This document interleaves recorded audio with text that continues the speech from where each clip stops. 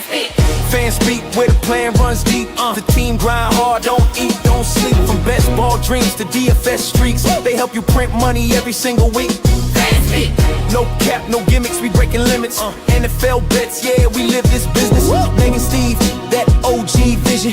Draft room killers on a lifelong mission. More stress to the Sunday spread. Fan speaks, that voice that's inside your head. Best ball, DFS, NFL bets. They built it brick by brick, no regrets. Fan speak team, printing money since day one. Fan speak, forever. Welcome back to another episode of Talking Ball. Steve-O Speak. We got a lot to talk about today. It is the start. It is noon. It is the start of the NFL legal tampering period, which is essentially the start of free agency. Not every deal that's going to get announced these next 2 days before the technical official start of free agency on Wednesday will go through, but most of them will. And at the very least, it starts to give us a much better indication of where things are. We'll also see more cuts. We already saw some trades. We're going to see trades because teams have to be cap compliant by Wednesday. So even some and that's when all these trades become official. And even a team like, for instance, the Ravens, they already execute the Max Crosby trade.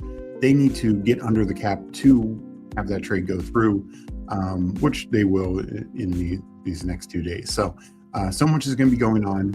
We're at it. Let me hit up chat, and then we're going to start on Twitter. We will be doing drafts for sure, but I definitely wanted to start on Twitter and with some of the news buzzing. We got Mike in here, back to the draft mind, Steve. Fantasy Dog in here, number 3 like. I'm here for this, appreciate that. Aiden in here, Steve, it's Christmas in NFL terms today. Hype me up, absolutely. This is, I've always enjoyed, I used to do Madden franchise mode, simulate the season, may play, one game or the playoffs, and then get me to franchise mode. It's free agency, it's trades, we draft right around the corner. And also, I for members only, I did a mock draft breakdown last night. So much of that's going to change. Free agency will absolutely dictate a number of picks for the top round. So it is definitely, this is the time where we see where these teams are built and won. And let's be honest, that absolutely goes for the Seahawks and Patriots last year. Both really revamped their teams. Seattle's offense was, even though they maintained the same coach, completely revamped their offense, and they won a Super Bowl. So this matters quite a bit, and we're here for it. It's Sweet Leaf in here. It's showtime. Absolutely kicks, good times. We got Meg checking in. You heard it here from Underdog. Time to tamper. Absolutely. Schefter had it down to 600 G drinks. Yes, this is one of the first news Rap reported, and it had been rumored over the weekend also. Kelsey expected to return to the Chiefs. It's more that he's coming back. Like, there was some rumor that he might explore free agency. That was never going to happen, but he's coming back. It's, it's like the 99.9% official at this point. During the tampering period, has your agent reached out to OnlyFans to see what they were offering you? Alec Pierce, wow. So Aiden, and appreciate that. This is what I want. This was right before, during the intro video, Romeo and Dubs expected to sign elsewhere. But if Pierce back to the Colts, I knew they wanted him back. 4 years, $116 million. They got it done. Now they have to bring down Daniel Jones' cap number. So I wouldn't be surprised, honestly, by Wednesday we see an extension of Daniel Jones as well. That would help them, I'm sure, considerably get under the cap. The trade away Zaire Franklin. So Pierce back to the Colts. And, this is what I mean. Like, I had them taking Bryce Lance in the draft last night because I thought there was a real chance they could lose Pierce. So great news for the Colts, great news for Daniel Jones. I think for Pierce, this was a strong floor outcome. I think maybe 1 or 2 landing spots might have been a little better just because he does have a lot of competition there. Here's back to Indy. Yeah, good to see Sus. Good to see Disbanded in here. Jabron Brown. Does this mean Michael Pittman's traded? So a lot of I didn't really hear that much from like Colts beat writers. I heard that from national media. I know Hayden Winks also talked about this, and I think it became popular in the sense that Michael Pittman has a big cap number, or relatively big, and they can trade him or cut him, but it would be a trade with very little dead cap. This is not the AJ Brown situation where it's a massive dead cap that like they would free up 20 plus million by trading Michael Pittman. The problem is, I don't know if they want to weaken themselves. I really think Steichen and Ballard are semi on the hot seat. I mean, they need to show a good year. Like, they were one of the best teams in the NFL, and obviously it went bad down the stretch. Mainly injuries, both the defensive backs were very banged up, and of course Daniel Jones. But I could honestly see them extending Pittman. I mean, keep in mind, Pittman's still very young. They could extend him, bring his cap number down that way. And, Josh Downs is a free agent next year. I don't think there's any way they're bringing him back. So if I'm the Colts, I think you can probably maintain both Pierce and Pittman. That's what I would do, but we'll have to see. Index of suspicion, 36-year-old tight end. I'd rather not. I know, that's where Meg's at as well. And if I didn't know that you were somebody else, I'd wonder if this was Meg's burner account. But he's productive. He finished his number 3 tight end in total points last year, I think 9th in points per game. And that's even more impressive considering both those rankings, considering that the last 3-4 weeks he had no quarterback. So I think he can have one more run. Pierce is the alpha in Indy, or he's still a piece guy. I mean, he led the team in yards last year.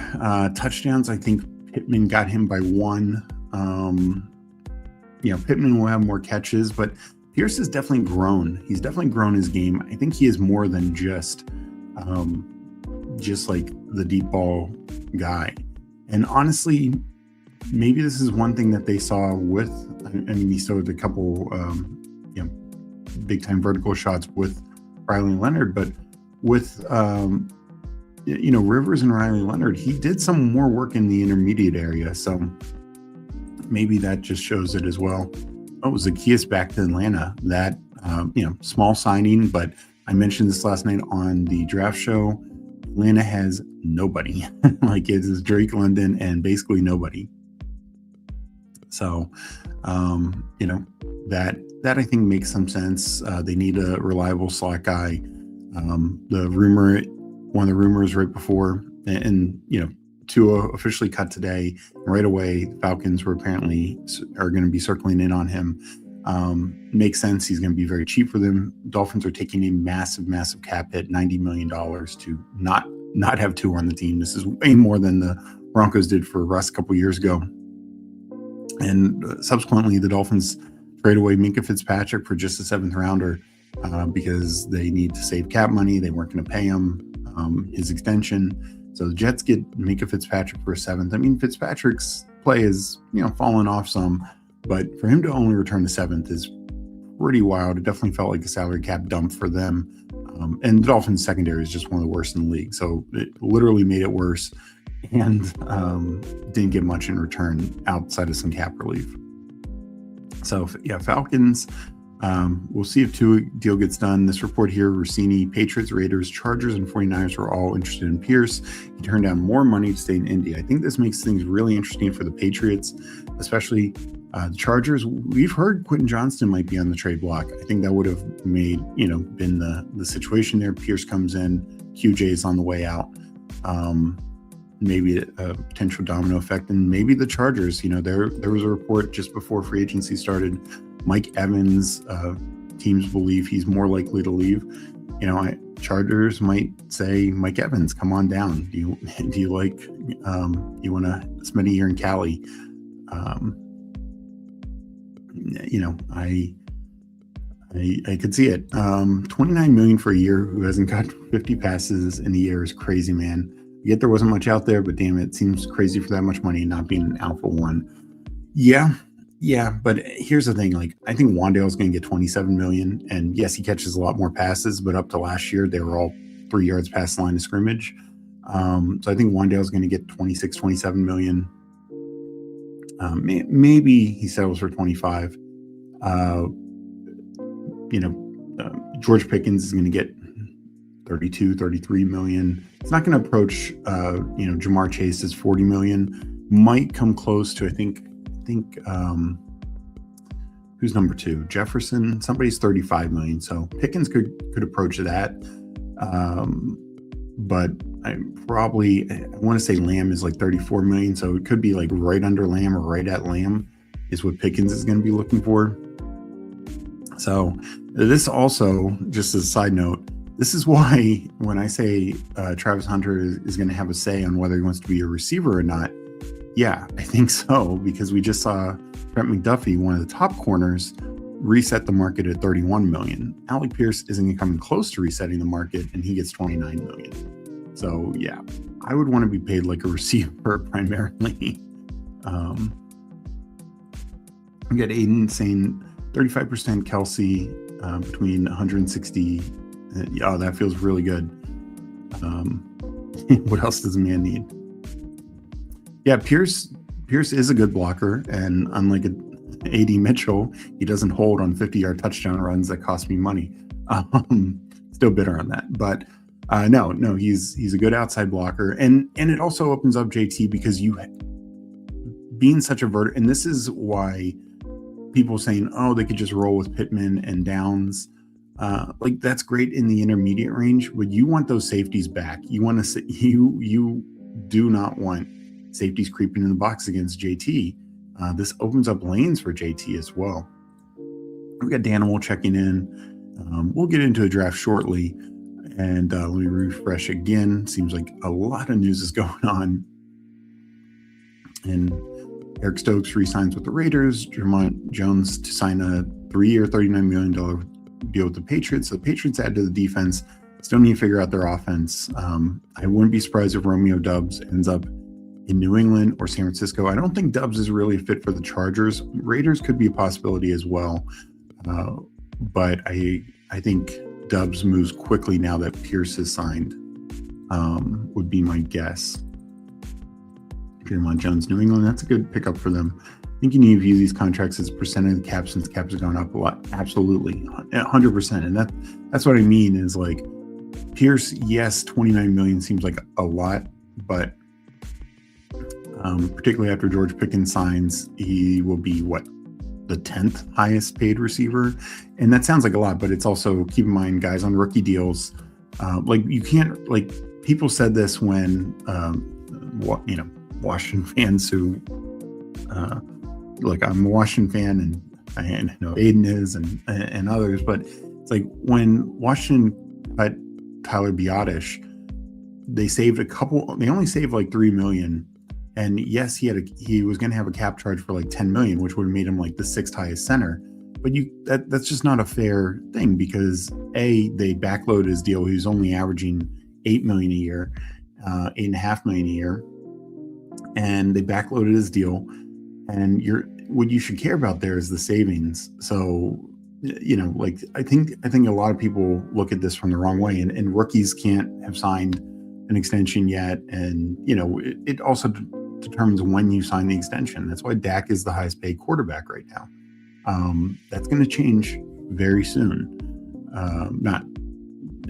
Lamar's about to sign an extension, right? Like he will become the highest paid quarterback. I appreciate it, and I think it's a good perspective.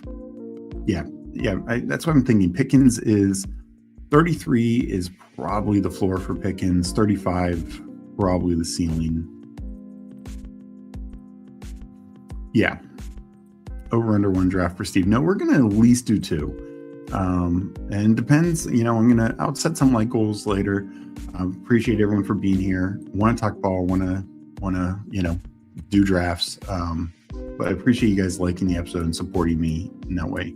That feels like a 49er. Yeah, 49er make a lot of sense. Just the tie to Kyle Shanahan and LaFleur.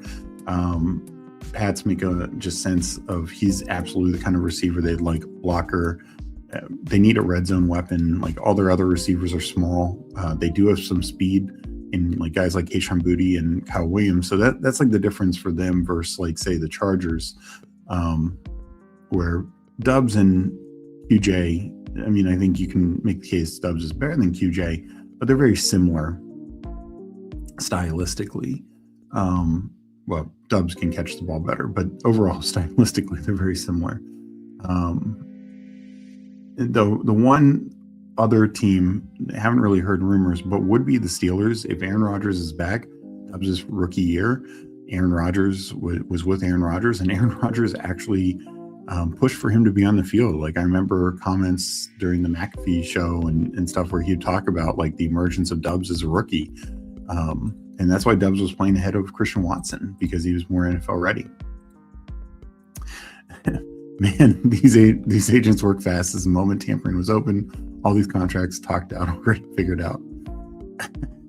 Yeah, I mean, it's definitely more to have a set date from the NFL's perspective, because it allows you to have the focus on the combine. Then at the combine, let's be honest, that's where so much of this tampering happens, because all the agents are there, all the GMs, coaches, etc. So you can just have these very fluid talks, I will say. Any shocking trades you might think that would happen? I would be pretty shocked if Pittman gets traded. I don't know if QJ getting traded is a shock. I think that makes sense on a lot of levels. We saw some defensive trades today. I didn't necessarily see Minkah Fitzpatrick getting traded, but that happened. The Rashawn Gary, obviously, a couple of days ago when he said he was gone, made sense that he was probably not going to still be there. Yeah, the illusion of ethics, not actual ethics. The other reason is this, like the NFL and, NFL Network's about to be part of ESPN, but ESPN has their shows, like it now becomes an event. Like the tampering period and the free agent, this whole week is an event. The ratings are going to be higher for, people watching whether NFL Network or ESPN and other things to then like NBA games tonight and NHL games tonight. Like even nationally broadcast NBA games. So it's just a fact, and the NFL knows that they can make money off of this. 30 likes, and I'll give away some more FanSpeak Fam 1 month membies. Hit that like button. More drafts equals more fun when K9 signs with the Chiefs. I'm delusional. Meg out here making sure we don't get dunked on again. I appreciate it.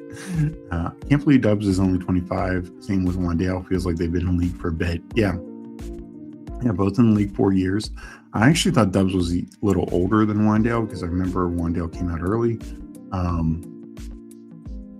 I think that's probably the best landing spot. But I think he's got a couple. I mean, Patriots I think would be pretty good for him because he's just so different than Kyle Williams and Kayshon Boutte, and they could use a red zone weapon. So I think that would be pretty good as well. I'm going to refresh again, and then we'll get into a draft and keep talking, so I'll shift over to Underdog in a second. I don't see anything else on Twitter, so let's shift over to Underdog and get into our first draft. Here's my baseball teams that I'm on the clock on. So let's get into a big board. And, I'll keep checking Twitter, but feel free to shout it out in the comments. I'm going to count this first one down. Entering 10, 9, 8, 7, 6, 5, 4, 3, 2, 1, enter.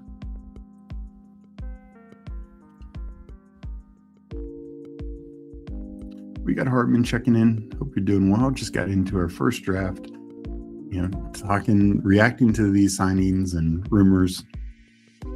What does everyone think on the Tua thing? Last night I said I had trouble finding a landing spot for Tua. I think the Falcons make the most sense. I thought Flacco, given his ties to Stefanski, and that wouldn't be a complete block for Michael Penix, but I mean, it is interesting. Two of the highest injured quarterbacks over the last 6 years have had to have been Michael Penix, 7, I guess, back through college, and Tua. So yeah, over the last 7 years, these two quarterbacks have been injured quite a bit. Tua's done by week 8, but I think it is a reasonable landing spot. I think Stefanski is, outside of the little Joe Flacco and low Jameis Winston, when they push the ball a little bit more downfield, I think he's fine with a very intermediate and short passing game. Doesn't need Tua to be ripping it, 30, 40 yards deep all the time. Right now, they're just not built for that anyways.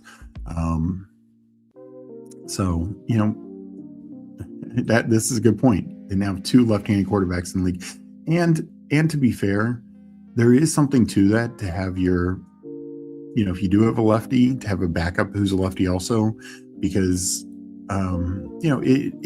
it's different for the offensive line. It's different for receivers. So it can help them, particularly in practice reps, particularly for younger guys. I don't think it's a huge issue for like Drake London, right? But, if you're doing reps and Tua's throwing you the ball and then a righty's throwing you the ball right afterwards, that's going to mix up how you see the ball, how it's coming out, etc. So I get the 101. Minsu, Aiden's in here at 6, Index Suspicion at 7, FK in at 9, and Fancy Dog at 12. Anyone else is in here, let me know. We will just click Bijan when we're ready to go.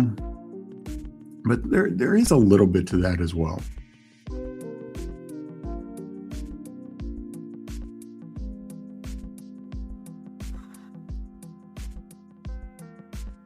Never been the highest on Penix, but man, when he throws online, it's beautiful. I agree. I mean, he's got a good deep ball. Like, maybe it's like kickers where in college where they'll have a deep, a long range kicker and a short range kicker. Tua comes in for the short range plays. Penix comes in for the deep balls. We got an Index and Suspicion on guard. Who's getting the most smoke to be the Jets quarterback? That's a good question. I mean, there was that report the other day that they could be looking to do kind of what the Giants did last year with Russ and Jameson. And, they mentioned guys like Jacoby Brissett, Geno. Derek Carr has been, of course, mentioned there before, but I don't know if that's as legitimate. I think the tough thing with the Jets is they actually have money. Like these other teams, Dolphins, Browns, Falcons are okay. Vikings, like they don't have a ton of money. That's why these cut quarterbacks are so much more appealing to them. So they have a little bit of money. So you think they'd be in the Malik Willis sweepstakes, but I just don't know if Willis wants to go there. So I kind of like the idea of Geno back there, giving him another shot, kind of a full circle situation. But one thing the article said is Cousins is not really in the mix there. And they mentioned about trading for Jacoby Brissett, which is going to be a super cheap trade. So I could see them doing the 2 veteran approach. Probably makes the most sense. Like 2 cheaper veterans with some starting ability. And I also think, while they might want Kyler, I don't know if he's going there. Walker, a Chief. Wow. That is, the rumors were they weren't going to pay that freight, but they did. Let's see what the terms of the deal are, but that is huge. Definitely good news for my Walker bags. And going back to Sus, this is what I mean. Like, I think the Atlanta was probably to his best landing spot. One, he comes in with some really good weapons, doesn't have to do it all because, he's just not capable. Bijan, Pitts, and London are a great trio to start. offensive line, they had some holes last year with Caleb McGeary going down, and I think one of the guards missed some time. But it's a much better offensive line than since basically Tua's first year with Mike McDaniel. And as we saw, the last couple of years have just been really, really bad. And finally, a coach who doesn't need to push the ball downfield. I think the way they're built, they're going to be fine to be in the short and intermediate game. Tua is a timing quarterback. He still can do that pretty well. I mean, it was just a couple years ago, he led the league in passing. I do worry that he's just kind of, and this sounds like a knock. I actually get it. I think he's playing scared. I think he knows, any next hit is super serious for him, and could be truly life-changing. So I think that just has changed the way that he plays, which is unfortunate, because a healthy Tua is a quality starting quarterback. Is he elite? No. Should Justin, you redo that draft, is Justin Herbert easily above him and even some of the later quarterbacks? Yes, of course, in hindsight. But Tua would be a healthy Tua is a quality starting quarterback.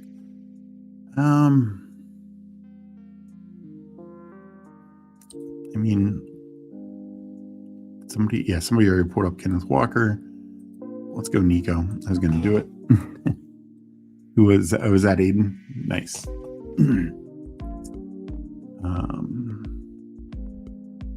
So I do think that's best for him.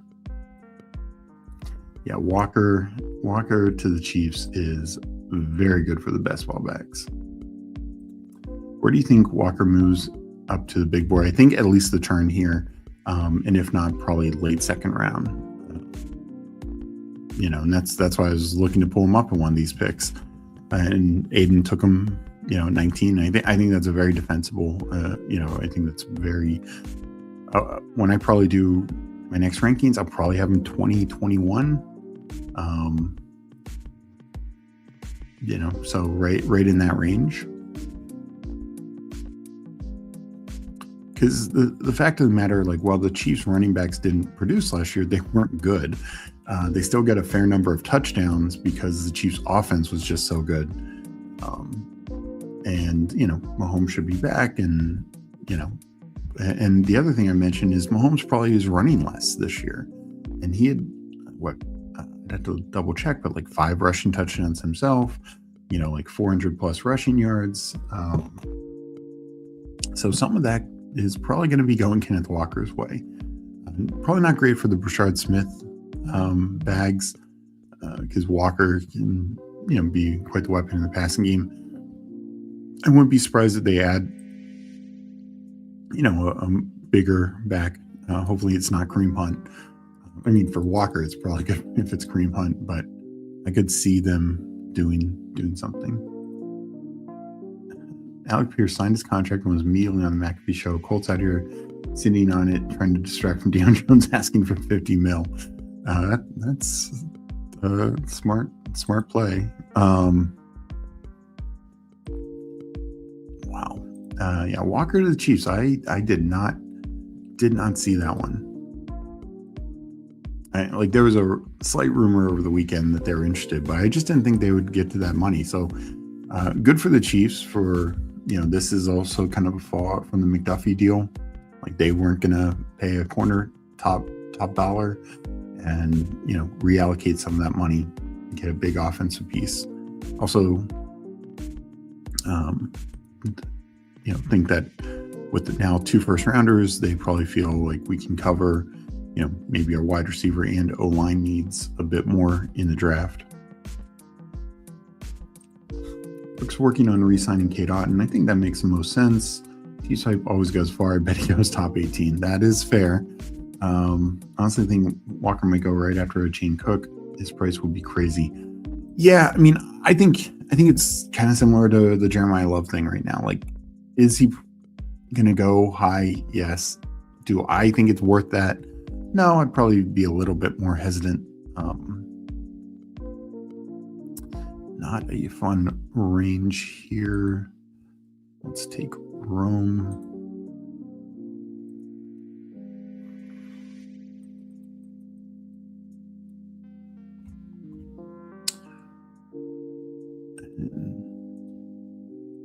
I'll take Lamar.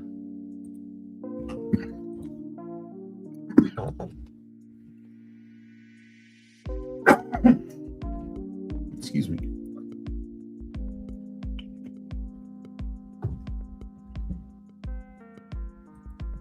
So yeah, he could get steamed up that high. No, I mean, I think anything's possible.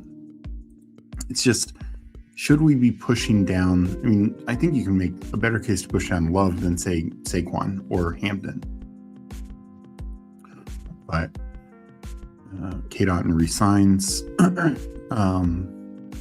As much as I like Walker, he's never had 200 points.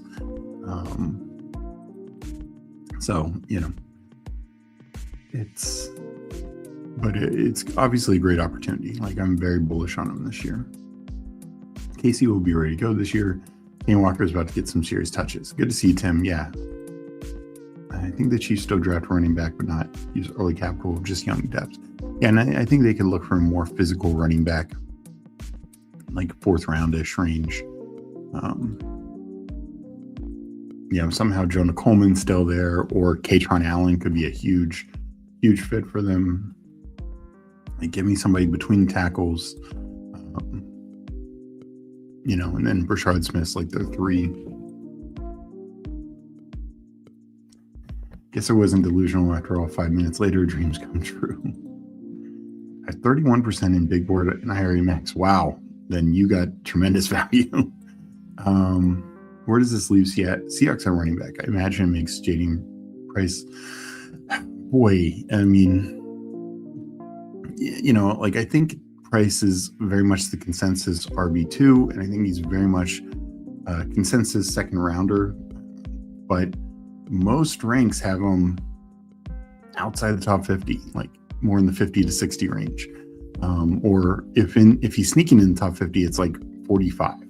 So taking him 32nd overall would be tough. We'll see how the Seahawks do, but they might say, like, this is our last best chance to get a running back. The other thing that I think we could see, and I talked about this with the mock last night, is I think it's really tough to find a landing spot for Simpson in the draft. And in the first round. And we could see a team, whether it's the Jets, who have 2 second-round picks, the Cardinals, somebody else, who needs a quarterback but doesn't want to pay a first-round price, like an earlier mid-first-round price, jump back into the late picks. I mean, we see this a lot of times, not just like Dart, but we saw this with the Ravens jumping in to get that 5th-year option for Lamar, etc. So I could see that, like, Seahawks moving back to the early second round, and then maybe it's more palatable to take Price then. But yeah, if I would guess most likely they sign a mid-tier free agent and maybe still add somebody in the draft.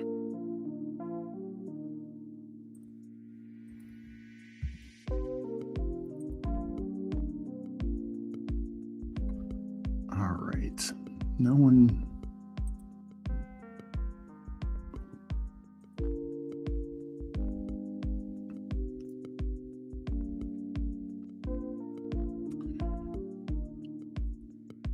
I will take Pierce, and I'll take Stevenson above Tootin. And, maybe we'll get the ETN news soon. I'm just less worried. I did kind of consider double tapping running back there, but the wide receivers were too good.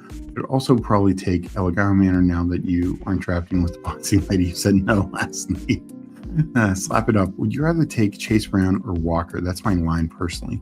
Yeah, and that's kind of the tough thing, is because, I've said this before, Chase Brown, every game with Burrow or Flacco last year, Chase Brown had 10 or more fantasy points. Numerous games inside the top 10, inside the top 5, even among running backs for that week. So I think Chase Brown, just they need to keep Burrow healthy. And also, I get the sense with the Bengals not tendering Jake Browning, they're going to bring in a veteran backup one way or another. I think they saw they're just playing with fire too much. This offense is too good. They can win, sure, if Burrow misses the season, they're in trouble. But if it's like a 2-week thing, a 3-week thing, you just don't want to get behind the 8 ball. And I expect whether it's Flacco back or some other veteran, I think they are bringing in somebody. So that just probably feels good for Chase Brown as well. The floor is just so much better. But I think Walker has probably better spike week upside, but Brown is probably the more consistent guy. Katron Allen, I think that would be a nice fit. CJ Donaldson from Ohio State, decent bruiser. Yeah, that'd be a real late day 3 guy, but would fit that bill as well. Good to see WFN Warehouse. Can't wait for Rashard Smith with 6 receiving touchdowns down the stretch. Yeah, the Jerick McKinnon situation for sure. Okay, I really think Sean Tucker could sign with Seattle. That would be interesting. 3 years, $43 million, could be up to $45 million for K9. Wow, up to $45 million. That is, obviously $15 million a year. That is quite up there on the running back market. I think that would put him as RB3. So basically, he gets at least that would time for Derrick Henry for RB3. But the flat payout is more than Breece Hall's franchise tag. So the Jets kind of screwed the Seahawks and the market by putting the franchise tag, not the transition tag, on Breece Hall. Because I think Kenneth Walker is out here saying we were essentially, they're drafted back to back or within 3 picks. They've both been good. I mean, Breece Hall has technically been better with fantasy points, 200-point seasons, but Walker has helped Seattle win and win a Super Bowl. So, I think the Jets doing that kind of set the Kenneth Walker market as much as anything else.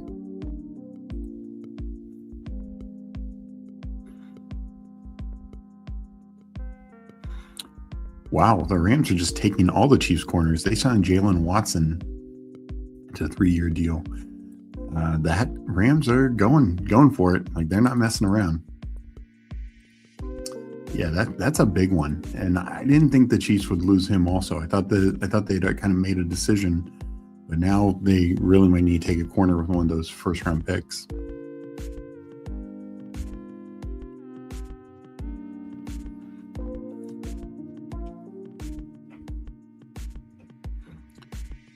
Coming up here,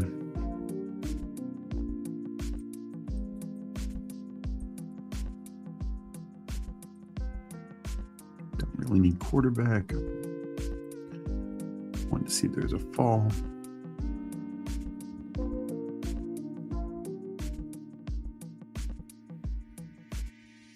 Rico goes. That was 100% going to be my pick. I'm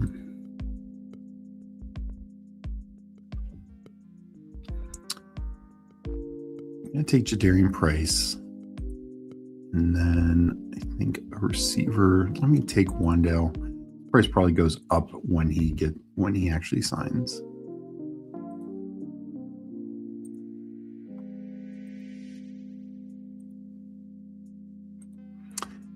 Yeah, Aiden mentioned that earlier. Zacchaeus to Atlanta. They 100% need a slot receiver. So that makes a lot of sense. I will say the Rams bringing back Cam Curl, bringing in McDuffie and Jalen Watson, their secondary is not messing around. And they still have the 13th overall pick. I could see them going in quite a few different directions. They could potentially trade that pick for a veteran, though I'm sure money's running out at this point. They could trade up for more of a top end talent, like a Sonny Styles. or an edge, or I don't be surprised if they trade back and kind of stockpile some picks since they gave up, a few picks for McDuffie.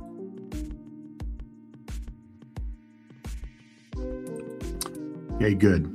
Tunsil back to the Commanders. He had one more year in the deal, but the talk was, he wanted an extension, and they clearly gave it to him, and that's good. They need to secure that, especially after, letting Biotish go. I know they're going to be in on the Linderbaum market.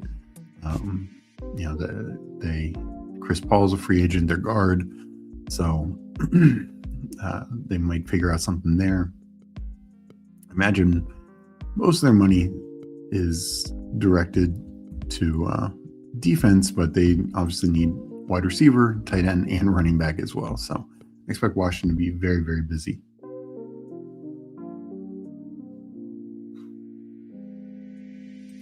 Watson deal, 3 years, $51 million. Yeah, they are not messing around.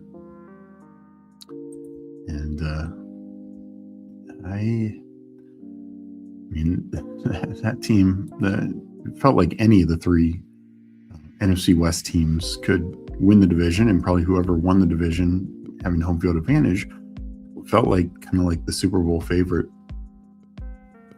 Seattle obviously did, and having the Super Bowl go through Seattle was huge, but it feels like the Rams are going to kind of know that their window is closing.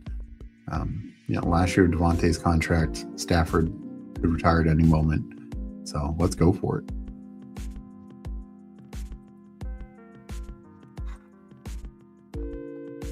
Bucks just filled their cap for a wind sprint decoy by re-signing K-Dot.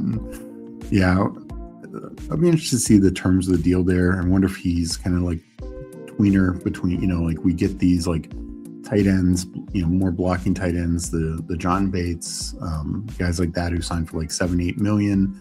Then we get like the pass catching guys who signed for more like 10-ish million or more among tight ends. I wonder where Otten comes in at. Jalen Phillips, 4 years, $120 million to Carolina. For Carolina, of all teams, is going to be the most nervous to make sure this deal gets done. Last year, they reported to have Milton Williams. And then he changes his mind and goes to New England. But this is a big move. There had been a rumor yesterday that the Eagles were close to retaining Jalen Phillips. Eagles now could use some more edge help, but that's a big, big move for Carolina. Sweetleaf saying, rumor is Big Mike Evans to the Rams, Orlovsky. So from a standpoint of what the Rams need in the receiver room is an outside vertical receiver. That's Mike Evans. From, target competition, that's not going to be ideal.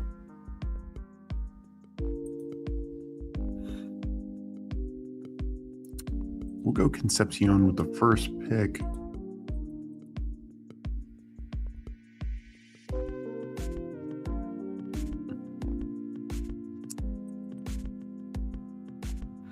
I'll pull up Malik Willis. I just think his ADP rises after the signing.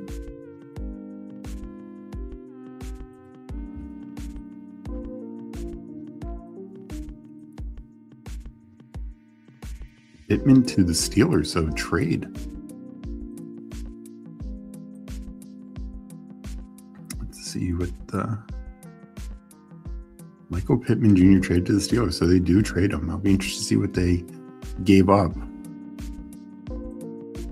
They do have 3 third-round picks, so wouldn't be surprised to see one of them go to the Colts. Probably the last one would be my guess. So Steelers now traded for DK Metcalf and Pittman, trade away Pickens. That's where they got one of those third rounders.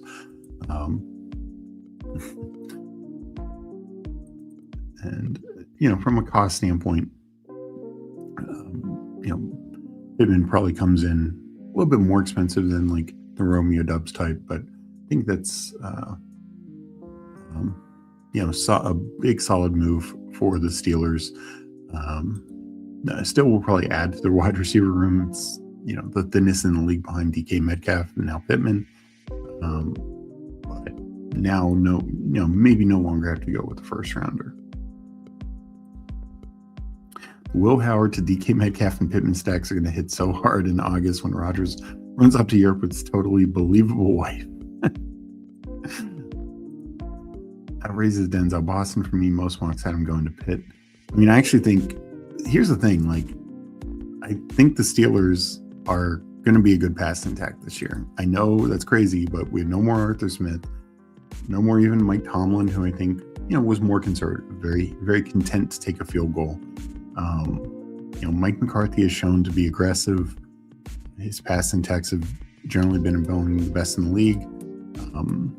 His offense coordinator, who had previously been with him in Green Bay, has just spent the last 4 or 5 years in Minnesota with Kevin O'Connell. So I actually, Rodgers, no Rodgers, I do think the Steelers passing attack is going to be pretty good next year. Yeah, I think Pittman's stock does rise, not by a ton, just because obviously Metcalf's there. But Pittman, maybe now to like 75, 80-ish range. Yeah, I think this is good news for Downs for sure. That helps him, but they're probably going to look for another outside receiver. Maybe in the draft still. Not necessarily the vertical threat, but a chain mover type. Colts obviously have some limited picks, but could be in that Elijah Surratt type mentality of receiver.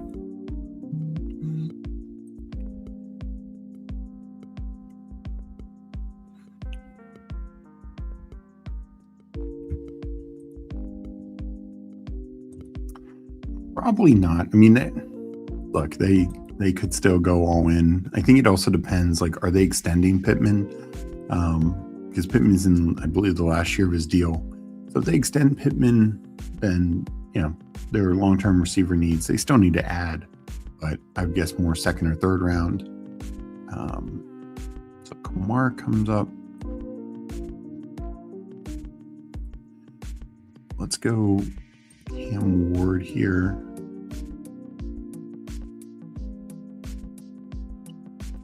And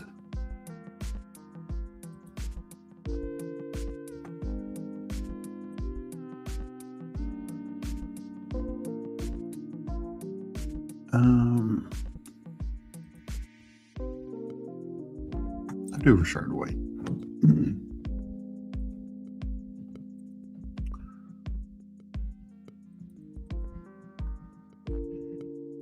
I mean, I don't see this, like, even last year they were 20th offensively. Like, that's better than the Eagles. And I mean more passing, like their rushing attack struggles, but that could be changing as well.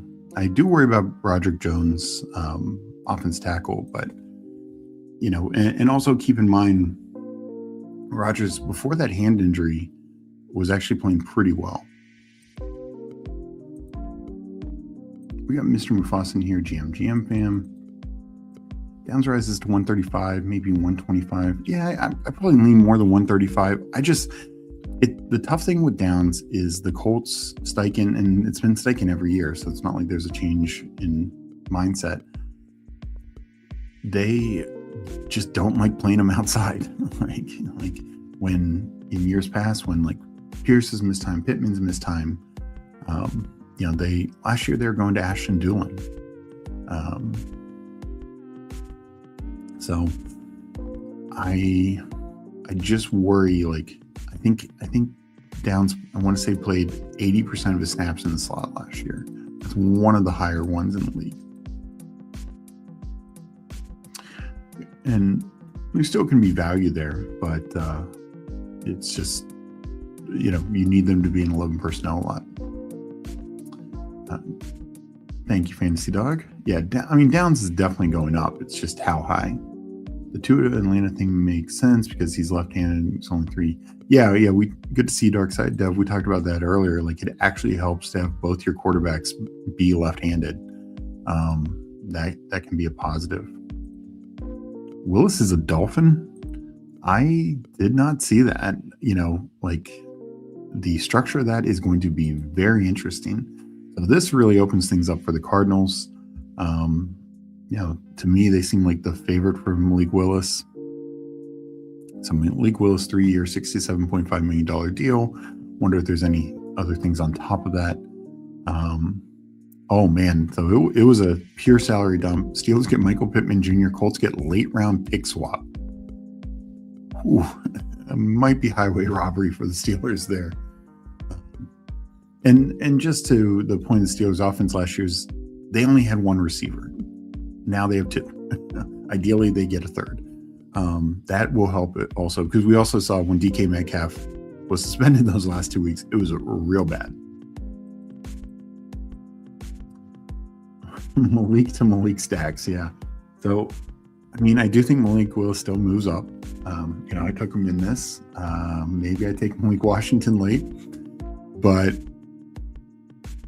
I was kind of projecting maybe the Vikings, but I really thought it'd be the Cardinals for Malik Willis. So that is not, I don't think his ideal landing spot by any stretch.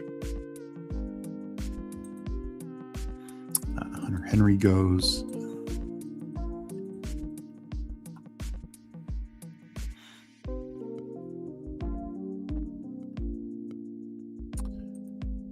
Take AJ Barner and Njoku here. But still, I think Malik Willis, just knowing that we have another starting quarterback, is good for him. Yeah, I know people made the tie with Jeff Hafley. I just thought, they were not going to have the money for him. But yeah, they found a way to restructure. And this probably is the Minkah Fitzpatrick trade, opening enough money. And Aiden points out $22.5 million, way less than the $30 million was talked about the combine. This is $2.5 million more than Fields got and an extra year. Fields got, $40 million, $30 million of which was guaranteed, I believe. So that'll be interesting. Trey McBride down bad. What's the options? Cousins, Brissett, or Wentz now? I mean, Geno also. But I look, I'd be kind of shocked. I think Cousins makes the most sense. While no immediate tie to Mike LaFleur or Nathaniel Hackett, LaFleur learned under has just been under Kyle Shanahan or McVay. Kyle has those ties, and Cousins has those ties, of course.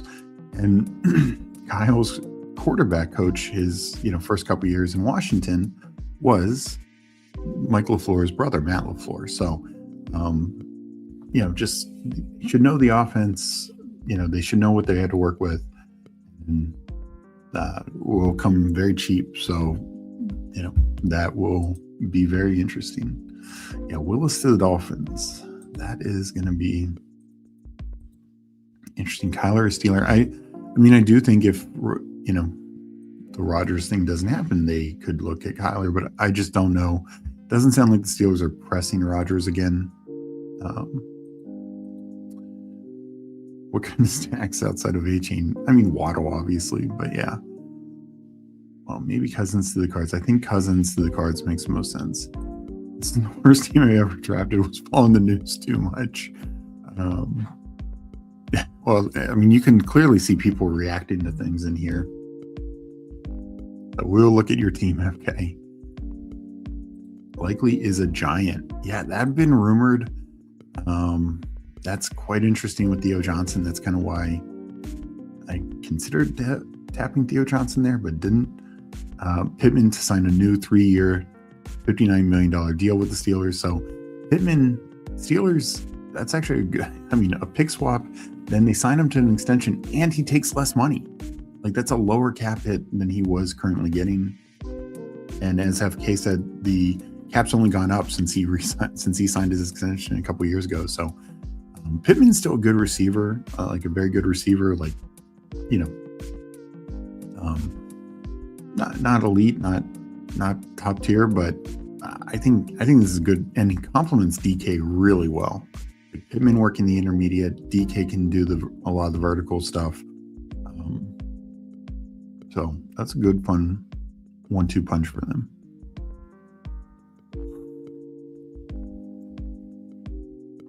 I need running backs, but the running back prices have just been off the wall. Index, nice pick on Davis. I'll take Dylan Sampson. Oof.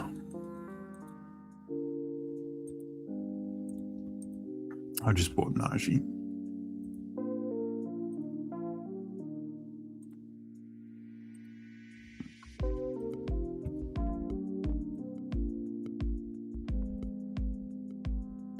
For likely 3 years, $47.5 million. Interesting. That's like top of market. I mean, wow. And that I would not have expected. I thought likely would get like 10, 11, maybe 12 million a year, but 15.5 million. Right now the tight end market is, Kittle and McBride at 19 million, Kelsey coming off 17 million. I don't think he signs there. Hawkinson 16.5 million. Pitts his fifth with his franchise tag at 15 million. So likely he's going to get more than that.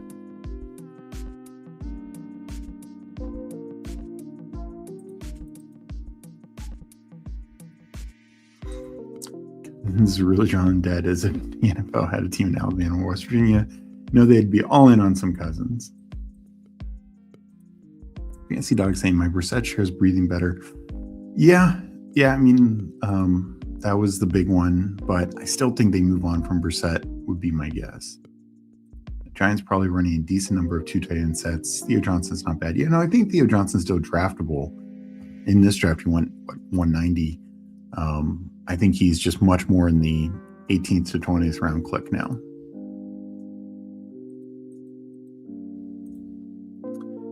Dart has 2 tight ends now. He's in heaven. Neighbors will get less than 5 targets per game. I mean, I don't think that, but I do think it makes sense. One, the likely Harbaugh connection, and they're not getting Kenneth Walker. We'll see what they're doing at running back, but with Dart, if they're going with Scattaboo, have 2 tight ends, play it that way, and it's just tight ends are cheaper than receivers. I mean, likely is a receiving weapon, and wow, they paid him near top of market. Like we just talked about with Alec Pierce, what he costs. I mean, Romeo Doubs is probably in the 20 million range. Wandale, like I said, is like 24, 25 would be my guess, maybe more. Mike Evans is only going to a handful of teams, would be more. So I think that's the way the Giants are going to play it. They can't get out of the Slayton deal, so Slayton's just going to be out there as well. And, maybe they had like a slot receiver in the draft or something, but, I think this could work out for the Giants for sure. I'm just more surprised about the money than anything else. Cousins going to the Raiders, in my opinion. I don't know if I see that. I think he's still somewhat capable to get the starting job. Arm covers, Jimmy G probably going to be the job in Arizona. Maybe. I know that was rumored. Some that I think Matthew Berry said that. I don't know. I feel like you could do a little better than Jimmy G. And I actually think Cousins would be better than Jimmy G. So, but definitely in the mix of a fallback. So we'll definitely take Jeremy Bernard. Let's see what else is in the tight end department. Yeah, we'll go Mason Taylor and Bernard.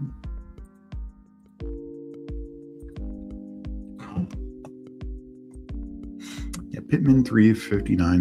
That's a really, really good deal. Yeah, no, that was a nice pick. Index. Ray Davis is Meg was right about the Giants bluffing on running back and getting more tight ends. It shows a run-heavy offense skill, so Scat should go up in pricing. Yeah. I mean, obviously, still the Jeremiah Love worry. And Index is right. Go get your guys, especially right now. It's going to be the Wild West right now. Not okay with the Giants running psyops on their running backs. Man, things are popping off now. Good to see you, Blue Blood. Things are crazy, and everyone jumping in. Definitely like this episode. Appreciate that support. All right, I'll put a board. Sorry, I've been going back and forth, and then we'll go over the members teams as well, and then we'll look into what's next. I know Likely is a star in the making. He's about to be featured. Yeah, no, this is definitely, I think, a good, even though I think Theo Johnson is a good tight end, they clearly wanted him. They're clearly paying him. So I do think he is now the featured tight end for sure. And as was said before, Theo's still draftable, but he's more end of the round where Likely should move up a couple rounds for sure. But the fact that there's both, like if it was just one of them, then they're, be much better. 13.5 million for Likely. I thought it was 47.5 million, but maybe that's like the max it can be. Likely and Josh Oliver contracts after leaving the Ravens have been the funniest things about free agency the past few years. Is Baltimore tight end university now? Charlie Kohler, I think, is gonna get paid a little bit. Like, he'll probably get more than Josh Oliver got. So yeah, to an extent. Did Likely kill my Theo bags or vice versa? I think Likely more killed your Theo bags, just because he can still be okay, but and not that he was going super early, but he was going 170s, and he should probably go 200 now. So you probably took him at his highest, and he probably just doesn't have a ceiling. Like, he can still have usable weeks in this offense, but probably not a lot of ceiling games. 40 million over 3 years. Okay, that makes a lot more sense for Likely. No worries. I appreciate you guys for letting me know. Between draft chat, checking out Over the Cap, checking out Twitter. Appreciate it. Stephen WC. So the money makes more sense for Likely, but still good money for him. We got Steam WC in here. Good afternoon. Lots of action. Yeah, no, this should be a lot of fun. Like I said, thank you all for being here, talking, liking this episode. We'll get in another draft shortly. Theo was a nice backstack option for Dart Memories. Likely is now a nice backstack option. But yes, Theo, it's like a floor. It's very much a floor play right now. Okay. We'll go receiver. Just take a shot, see if Jalen Naylor can get a decent landing spot. So I end up 3-6-8-3, Lamar, Malik Willis, Cam Ward, running back room, Bijan. So kind of anchor with Ramondre, Jadarian Price, Rashard White, Dylan Sampson, and Najee Harris. Receiver room, very strong at the top. Neighbors, Nico, Rome, Alec Pierce, Wandale, Casey Concepcion. I think, I love the top of that room. And then Jeremy Bernard and Naylor, I think, are both fine values. AJ Barner, David Njoku, and Mason Taylor. Hopefully Njoku also gets a nice little landing spot.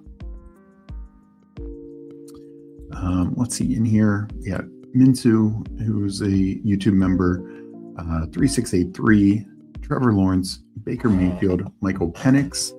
I guess he's hoping, and still, look, the Tua stuff's not official, but got a little fall on Penix, so more palatable there. But yeah, Tua probably is one of the better news situations for Penix, just with his injury history. JT, Kenneth Walker, Kyron, so 3 top running backs. and Emma Johnson, Sean Tucker, and Brian Robinson. Hopefully Sean Tucker gets a good landing spot. I mean, all three of these guys you consider, but Sean Tucker, like personally, and I understand like right now you can get him later. I think Brian Robinson is somebody I trust more than Sean Tucker, just because somebody will sign Sean Tucker, don't get me wrong, but to be a number two, Brian Robinson is probably a clearer path, in my opinion, than Tucker. Just because if Tampa didn't like him, who's going to like him? Now, one interesting thing would be Liam Cohen. He worked with Sean Tucker a little bit, so maybe that's like best case scenario for him. We'll have to see. Devonta Smith, I think that's a great pick. Even if AJ Brown isn't traded, Brian Thomas Jr., DK Metcalf, Xavier Worthy, Romeo Doubs, Alec Manor. I really like when getting Doubs. I think we're going to get good news soon.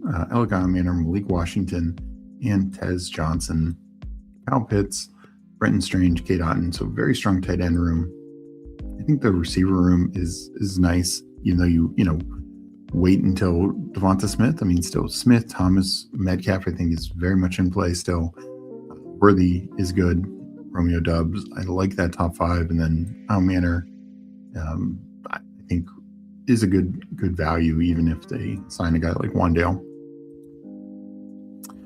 Next in here is FK 3683. He said it's the worst team he ever drafted. Mahomes, Jared Goff, Jordan Love. So he took three quarterbacks, starting quarterbacks. Jeremiah Love. So keeping every player with the name Love on his team. David Montgomery, James Conner. I like pulling James Conner up. Then, Jordan Coleman, Nicholas Singleton, and Emmanuel Wilson, another guy who we'll see where he ends up. But overall, I think the running back room is fine. Love is like the anchor. Monty is in a good spot. Connor, news got much better. And then a couple rookies, could be late day 2, early day 3 picks. That feels pretty solid. Monra, T. Higgins, Ladd, Mike Evans. Yeah, that's a very strong top 4. Got some fall on Travis Hunter and Pat Bryant. So that feels good. I mean, Calvin Ridley, I just don't really take. I think he gets cut, and I just worry he, will be somewhere, but could be more buried. Chris Brazell, but overall, I mean, this is a team to risk it with, and your top 4 is going to carry you, and then if anything positive happens with Hunter or Bryant, you're in a good spot. So Tucker Kraft, Kelsey still at a good price, and then Gesicki. So I think the tight end room's really good. Obviously with some stacks. I mean, I think it's a fine team. Like, I get like maybe you worry about some extra risk at some of these positions, but I don't know. I think overall it's pretty good. And then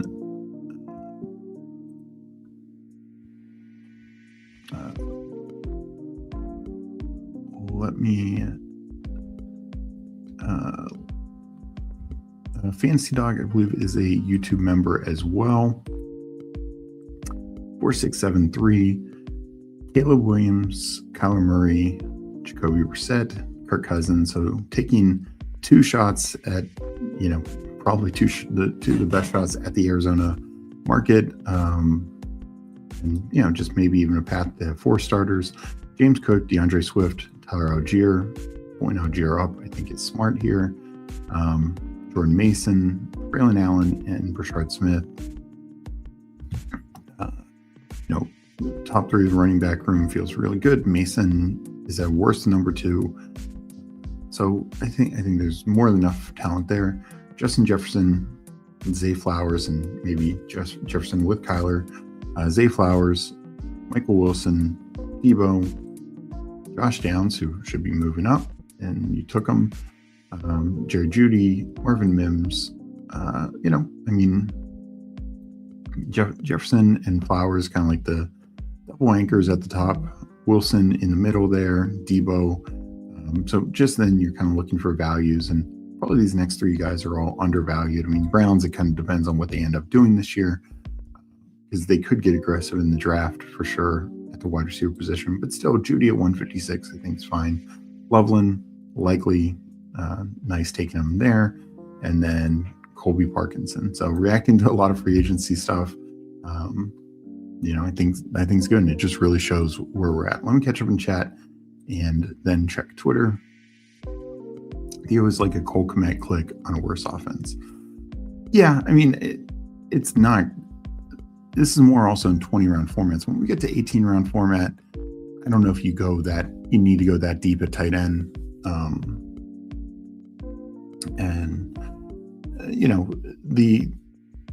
The thing is, right now, and plenty of time still, obviously, for the Giants, but right now, the Giants are kind of devoid of passing weapons. You have Neighbors coming back from the injury, and then Darius Slayton, who definitely disappointed last year, but they have nobody else on their roster. So, you could see Theo and likely both utilized a bit more. He's going to drop 40 spots behind Muth now. Yeah, I think like I said, he's a 19th, 20th round click now.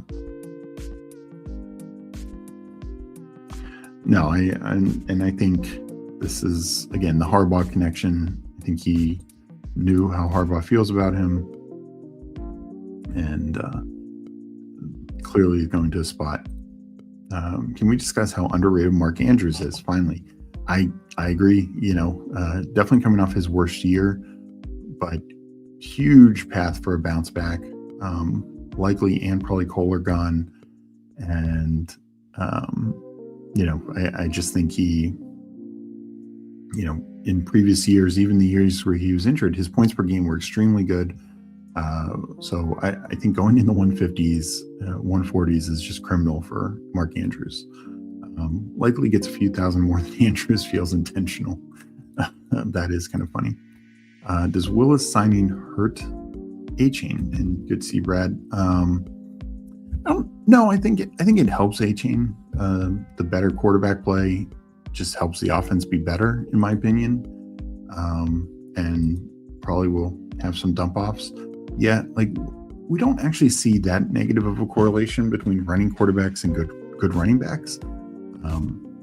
Lamar and Henry, Josh Allen and Cook, Saquon and Hurts. So it's generally not a negative correlation. I think, you could find some situations where a more mobile quarterback just steals too much, but usually that's not the case.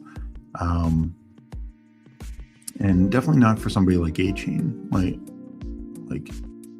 I just think he is, so much of his value comes from the passing game, and my guess is Willis is going to need to throw the ball to him quite a bit. A little big board, I guess, and K9 went second over an all. Okay, that's pretty high. That seems pretty high. Should help them. They can actually hopefully get. Yeah, that's my thought on it. Appreciate you, Fancy Dog. Oh damn! Should have seen that comment earlier. Game tight. I'm late, but smash the like. Appreciate that, game tight. We will do another draft soon. 38% Willis too much? No, I don't think so. I still think he's fine in Miami. Is it the best landing spot? No, but he's a starter with mobility. Some familiarity with the coaching staff and just the system.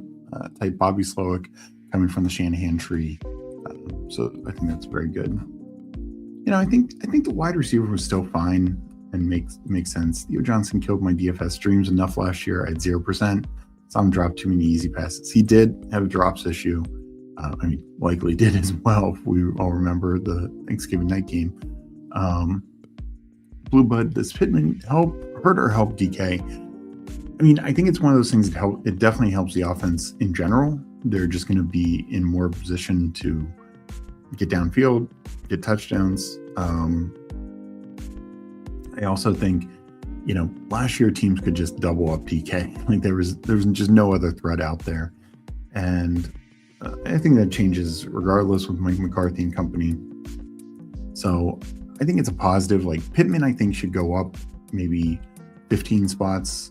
DK, I don't really know if it changes his ADP all that much. You could argue a couple spots. I think he's a little low as it is. But yeah, I would have loved Naylor to the Falcons. Yeah, that would have been nice. Saw recently Saints were the favorite to land ETN. That surprises me, given them keeping Kamara the way they did. Let's check in some of the latest on Twitter. Steven, I'd be curious to see where Naylor goes. He might be a sleeper. I agree. I think he's going to be a, kind of a cheap play. If he gets a pretty solid landing spot, could be pretty good. Gainwell signed a 2-year, $14 million deal with the Bucks. So they get their Bucky insurance, replaced Rashard White, good money for him. It's that's probably I think it's okay for Bucky's current ADP. I don't think he needs to rise too much. I think we now know his role. That's very good. So he probably should rise a little bit. For Bucky, probably not the greatest. A guy who can do a lot of the same similar things. I think stylistically you would have wanted a very different type of player. And then Bucky maybe, say Bucky and Tucker, Bucky might have got vultured for a few touchdowns, but he probably gets all the passing work with Sean Tucker. Where with Gainwell out-targeted, Warren, and by a pretty good margin. So, yeah, that will be interesting. Teams have offered Mike Evans north of $27 million a year. Wow, I figured he was getting over $20 million a year, but north of $27 million is pretty wild because it's just going to be like a 2-year deal. Number of smaller defensive signings. The James Pierre one to the Vikings is pretty good. I knew they were heavy in on getting corners. Miss Trubisky signs with the Titans. So. Not seen much. I mean, obviously there's been a lot of stuff already, but nothing else. The Gainwell one's interesting. I haven't taken much Gainwell. I thought people were too quick to pencil him back to the Steelers with the new staff in there. I know Rodgers liked them, but even if Rodgers is back, I think there's a lot of running backs out there that Rodgers can like, including Aaron Jones or a Rico Dowdle. I'm out. PC, great drafting with you all. Appreciate it. Hope you have a great rest of the day. Miss Trubisky at Tennessee. Yeah. Game tight. Great advance rate player, I assume, but 38% is too high for me on anyone. Risk of injury or 0 points in week 17. Yeah, 38%. I'm going to kind of max my exposure at 30%. And I could have been wrong with how you were saying it. I think getting 38% early depends on how many more drafts you're going to do is good because his price was the lowest, it's only going to get higher now that he's signed. So I wouldn't, not to say you don't take any more of him, but I'm not going to fully chase him up the board. I'm probably going to I think I'm over 20% right now, and I'll be fine in the, low 20% range, or high teens. So that's, I viewed it more like you were taking it from, wow, I got 38% of him at a bargain basement price. Ken Walker will have a season in Kansas City, and Brees will be the guy in the Interstellar scene where he's banging on the wall, wishing it's him. Good shout. Well, then you're not going to like my 43% likely. No, hey, I know some people are like this,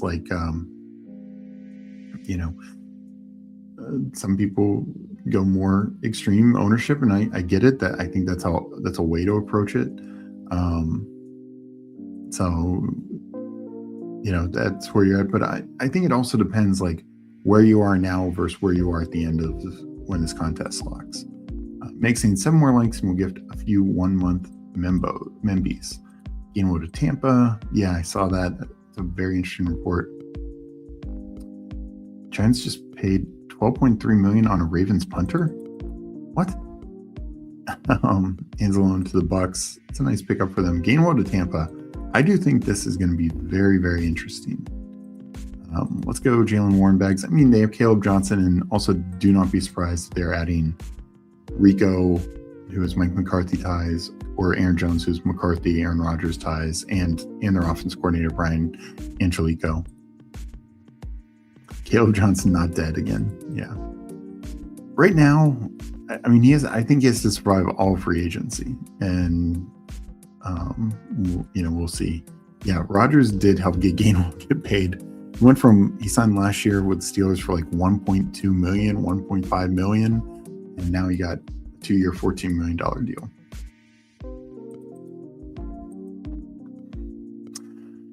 Yeah, and again, don't be surprised Rico. Like, Rico stylistically is much different than Jalen Warren. Could push Warren back into his probably best role, just being like a third down pass catching back.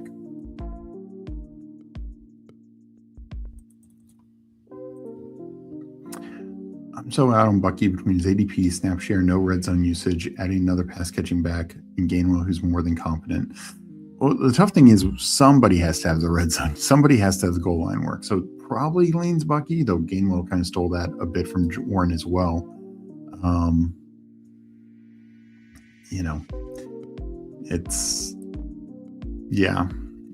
Bucky has been a tough one for me. I still want him just because I think the offense will be improved and there could be a lot of points there. But now Gainwell is more serious competition than I originally thought they were going to have. I thought it'd be Sean Tucker. Is Mike Evans worth $2 million less than Alec Pierce? I think for a top contender, sure. But yeah, that seems pretty pricey. Giants paying likely, and then old Ravens punter Stout $12.5 million. These dudes are trying to replicate the Ravens with way lesser talent. Whoa, Mike, don't say that about Scadaboo. 51 watching, 25 likes. Hit the like button. And if you're on Twitter, I know we got a lot of people on Twitter, jump over here. Come say hey. Hit the like button. We appreciate you. Yeah, Hartman's a Lions fan. Losing Anzalone sucks for the Lions. One of our biggest leaders on defense. And hit subscribe if you're new to the channel. Appreciate it. Yeah, absolutely. Meek Robinson to the commies. There we go, Steve. Yeah, no, they need plenty of defensive help. So let's jump into another draft.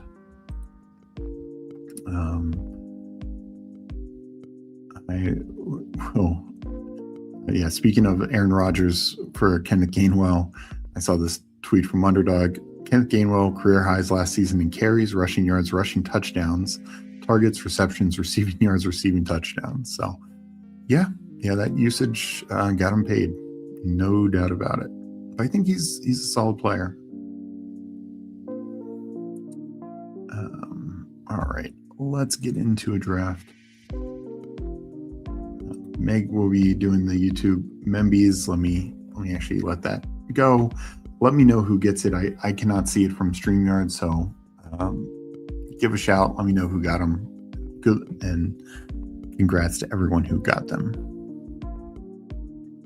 All right.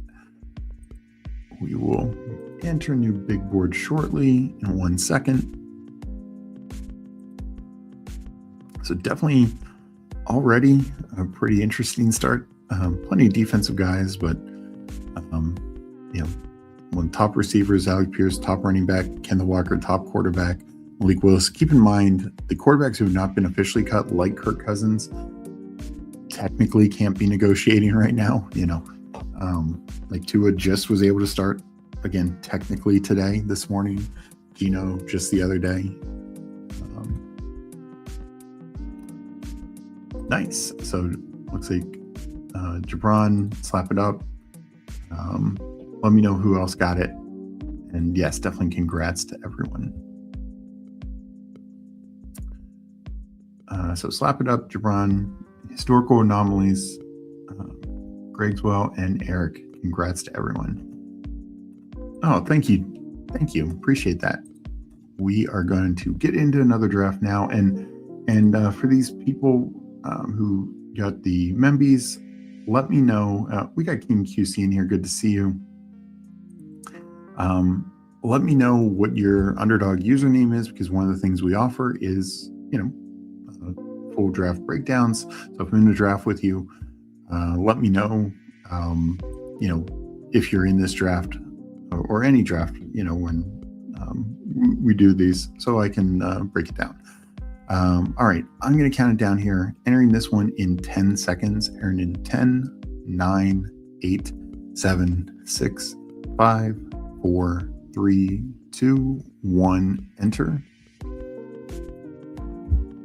And I get the location error. Sorry about that. Let's refresh. Did not mean the rug pull.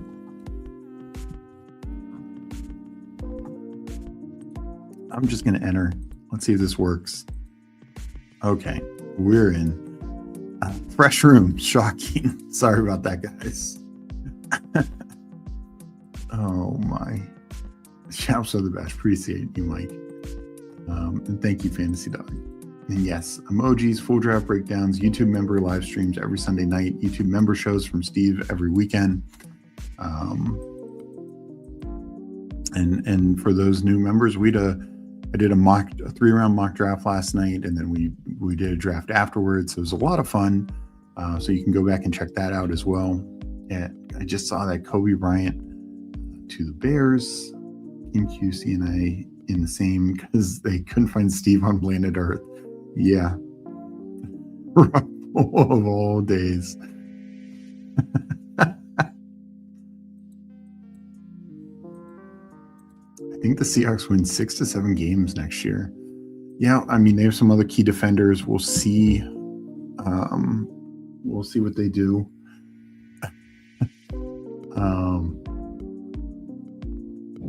If they can bring some people back. Losing Kenneth Walker is big. I think there's no doubt about that. Right now, their number one back is George Kalani. There's no way Zach Charbonnet is going to be ready for the start of the season. Even an Adrian Peterson type return, I don't think he's ready for the start of the season. So, yeah, we'll see what they do at running back. As Money and a Thing said, even Jadarian Price could sneak into the first round now, or like I said, maybe trade back into the early to mid second round and target them there. But yeah, their running back room takes a big hit. Shaheed's likely to leave. I think already losing some defensive guys, so they're gonna have to start making some moves. The 1-1 is programmed. Fancy Dog, you got the number 1 pick. That's nice. Got kicks. Appreciate you. Oh, still waiting on one person. So sorry again for the location error.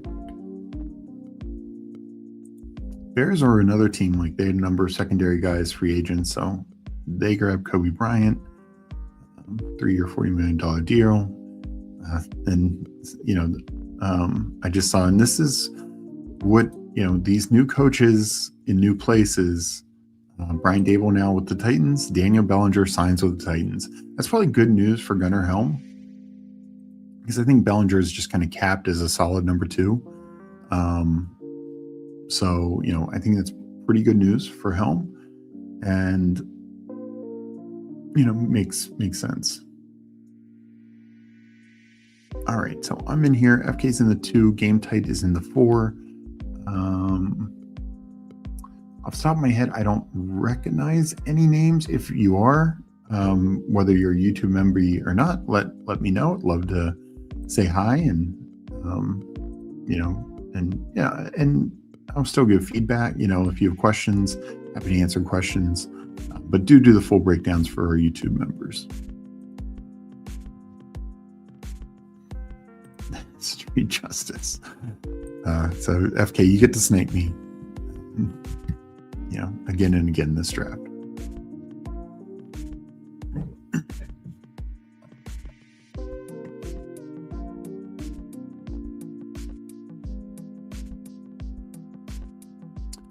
Don't think I'm going to pull Kenneth Walker up to the 3. Let's go Chase. Okonkwo is going to be interesting. I've heard Washington, it could be a fallback option for Washington. They were apparently interested in Likely. So maybe they pivot to Okonkwo. With Bucks retaining Cade Otton, they don't need a tight end anymore. maybe the Eagles for cheaper Goddard, when Goddard moves on. But the Eagles are a weird situation right now because I think some of their decision making, they're still trying to figure out the A.J. Brown situation, which is, during this tampering period, the time to do it. Because you have to be cap compliant by Wednesday. And what they do with A.J. Brown very much determines how they become cap compliant, because he actually costs them more money to trade away than to keep.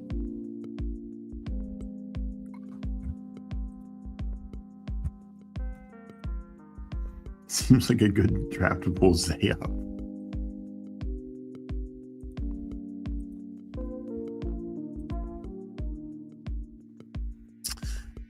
Well, so far, Zay is avoiding wide receiver competition. We'll see how that continues. But no, I think it's, I think he's fine where he goes now.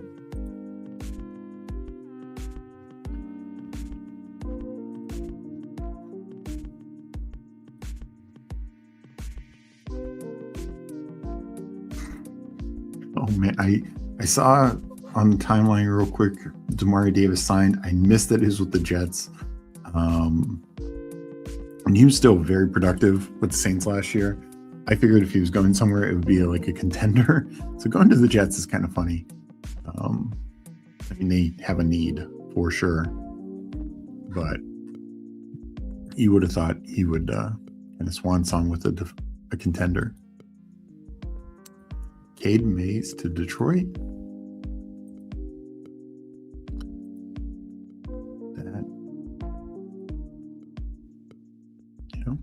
They definitely need offensive line help.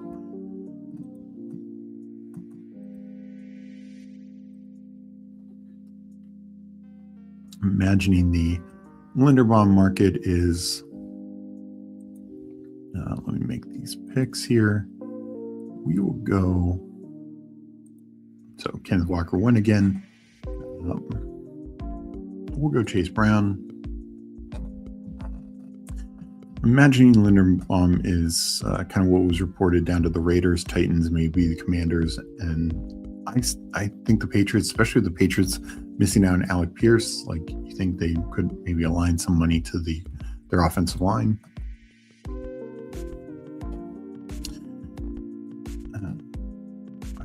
Let's see. FK takes Neighbors.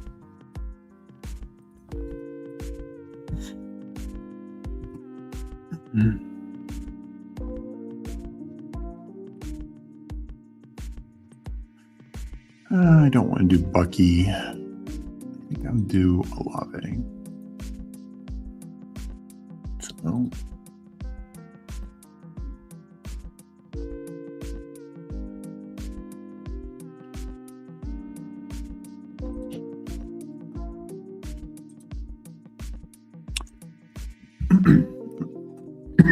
go back to the chat. Kate Mays was the Panthers center. Just hearing from all the moves so far, how much does it change your mock draft off the top of your head?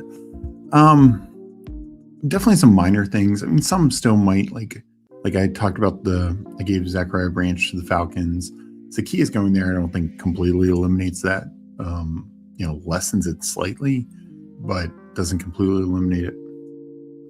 They're a little too similar guys, so probably won't do that again.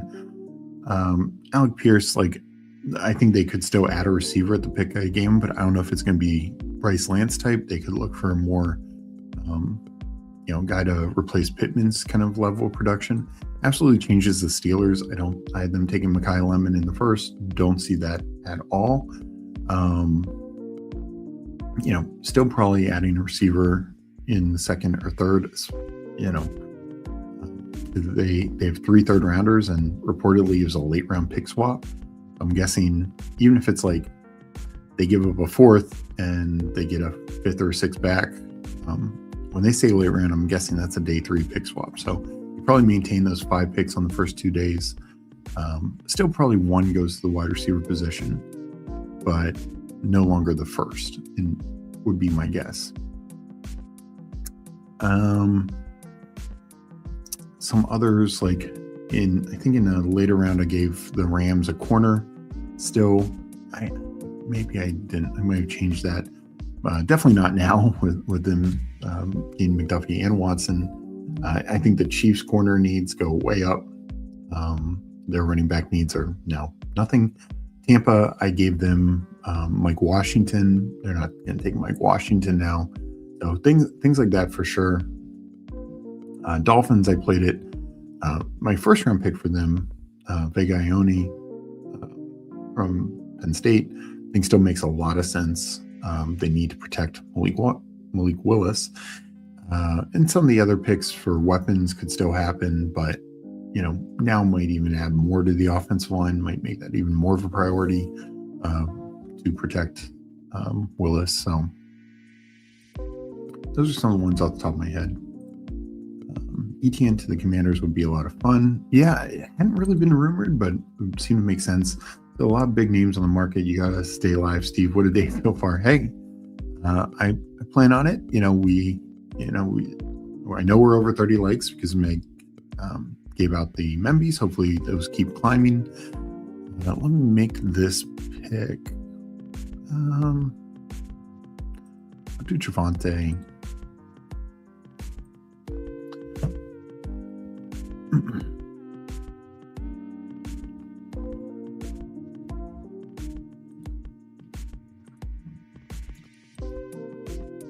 So I'll see where we are at likes after this. Maybe set a like goal to keep going after this draft. But I'm having fun. I'm enjoying talking ball, talking about these signings, impact on fantasy drafts, regular draft, etc. Just saw this note.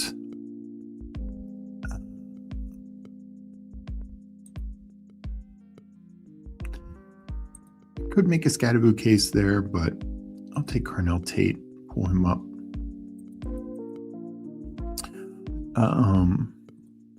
Cardinals, Dolphins, 49ers among the teams in the mix for Kendrick Bourne.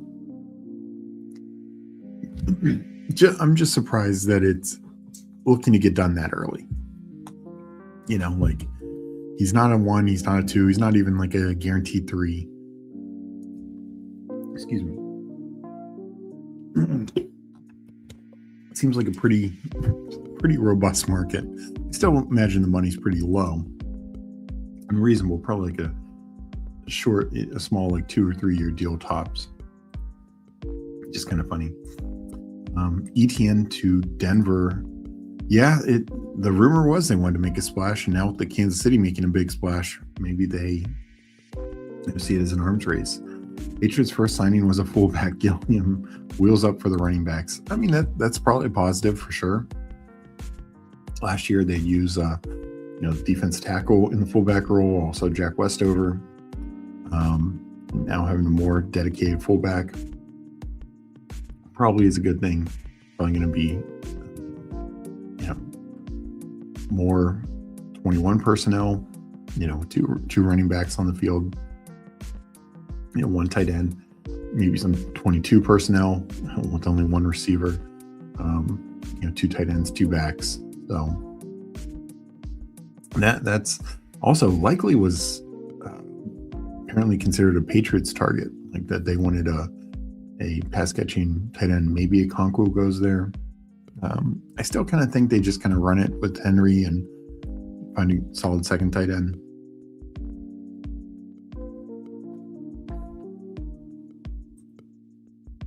No, I think having a fullback and just being more run focused can be a good thing. I'm gonna be on the clock in a second, and yeah, you said get Hendo past the first blocker to space. Yeah. His thing is if he can get past the line of scrimmage. Bourne was good last year, Steve, after years in New England before May. It made it seem like it was his fault he busted. Yeah, I mean, he definitely was fine, stepped up, but he's a guy who there's so many receivers in that tier where usually those aren't the first guys to sign. Like even like a Zacchaeus, I'm guessing Zacchaeus just took the first guy who gave him $2 million. I haven't seen what the deal was, but that's kind of what I'm guessing. Take Joe Burrow here. It's just there's so many other receivers, not just the top tier guys, but even mid tier, like Jalen Naylor. Like I would probably want Jalen Naylor above Kendrick Bourne. Daniel Bellinger, 3 years, $24 million. This is kind of the market for number 2 tight ends, particularly if they're any good at blocking. That's kind of what Bates got. Isaiah Oliver. There've been a couple other in recent years who were in that like $8 million a year range. Or I said Isaiah Oliver, Josh Oliver. So yeah, I'm not too shocked, with that being kind of his market range. Like that makes sense. I think that's around what Charlie Kohler is going to get. We'll still take DK here, falling. I think that feels good. I'll bump him down my ranks. Like I was ahead of market on him. I think his ADP is actually kind of fine with Pittman.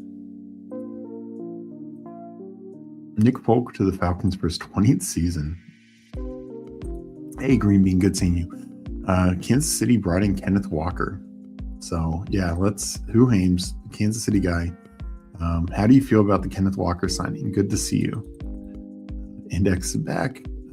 Good to see Index.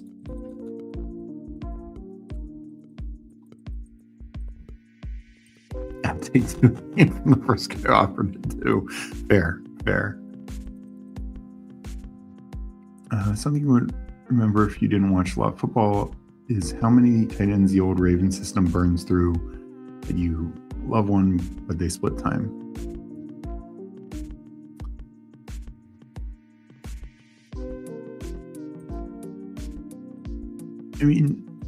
I still think Theo is going to be out there a lot. It's just he's definitely going to be, number 2 in targets. This isn't going to be the Hawkinson and Josh Oliver or Zach Ertz and John Bates. Like Theo Johnson can at least catch the ball a little bit. But I just think his ceiling is very capped. Sounds like Kelsey will be back in Kansas City. Yeah, that seems like the lock. Nuheim says he's happy it wasn't Etienne or Love. It was a big signing. Also, if you missed it, Alec Pierce stays with the Colts. Michael Pittman gets traded and then signs to an extension to the Steelers. Kenneth Gainwell to the Bucks on a pretty decent deal. Isaiah Likely to the Giants on a pretty decent deal. So definitely some moves, and Malik Willis to the Dolphins. Definitely some very fantasy relevant moves so far. Kind of weird Falcons let Mooney go for Zach, kind of the same guy. Mooney's also a little bigger. Like Zacchaeus is much more like a slot guy, like speed, sure, but it's more out of the slot. So I agree to an extent. I just think Mooney, the cost didn't make enough sense for them. They'll add somebody who can play that more vertical outside role with more consistency as well. I'm sure it's just way less money for Zacchaeus than what they were paying Mooney. I don't feel like I need to. But I do think there's value here taking Pittman. Meg will be happy. This could end up being an Aaron Rodgers team late.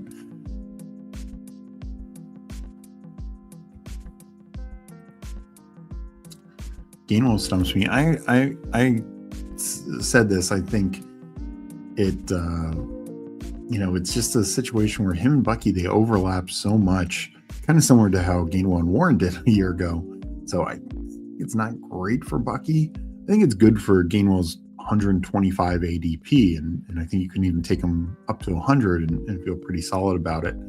But Bucky has to find a way. From Warehouse says Bucky better find those efficiency numbers again. That, and he also has to get the touchdown roll. Like when they're inside the 5-yard line, Bucky has to be getting the ball. Because I think Gainwell just chips away at too many areas. We will take another price share. Running back got thin. Again, I don't mind. And Gainwell is, I think in the early 100s, I think is fine. But Price just has a higher upside. He can get a starting role. I just mean like number 3 wide receiver. Yeah. Okay. Yeah. Linderbaum to the Raiders. Playmakers get a huge jump, 3 for 81. So I actually thought he would get over like 22, 23 million a year. Oh, three for 81. Okay, he did. He did. Yeah, quick math. That's a big payday. So good for him. And I think it is huge for Mendoza, rookie quarterback, huge for Gentee and all the playmakers for sure. Is like, yes, Geno had some struggles. Yes, Chip Kelly was a big issue, but boy, their offensive line just collapsed last year. And a lot because, Colton Miller was injured, Jackson Powers Johnson. We talked about this the other day. I think it was Flyfish. And there's Flyfish. Jackson Powers Johnson. I didn't realize he missed 10 games himself. So, he should be back, and he played guard last year. We'll see where they actually do it, have them. But I think that's their offensive line. If Miller and Jackson Powers Johnson can stay healthy with Linderbaum, they got a good start now. So that's a positive.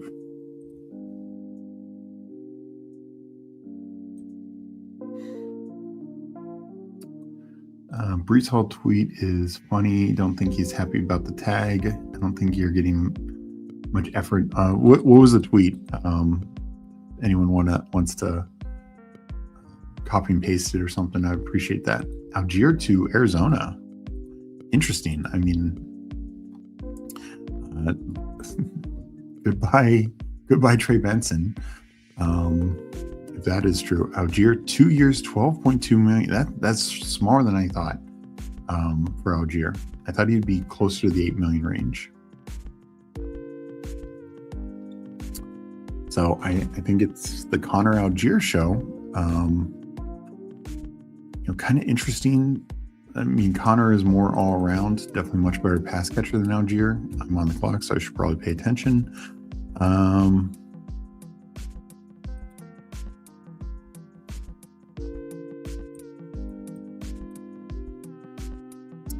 Yeah, we'll take a Tyler Shuck here. I have Chris Olave.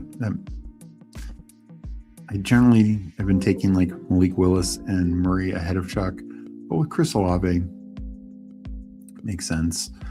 And there's no running back there. I'll probably get a receiver that I like coming back.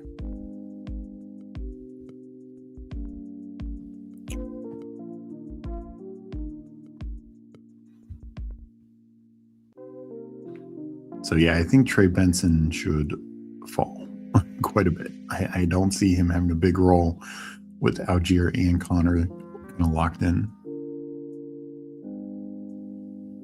And would not be surprised to see Benson traded for peanuts or even cut, but a cut would probably be very late in the process. I think I'll go Diggs. I still think he can get a pretty decent landing spot. So let me go to the board.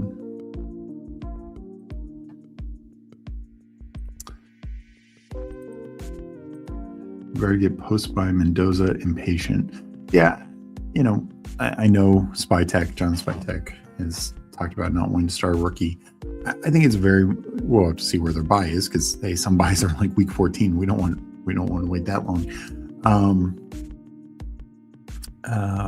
I think it could be, just a couple weeks, like we saw with Dart, like we saw with May.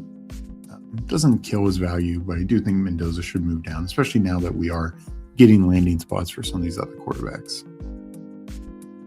Mike Robb asking, how the hell did the Ravens miss the playoffs with all these dudes getting massive bags? That is fair. It's very fair. I do think, and not just Lamar, but they got very injured, Mbukwe and some of their other key defenders.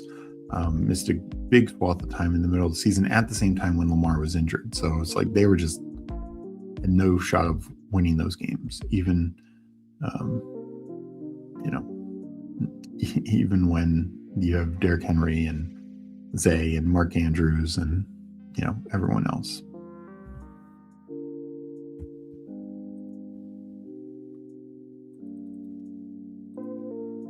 Yeah, Ben Jordan in here. Good to see you. Benson to the Shadow Realm. I agree. Yeah, not the best landing spot to me for Algier. I think it's okay. He can pay off like 100-ish ADP, but I don't think he should rise too much. Costner's girlfriend, Jennifer Gardner, converts salaries into bonuses. Oh, yeah, from draft day.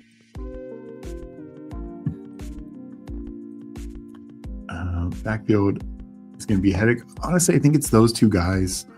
I don't think Connor should move. I think they both should go around the same range. And honestly, you could take them in like back-to-back rounds and just say, I got the Arizona backfield.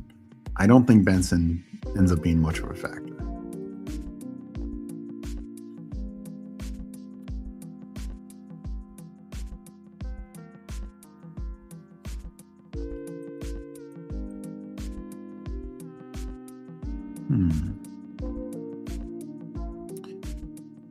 Let's take Juwan Johnson with Evan Shuck.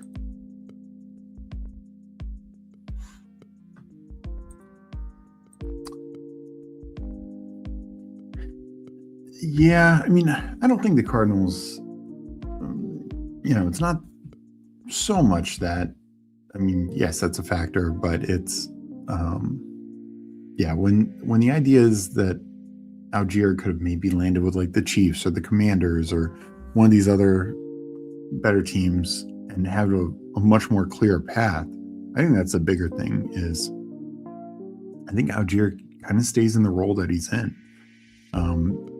It's at best it's probably 50-50, and I'll take another Rashard White. Actually, let's take Goddard. I think Goddard.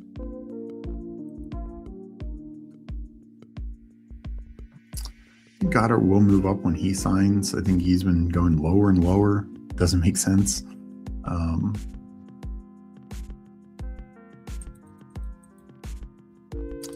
Floor gets his Kyron and Algier. Yeah, it's just he also has that in James Conner. Like Conner and Kyron, I think are very kind of similar. Like can catch the ball, some great in between tackles, good pass blocking.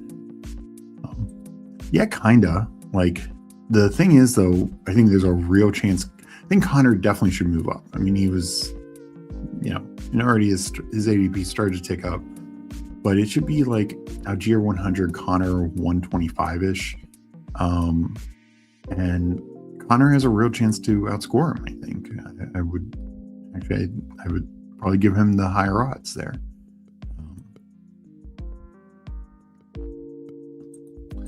So Dowdle to Seattle looking more likely. I mean, they need it. They absolutely need it. I mean, to me, Trey Benson, probably best case scenario for him is he gets traded and has a chance to be like a number 2 somewhere else. Right now, I think he is locked into the number 3 role as one can be. And even that, not a guarantee. Like they could, feel Bam Knight's better than him. They could draft somebody on day 3 and come September, Trey Benson is cut or something like that.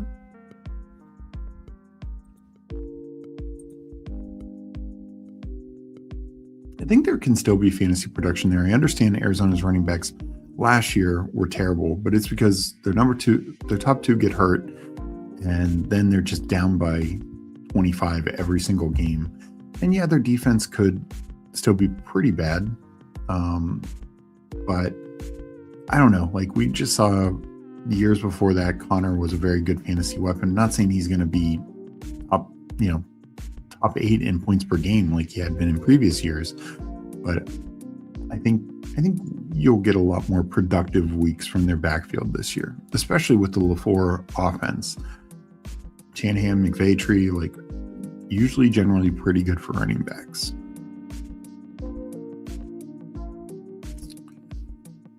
So likely in Kelsey go. Kelsey's still not really moving up. That's good news.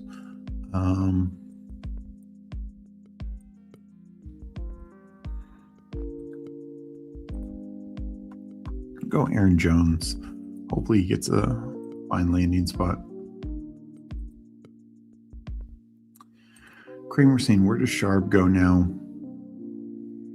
I mean, right now his ADP is, I think he already went. Yeah.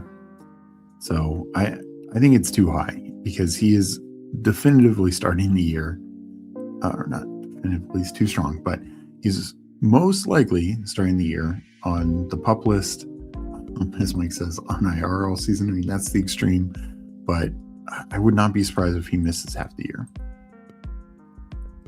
Yeah, I think you could make this case because I kind of think Connor's the better back. But you know, I think it's one of those where at a lesser rate, but kind of similar last year where there was a little bit of round of separation between Aaron Jones and Mason last year. Kind of should be the same thing, I feel like, just, you know, a cheaper price.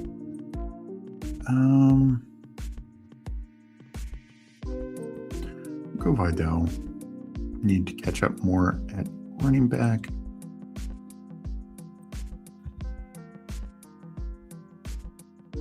Go to the board.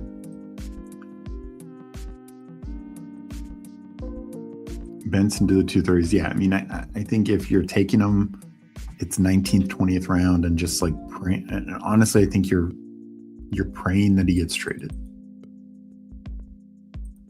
You can say now 58 drafts, I have 0 Benson. Yeah, I'm very low on Benson, so that's good to me. I mean, we'll see what the new staff thinks. I don't know if that's true. Like, I know he's coming off an ankle injury, but they could have cut him and saved significant money. They cut his salary, but you know, I don't think they just bring him back for leadership. So I think, would I be surprised if Algier is the one? No. But Connor is at worst a very usable number 2, like David Montgomery level number 2. Slightly less because Lions were an elite offense, but I think he's going to play a fairly considerable amount. And my point is that, like, if they signed an ETN or a Walker, obviously Connor's, you know, moved down. If they drafted Jeremiah Love, Connor, you know, gets buried down. Algier is a very neutral signing to them. And if they had signed somebody who had like a completely different skill set, like a Rashard White or Kenneth Gainwell, then you can say, okay, well, they're going to get more of the passing work, or, you know, whatever. But here, Connor probably keeps the passing work. Connor could keep the goal line work. So, yeah, I mean, more likely that kind of stuff gets split, but Connor could get, where I think he has the edge is the passing game. Yeah, Arizona definitely looking at a 1-2 punch. And I do think the point of the Kyron thing that Suss said earlier, I think they are going to see these as interchangeable backs, very similar to Kyron and Corum. Who's the Kyron, who's the Corum, I think is the interesting thing. And yes, the Rams, again, an elite offense, can produce a 250-point Kyron and a 160-point Corum. I don't expect that, but 2 guys both producing over 160 points, like 150 to 160 points. Yeah, I think that's the range that we're talking about. Damn, we sure got a lot of money these contract dudes are signing. Wow. Yeah. Paul probably not happy. I mean, him getting the franchise tag is quite the bag for a running back. But yeah, especially seeing Kenneth Walker get more than that. All right.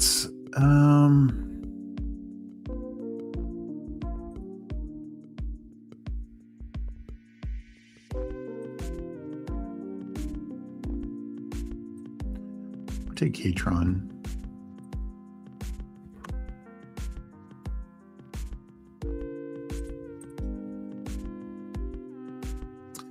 Tight end, Juwan Johnson and Goddard. I'd probably add a third, but not the top priority. We've got GAB in here. Good morning, good afternoon, good evening, best ball fam. My Raiders get Linderbaum. Yeah, that was a big signing. Absolute crown jewel free agency and very, very big for Genti and Mendoza for sure.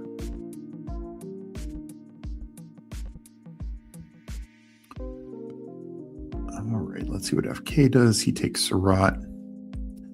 I'll take Io Manor.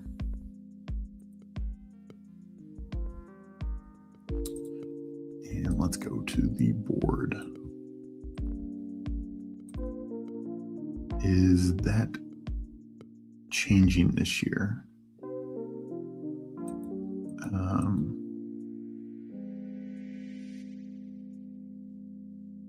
Is what changing this year? You're so backbeat.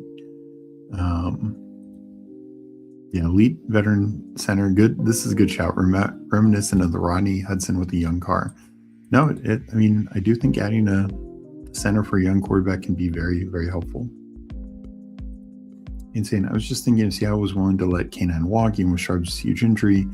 You mentioned Sharp's ADP. Oh, if Sharp's ADP was fully healthy, he'd be worth a huge rise. But it's his health that's a big factor here. And I know people say you play for the playoffs, but it's going to be very hard to get there if you're, if you're one of your running backs is missing 6, 8, 10 weeks. There it is. ETN is a saint. So they do make a big splash. I thought that they were maybe going to wait a year.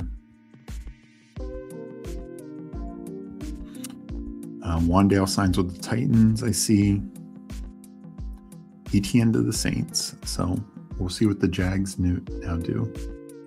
2 for 2. K9 and ETN. Yeah, nice. Slap it up. Wow. Yeah. I mean, Kamara is still there, probably kind of just the passing down guy. So ETN should get the full workload. Definitely those Devin Neal shares don't feel good anymore.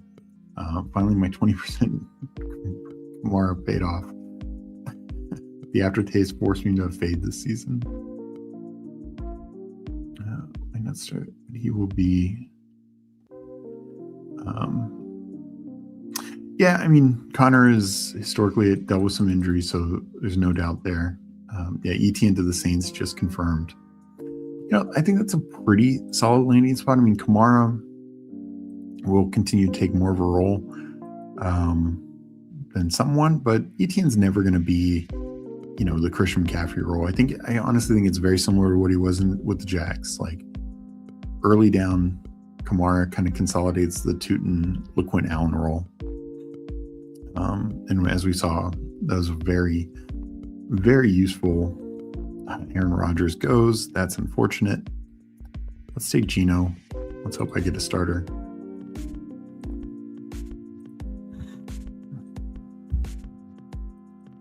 So I think ETN feels pretty good. Yeah, Sus is in on it. I think that's good.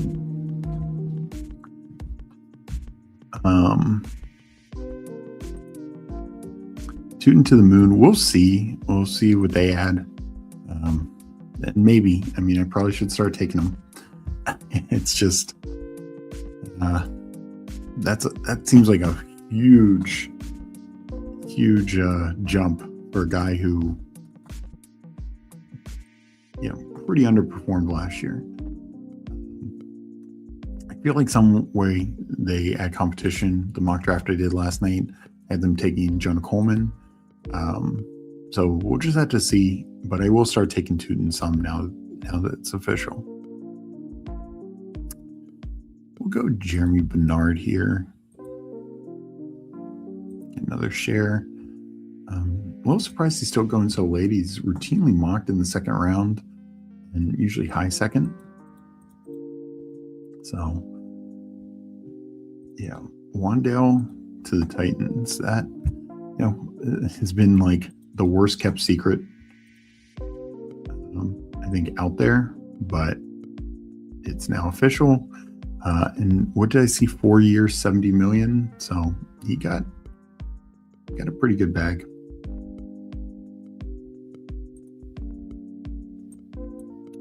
Yeah, I mean, we've seen now multiple of the top receivers, the top 2 running backs, and probably the 4th running back in Algier. Shard White or Sean Tucker to the Jags.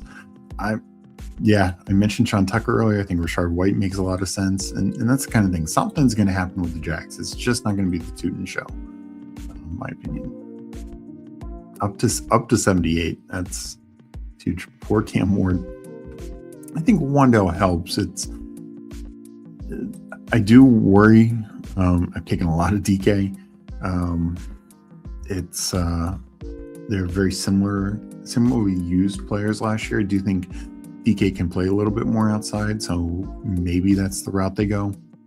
I think Io Manor is not going to be the top target on the team. I think that will be Wan'Dale. But Io Manor is the big outside receiver. Maybe DK plays outside. I'd be shocked if DK completely loses his role. I feel like they have to have a plan for Jameer DK. So where do we expect Jeremiah Love to get drafted? Kansas City Saints? No, he's definitely not going there. I think Arizona, Titans. I don't really see the Giants. Honestly, I think Washington at 7. Washington clearly missed out on the top 2 backs. Also missed out on Algier. I hadn't really heard a rumor of Algier, but Algier would have made sense for them. Rico, if Rico doesn't go there, then I think Washington getting Love could be where it's at. Yeah, Love to Washington. I think that probably makes the most sense. I know Titans are the betting favorites. And they could move on from Tony Pollard if need be. Dotson to Atlanta. So rebuilding their receiver room. I want to see Kansas City send a couple late picks for Trent Williams. I mean, I think a lot of teams would want that. We'll see if the 49ers do end up trading them.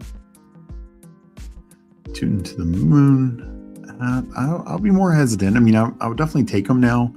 I just will be a bit more hesitant. So let's end this one with Mike Gesicki. And Sus, did you listen to my conspiracy? I know I heard this yesterday. I'm trying to remember what the conspiracy was. Who Ames?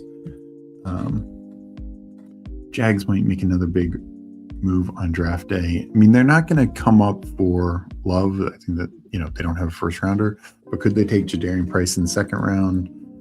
I had them taking Coleman in the third round. They have some extra third round picks. I'll be tilted if Sean Tucker goes to the Jags. Excuse me. I wouldn't be surprised at this point. ETN, 52 million over 4, really good for him. Walker was just over 3 years, but that's a good range of running backs for ETN. That's right in line with like Kyren Williams last year and James Cook. John Dotson to the Falcons.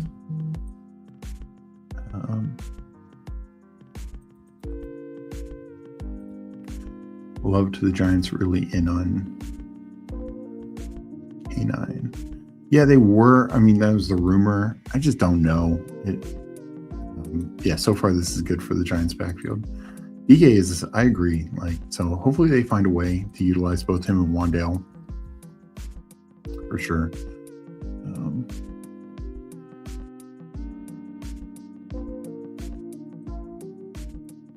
Not sure they have to have a plan for fourth round wide receiver, especially when new OC made pretty bearish comments. Yeah, I mean, it's just DK was the one guy. Io Manor, I know Mike is in on him in FK, and I think from an opportunity standpoint, I'm fine with Io Manor. He's not a great route runner. He's not He's a good blocker. He's got good size. Doesn't have great hands. So, but DK did a lot of nice things. A lot of that was out of the slot. So that is the interesting thing going forward. Can they find a way to utilize him still? And yes, they could still add to their wide receiver room. Absolutely. But I don't know. I feel DK also seemed to have and Iron Man to extent a decent connection with Cam Ward. So you would think some of those guys are getting some usage. Who's saying love to the Titans is like 90%. I mean, that's sort of betting markets don't have 90%, but betting markets believe that. Nice and blunt in here. Good to see you. I'm sure you mentioned it, but thoughts to Gainwell to the Bucs. So my thought for Gainwell is good for him. I think it's good for his ADP. I think you can move him up to the 100-ish range even. I think it's worse for Bucky, just because ideally you probably wanted a back where Bucky could consolidate the passing work. That's not going to be with Gainwell. And, Bucky, will he consolidate the goal line work? Maybe. Hopefully they don't bring in a third guy and this becomes like a 3-man backfield. So I would have some worries there. Like they could, don't think it'll be Sean Tucker, but there could be some day 3 running back, or they bring in, a cheap, Chris Rodriguez from Washington or something like that to just be the hammer. So slight concerns for Bucky. I think Gainwell's fine. They paid him, so I think that's a clear indication you'll get pretty good usage. Jordan Kramer, so is Kirk Cousins just dead? I don't think so. I actually think Cardinals now become very live for him with Willis going to the Dolphins. Vikings also, if they don't get Murray. So I think those are his 2 primary landing spots. If he gets there, he should stop. He should start. That's why the Giants stopped talking about wanting a running back. They know Love isn't getting to be there in the leverage trade. Yeah. No, that could be. Tennessee has to be the betting favorite for Love. Absolutely. I'm sure the odds are going to shift. Cards could do the funniest thing at 3. I think Tootin can beat out Coleman as RB1. Yeah, maybe. The concern with somebody like Coleman is he just eats into a lot of the things. Like Coleman is maybe the better pass catcher than Tootin. Like it's a thunder and lightning combo, but this is the issue with Tootin is he's not a great pass catcher. He's not like a great goal line guy. He did get 5 touchdowns last year. But it's like, where's Tootin's role? And then, already Quinn Allen takes some of the work. So, but I still think Tootin will be very draftable in that sense. It's just, if his ADP goes up to the extent that he's going to be this feature guy in the ETN role or even better, I think that's unlikely. I think this becomes a running back split would be my guess. In QC, 1%. My only worry is more from a price standpoint. I think Tootin should remain,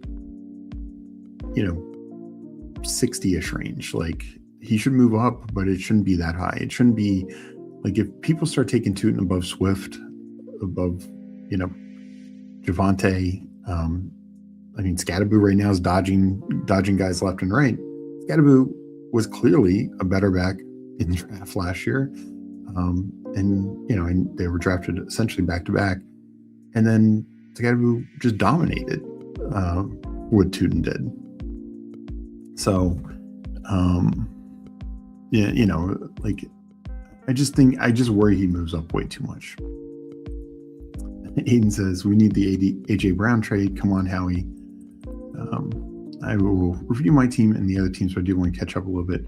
I seriously not worried about Tootin beating out Sean Tucker, JC Coleman. That said, I have Tootin and Katron bags, so Jacksonville will definitely be drafting Katron. Tootin maybe does beat him out. It's just like James Gladstone loved Tootin last year. Liam Cohen, every interview, even like during camp, preseason, during the season, like when you'd ask about Tootin, he just wouldn't talk about him the same way that he'd talk about basically any other player on his team. And we just saw it like down the stretch, like LaQuint Allen is out snapping Tootin. They like Tootin, and like Tootin was like this change of pace, like let's try and hit a home run here or there. I just don't know if Liam Cohen's going to go in thinking this is the guy I want to give 20 touches a game to. But I could be very wrong on that. Just didn't feel like that's where they were leaning. Like, I think that's where Gladstone wants to push it, but the coach and the quarterback end up having quite a lot of say in this situation. Tootin also it doesn't have that pass game viability is one of my bigger concerns for him. The Saints going to have to figure out a trade to get T-Law, can't split those Clemson guys up. Yeah, they have been playing together for a long time. Gainwell skill set wise, odd signing. Yeah, that was my take on it. He would come in on certain drives, but he didn't have like a major goal line role. There was like a 1 or 2 game period where they tried that, but I don't think that he is like. I don't like he got 5 touchdowns, but it was on like one time ETN ran like a 50-yard run and then they pulled Tootin in. Was that because it was goal line, or was that because ETN's tired? Like situationally, I do think that begins to matter some. No, they could definitely bring in Rachaad White, but again, Rachaad White has historically had a good red zone role. Wait till Tootin fumbles preseason.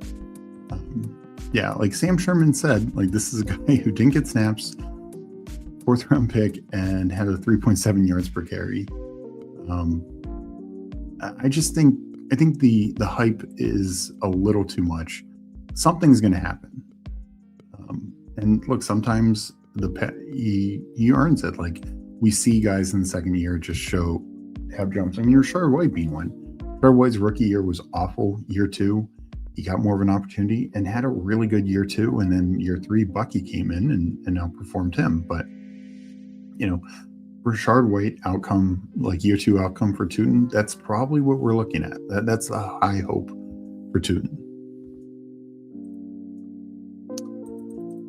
Naylor, Raiders wide receiver 1. Raiders signed him.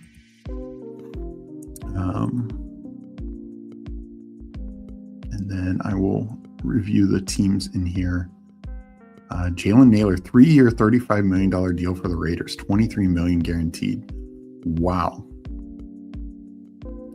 that is big. And then see the Saints get David Edwards as well. That also is very good for ETN and just Saints in general. So Saints get a 1-2 punch there with ETN and one of the better guards on the market. So, all right, let's review teams. Burrow, Shuck, Geno Smith. We'll see if I get a third starter. Feel better about Shuck, seeing he's got more weapons now, and better offensive line. Chase Brown, Javonte Williams, Jadarian Price. I view this as 3 starting running backs. Aaron Jones hopefully gets a good landing spot. Goodall, Allen, I'm looking to be number 2 backs, but could have some usage. Chase, Chris Olave, Carnell Tate, DK Metcalf, Michael Pittman. I didn't get the Aaron Rodgers to fall back to me. But I think there's value at both these prices. I think Metcalf's too low. Well, they're both too low. And then Diggs, Io Manor, and Jared Bernard. Juwan Johnson, Dallas Goedert, Mike Gesicki. Johnson continuing the Shuck stack. In here, we had FK, 2693, May, Goff, Jahmyr Gibbs, Josh Jacobs, Travion Henderson, Braylon Allen, Emmanuel Wilson, Damon Claiborne, Malik Neighbors, Jameson Williams, Parker Washington, Jacoby Myers, Juwan Jennings, Deebo Samuel, Brandon Ayuk, big fall on Ayuk, Elijah Surratt, and Darnell Mooney. I think, going 9 receivers makes a lot of sense, especially with some, riskier options like Brandon Ayuk and, free agents and rookies and stuff like that. Kincaid, Hunter, Henry, and AJ Barner. So 3, pretty solid starting tight ends stacked up with May also. And of course, Gibbs and JMO stacked with Goff. That's a good team. We have Game Tight was in here, but I think FK was the only member. We will get into another draft. Let me catch up. Sometimes it's good to be a bit delusional. Tootin is fast. Yay. I don't need to think about pass catching ability, etc.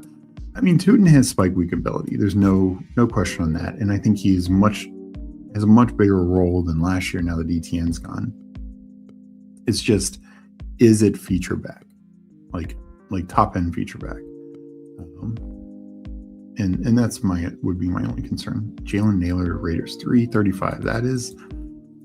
That's big. And yeah, the Edwards signing is pretty big as well. Paul saying, please keep pushing Tootin and Harvey further up these boards. Yeah, Naylor is a round 20 pick. That's real money. That is, I've taken him some. I've like 3%, 4%. But we'll see what the fallout is for Tucker and Besh. If they, draft, feel the need to draft somebody early, what they do. So it's, but we should probably feel the best about Jalen Naylor right now, just because this coaching staff is making the decision for him. It does make you wonder what happens to Shaheed. I really thought Shaheed was going to go there.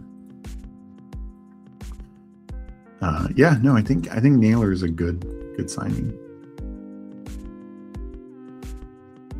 He's an explosive piece of lean Cohen's run offense. I mean, I love the offense. And like I said, I want some. I just don't want to be paying, above Swift, right? That's my only point. Never drafted Jack Besh. He cannot separate. He's a good story. Sorry to hear this brother pass, but he is not an NFL caliber receiver. I think Jack Besh needs to be a power slot. Like, that's where he's going to work. That's where he's going to operate in the short intermediate field. And, he was just miscast last year. It's a bad fit with them already having Jacoby Myers for that role. He could still maintain that role because Naylor can play outside. Besh's biggest problem, what he does well is and that too, like Bowers, it's kind of the same thing with the Downs situation. Now Pittman's gone, but it was like Pittman and Tyler Warren both own the intermediate of the field. So what's left for Josh Downs? That was Downs' issue last year. Maybe with Pittman being gone, he can improve upon it. Maybe you could say the same thing with Jack Besh with Jacoby Myers now being gone. We'll see. Like, I wouldn't completely close the door, but I also, I'm not going to overdraft them.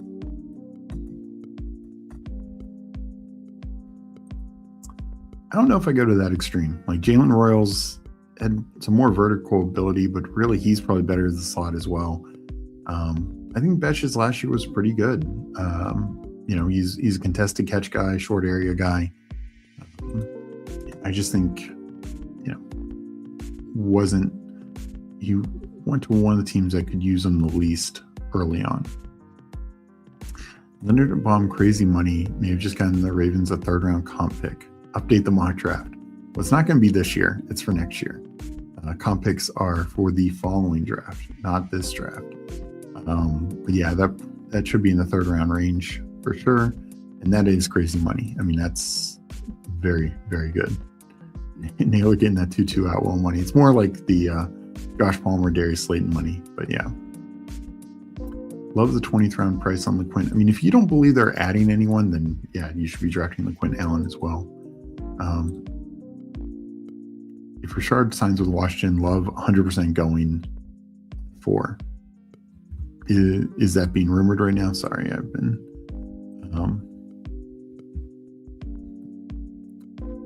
Let me check. Don't see anything else on Twitter real quick. But yeah, I mean, I think Washington, their options now are Rico Dowdle and Rashard White. So let's get into another draft. I will least do this one. Maybe I can get talked into a fourth one if news keeps happening. All right. I'm going to count this down. Hopefully we don't have a location error. I'm going to entering in 10, 9, 8, 7, 6, 5, 4, 3, 2, 1, enter.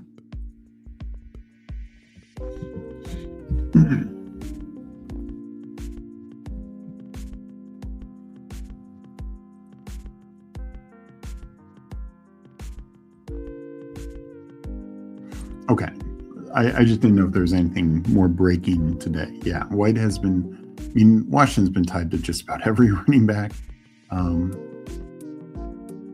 not Algier, but Walker, Etienne, White, and Dowdle. I've seen rumors to them in the last couple of weeks. So Dowdle and White are the last two standing, and really overall for the market. And I guess Aaron Jones. Not that they've been tied to him, but I could see him fitting in. Washington desperately needs a back who can catch the ball. They need everything.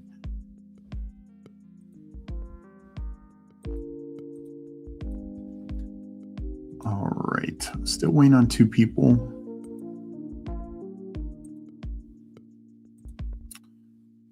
Let's see. So, yeah, big things we're waiting on now at wide receiver. Mike Evans, Romeo Doubs. Ironically, like the report right before the tampering period started was Romeo Doubs could sign quickly. And sure, relatively speaking, it's only been a couple hours. But we've seen multiple other receivers sign, multiple other bigger signings at other positions. So, yeah, we'll have to see where his market ends up.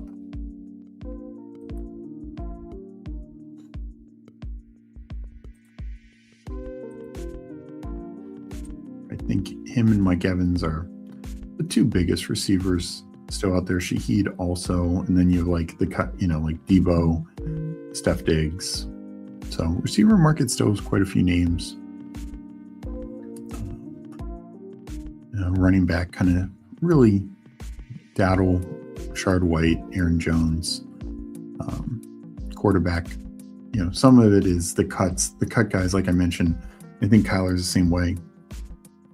Technically speaking, I don't think he's allowed to talk to anyone because I know Cousins for a fact is not getting cut till Wednesday. Kyler, I think, is the same. Gino probably could talk to people. Tua can talk to people, but Kyler, we probably need the Kyler domino to fall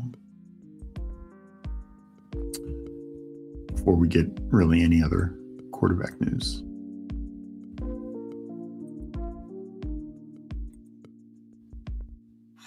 All right, I'm in here. Kramer's in the 3. Game Tight is in the 7. Aiden is in here in the 9. I'm at the 6. So appreciate everyone for jumping in.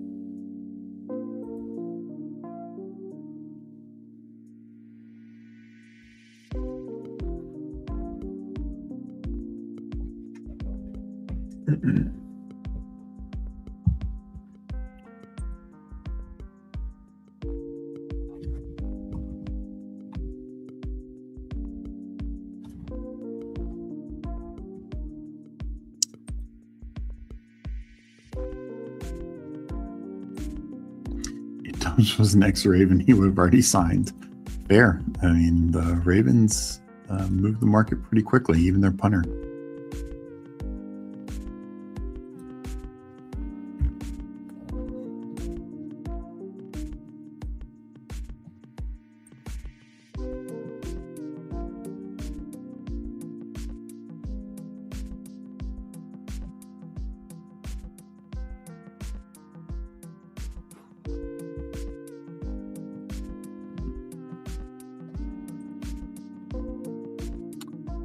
All right, coming up at the 6th spot.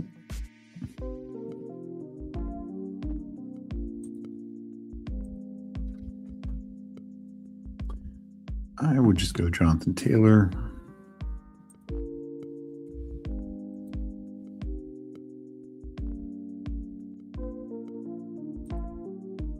Did that get reported, Aiden?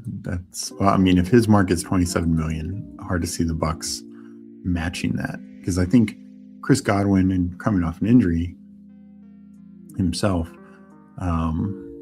took up probably a little less to stay in Tampa last year. And I don't see them going to 27 million.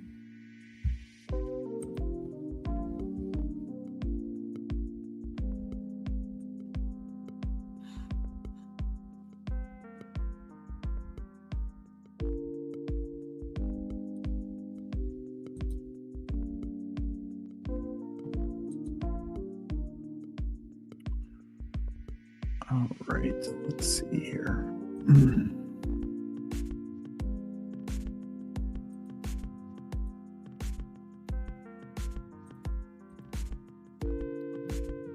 No real surprise in the first round here. Kind of standard fare. I see this Peter Schrager report. Bucks believe they are no longer in contention for Mike Evans. Yeah, not surprised. That's what his market's at. Steelers signed Jamal Dean. Oh, I just saw this. Mike Evans to the 49ers, 3-year deal. Expected, so it's not official. But wow, that's a big get for the 49ers.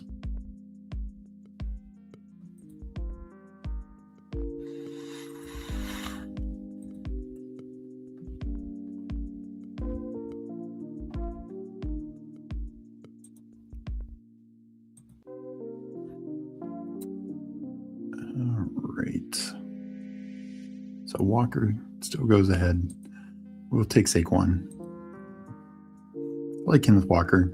And had he been there, I think I just would have taken him. But Saquon's pretty damn good himself.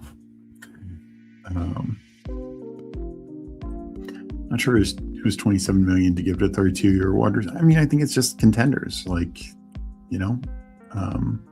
not looking at it as a long-term investment like the Pierce thing. It's apparently a 3-year deal. We'll see what the money is. It's probably 3 years and then I'd guess 2 void years. My guess probably ends up being like a 2-year deal. And then 49ers know we're going to take a cap hit after that. It's for the 49ers, it's just trying to get over the top. And I get it. I mean, Devontae Adams signed last year for, I think, 22, 23 million. That's kind of what I thought Evans would be. But, I think 49ers are going to look to him to be the same sort of thing as Adams.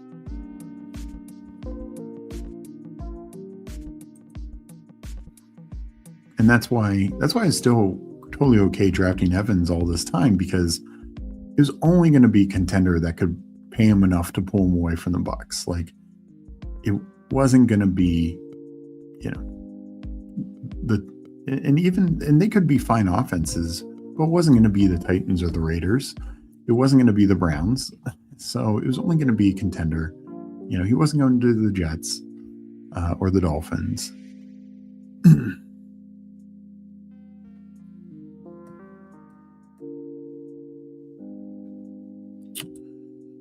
Go Higgins here.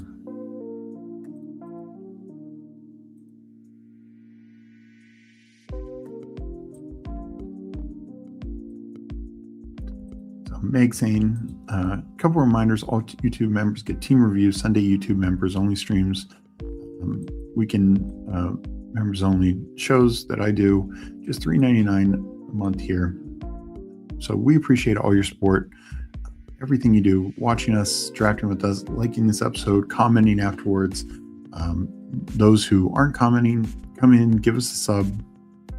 We also have our Substack, which is a 1-year payment. Just 1 year, and you get 7-day free trial. The link is in the description there as well. Dean to the Steelers. I had high hopes for Ricky P. I thought he had ADP. Yeah, I don't think his ADP is up there, but I still think Ricky's fine at his current price. Now 49ers, they'll still probably add other receivers. But kind of similar to the Steelers, it's no longer day one of the draft priority. Another, move that I can see pushing receiver out of the first round for them. And,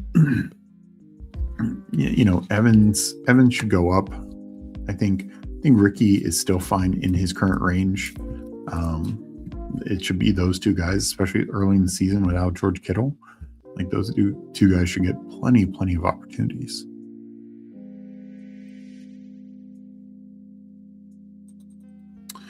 Yeah, Cousins back to Minnesota. I think Minnesota and Cardinals make the most sense for him. Quentin Johnston is safe. I mean, we'll see. There seem to be a lot of trade rumors around him. But yeah, he dodges Pierce and Evans, so that's pretty good for him so far.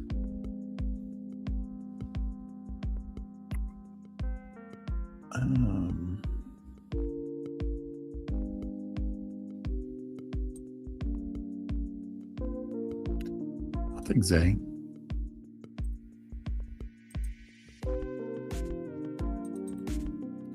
So when do we get team cuts to get down to the cap? It has to be by Wednesday. I believe it's at noon on Wednesday as well. That you have to be cap compliant by then.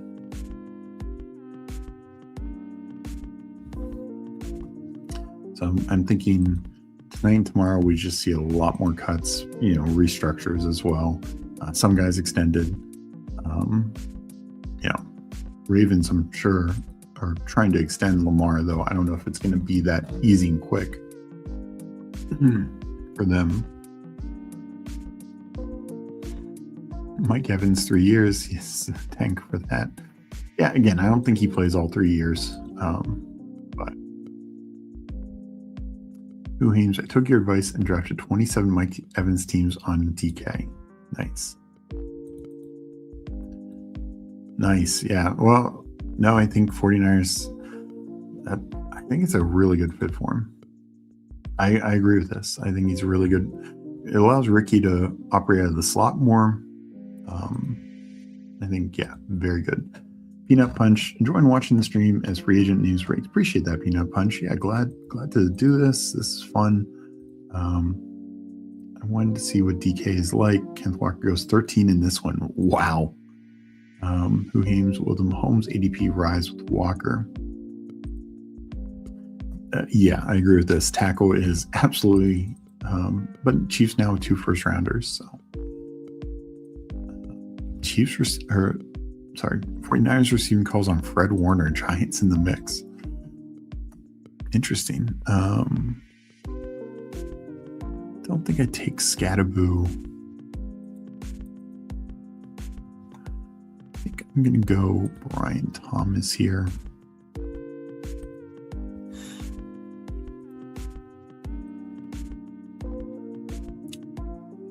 Does cap compliant mean the June 1st set to be released players are still counted? Yes. So anyone who gets the June 1st designation, the way it works is a team can only designate 2 guys of this every year. And the way it works is, I'm trying to think of a guy who's been designated that. I can't think of that off the top of my head. But let's say Aaron Jones might be, and I'll bring up his thing so I can get the exact numbers on using over the cap. But the way it works is the team does not receive that money benefit until June 1st. The player is free to sign. If that's what the Vikings designate Aaron Jones, he's free to sign 1 minute after noon tomorrow, anywhere else. But the team does not realize the cap savings until Aaron Jones is a bad example. This is last year's deal. There's no benefit for making him post June 1st cut. So that's a bad example. They are going to cut probably like Jonathan Allen. Yeah, so that's a better example, just to show how the money works.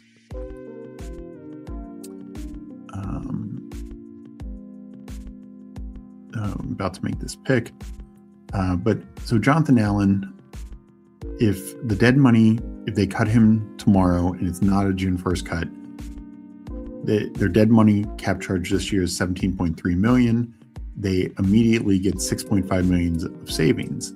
Now, if they can find a way to wait, they could split his dead cap hit 12.6 million this year. The rest of what I said before goes on to the following year's cap charge. But then come June 1st, they have a savings of 11.2 million.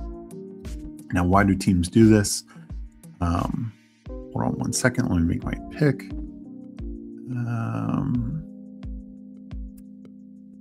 We'll take Sutton here. Almost got Scaboo to come back to me. And Swift. I mean, geez, Monty, Swift, Scaboo. Would have taken any of those at 6-7. So good picks. They didn't game tight. So why do teams do this? Yes, they don't get the initial savings, but teams know they're going to need money down the line. They're going to need money for their draft picks. They're going to need money to just, sign and extend players later this summer. For instance, say some player who's looking at a big extension like JSN, like the Seahawks might move, they're clearly cap compliant right now. They're under the cap as it is. But then, they make a bunch of signings, they sign draft picks, and then they're still cap compliant, but they only have, 1 million left in cap space. If they were to designate somebody to be June 1st cut, then they get all those savings. Then they could redirect that into like a JSN extension, just signings during the season, because you need money during the season as well. When a guy gets injured and you bring somebody in, you're still paying that guy who's injured. And as well as then, even if guys are making league minimum. So teams need extra money during the season constantly. But yes, the June 1st, if somebody's designated June 1st, it doesn't impact their cap hit until June 1st. Like they're still in the roster for that same price. I think I'm going to go Ricky here. I still think the price is fine for him.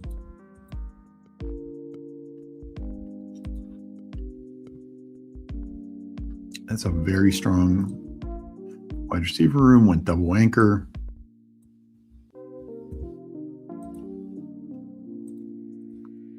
Giants are so unserious. Did they make some? Oh, you mean about the Fred Warner stuff? Yeah, it seems odd for them. Like I could see another team wanting Fred Warner, trading for him, but Giants don't know if you should be giving up picks and stuff for Fred Warner, or where they are at in their kind of rebuild. And saying that I have 80% Mike Evans so far. Wow, that's a lot. Kamara's playing.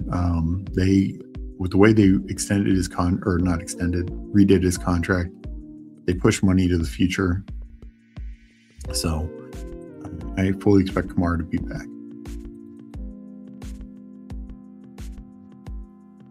I think, slowing down now makes sense. Like you got Evans at the basement. Like Evans starts going 40-ish, 45, somewhere in that range.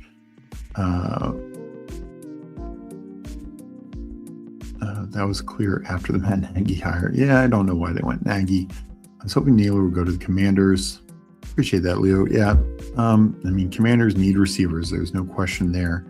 I think if they don't get Jeremiah Love in the draft in the first round, they are very live to take a receiver at 7.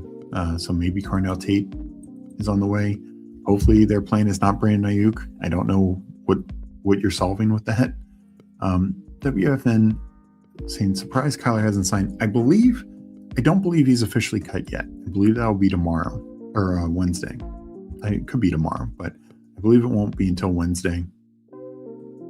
Like they've told him, and he kind of knows, and they're not gonna. I don't think they're gonna raise any issues with the NFL if Kyler's agent is, kind of shopping him on the DL, but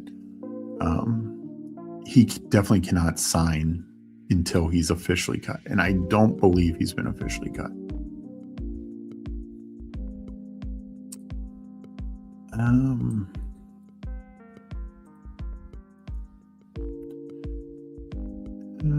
We will do Monangai.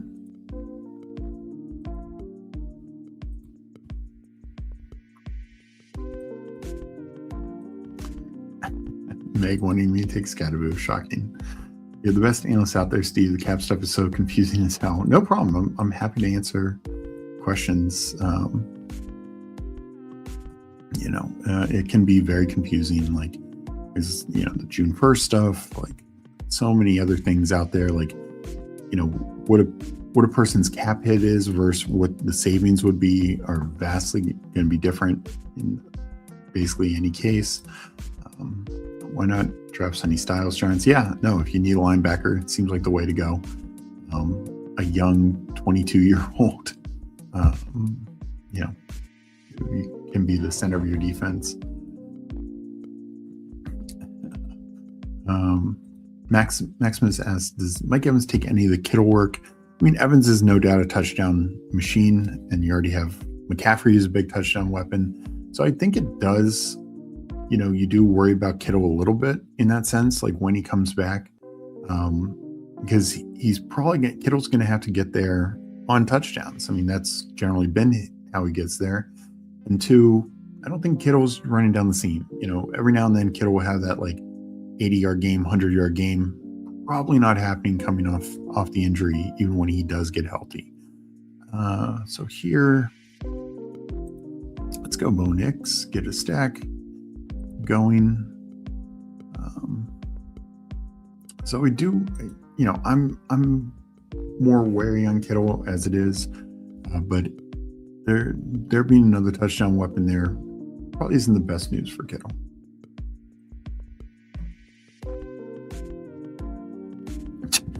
Saying Mike Evans' history of injuries and being old doesn't bode well for practicing by electrical substation. Yeah, I hope he realized that when he signed. Wait for draft number 4, Steve. Injury riddled Mike Evans signing with the 49ers that breaking players joints and ligaments match made in heaven. Takes the work, but efficiency will be amazing. For Kittle, maybe. I do worry about him coming off the injury. We were thinking the exact same thought. Yeah, you guys both had very, very similar comment. Let's see, any other? We got W for Omega in here. Cheers all. Hope you're doing well. 3 year, so way less. 3 year, $60.4 million deal for Mike Evans. So not the $27 million that was a Jordan Schultz reported. Maybe there's some incentives in there that he could theoretically get up to that or something like that. Like if they win the Super Bowl, sure. I'm sure the 49ers will pay that. I mean, we'll have to see. I'm sure more stuff will come out. So maybe there are enough escalators and incentives. But it seems like vastly different than the $27 million a year that was just reported an hour ago.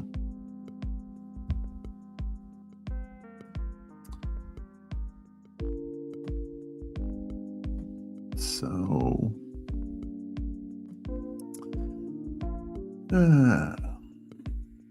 I will take Kenneth Gainwell here.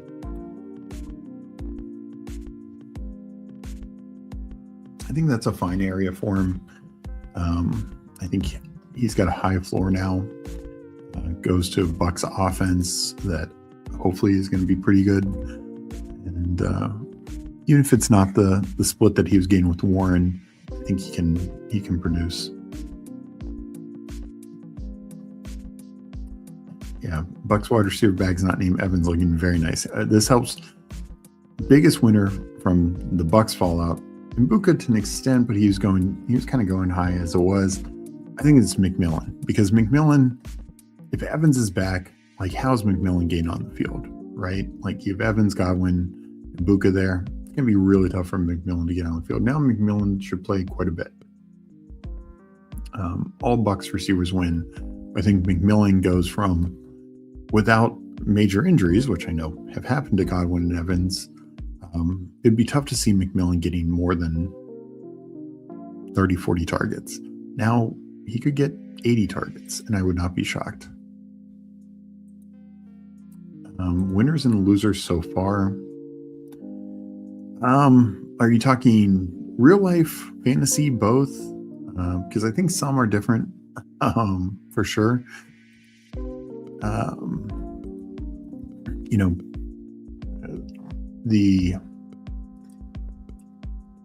think,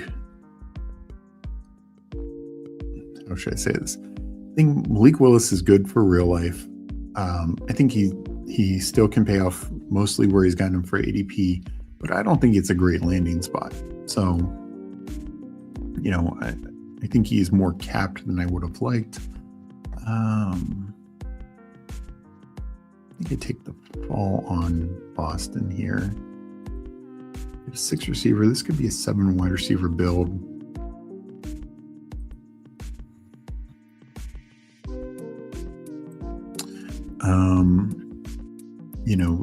So that's the only quarterback to say anything on right now. Running back wise, I think Walker is a big winner. He goes to a very good landing spot. I think ETN goes to a good landing spot. I think Tootin is a winner. I just question how big of a winner. Algier Connor, I'm kind of flat on. I think Kenneth Gainwell, like I just mentioned, I think solid, nothing special, but there were outcomes where, maybe he was only getting $5 million a year. Like, he got a good contract,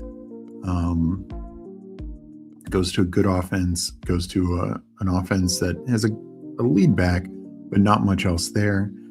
Where if he went to a situation that was maybe more murky, or he went to a situation with a truly alpha back, like if the Falcons signed him, I would have been shocked, but I trust Bijan above Bucky. So I think solid for Gainwell. Bucky, maybe a bit of a loser.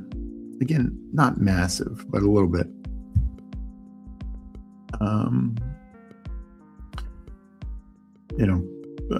As somebody said, the running backs who haven't gotten competition yet, very positive. Right now it's JCM. I still think that changes. Scatterbo and Tracy, again, still few options out there, but that's probably pretty positive. Benson, I think, goes to the shadow realm. We'll have to see who else. Boy, quarterback has gotten picked over. But we get Darnold, so that feels at least okay.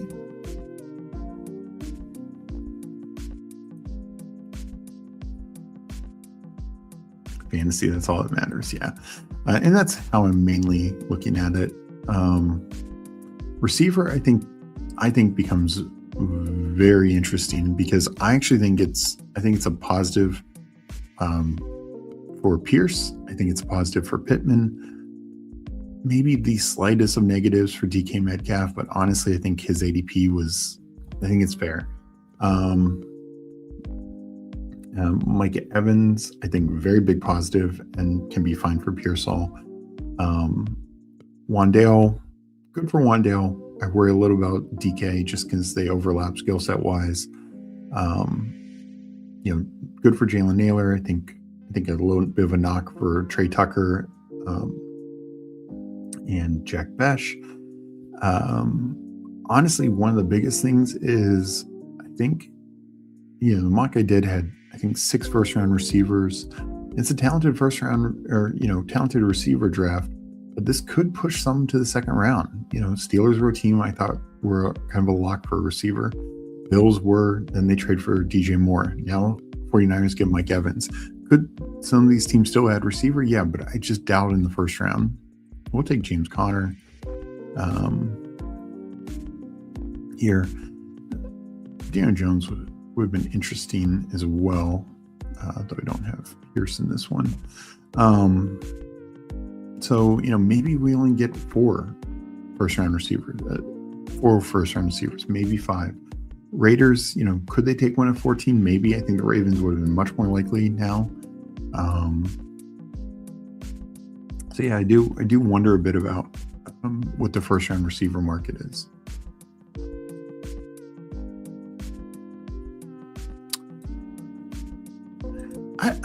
I don't know, especially at only 20 million average. I think the Bucks probably would have been close for that. I don't think it was a guarantee. I know some people thought it was. I didn't think so. And I mean, the rumor up to yesterday was he was going to give the Bucks a chance to match. Yeah, Jalen McMillan, I think, big mover. Not that we should take Jalen McMillan, pick 100, but pick 130, 135. I can start being on board with Jalen McMillan. I don't have much on him. Yeah, he's already gone.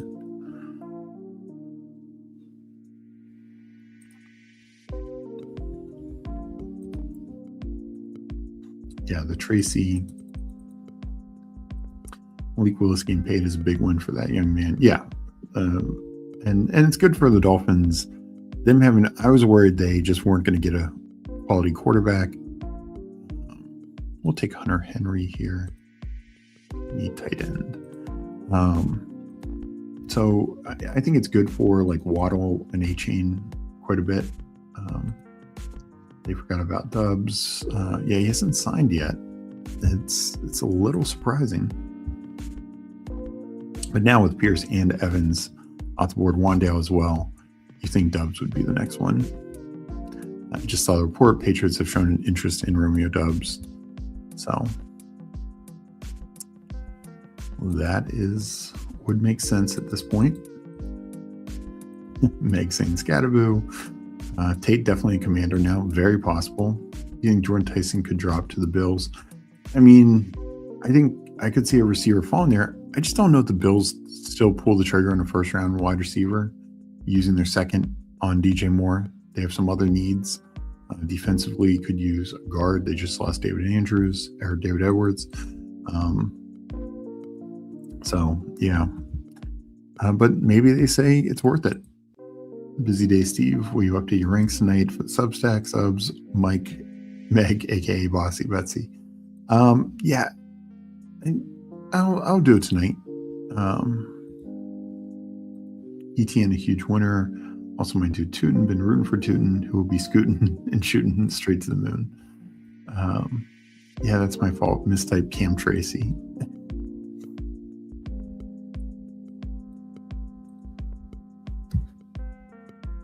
Hopefully the Ravens go after Rodriguez. Are you talking Chris Rodriguez? Or no? Or, Malcolm Rodriguez. No, Jacob Rodriguez in the draft. All right. Won't go DK. Won't go Theo. I'm just going to pull up Dalton Schultz. I mean, I already took in Njoku a couple times. Schultz, feel very good about.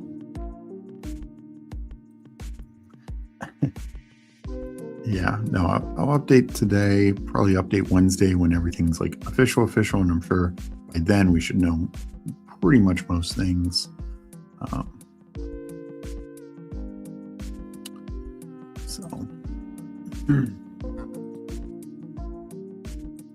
yeah, a lot of big moves, and then when you start figuring the fantasy fallout of some of these things, I think Kamara is going to fall with them making a big signing. And honestly, could be a time to scoop some of that. Like I think Kamara retains some sort of passing role. Would be my guess. So I think I'd be taking Kamara than Braylon Allen.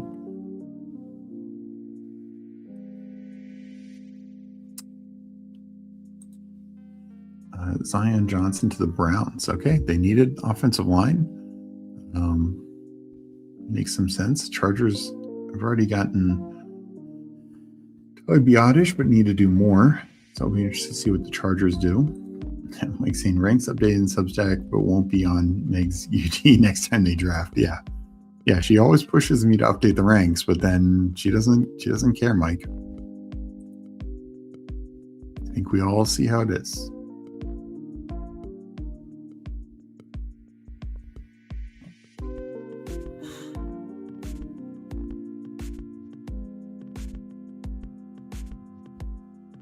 Let me just take Hawkinson here. Quietly, Hawkinson redoes his contract. He's kind of locked in. Schultz gets an extension. He's kind of locked in. ADPs don't really move. That seems odd. Like, we're already seeing likely move up, but why aren't these two guys, now that we know the security, where they're at? So that feels like they're both underpriced in my book.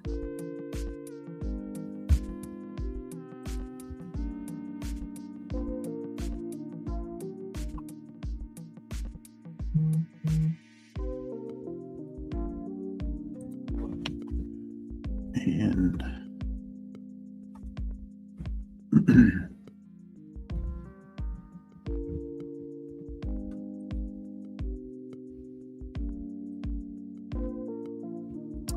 so coming up, I'm at 2563. I love my core of my wide receiver room. Could still end up going 8. Maybe I throw a 7th running back here, just since I went double anchor, but then it's kind of later guys. Still would like to get a 3rd quarterback.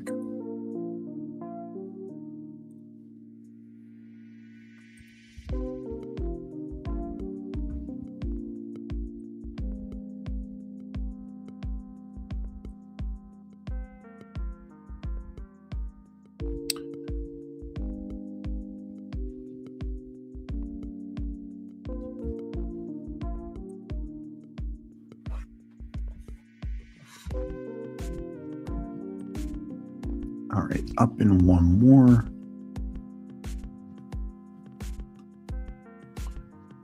I think I'll just take Aaron Rodgers here.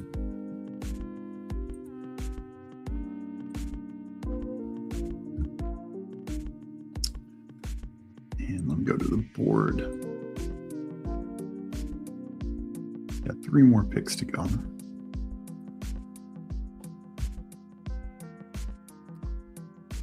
WF in warehouse. It's not Meg's fault. Technology has it out for her. That's what she says. Leo, Tez Johnson's a good late round flyer. Yeah, I mean, and this was, it was the 20th round click. It's fine. And it's just so tough for a team's 4th wide receiver to be very fantasy relevant, especially when the top 3 are like a 1st rounder, a 3rd rounder, and Ibuka and McMillan, and then a guy they paid a lot of money to, Chris Godwin. So, but yeah, I mean, Tez looked good last year. So, particularly in like a Baker stack, if you want to just tack him on in 20th round, as an 8th, 9th receiver, I think that's fine.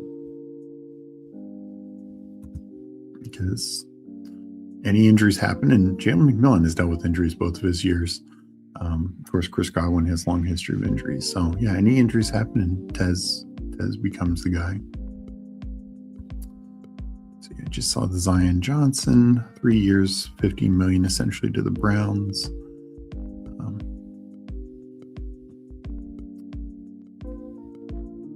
I mean, solid move.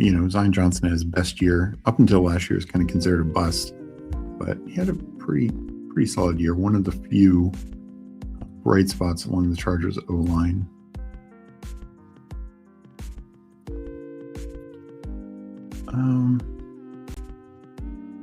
We'll go Najee.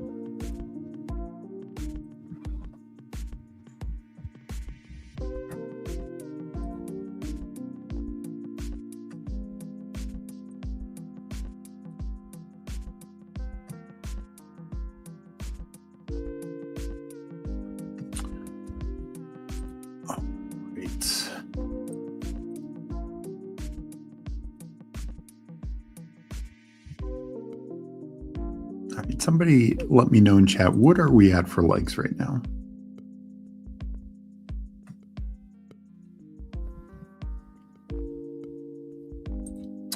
Kick saying, I know it's not fantasy relevant. That's fine. We talked about some defensive signings and offensive line, which is at least tangentially relevant. Devin Bush to the Bears.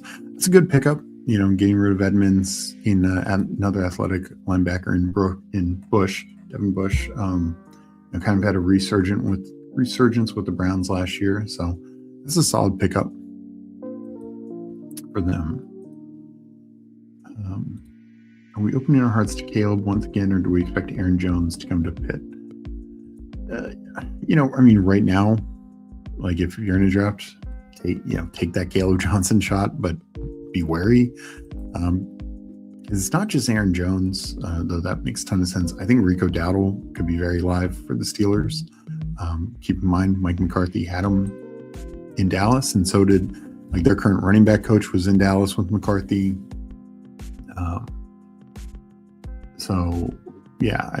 I just really could see that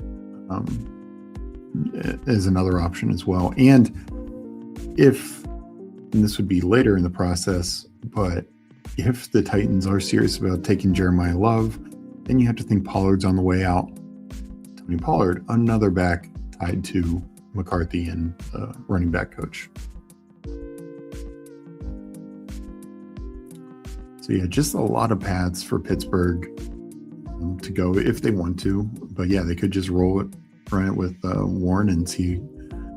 I think a lot depends on what was Mike McCarthy's views and some of these coaches.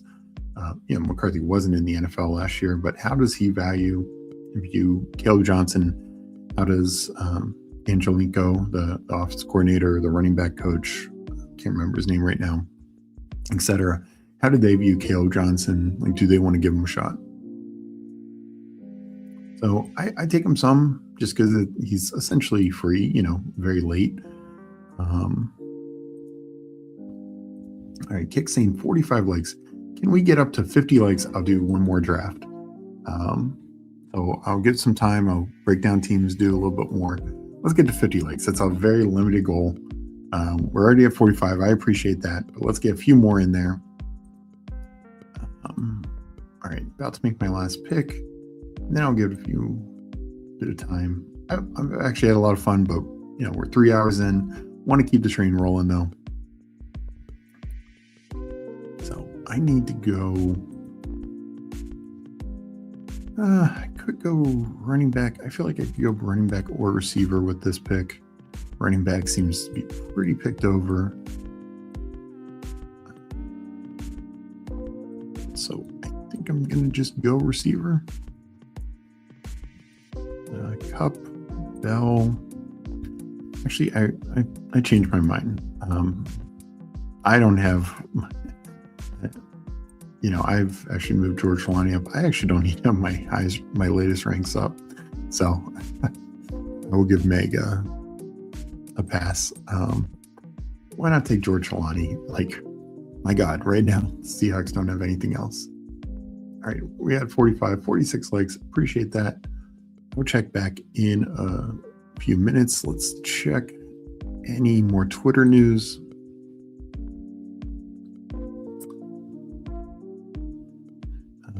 Joseph Masai to the Jets, defensive end.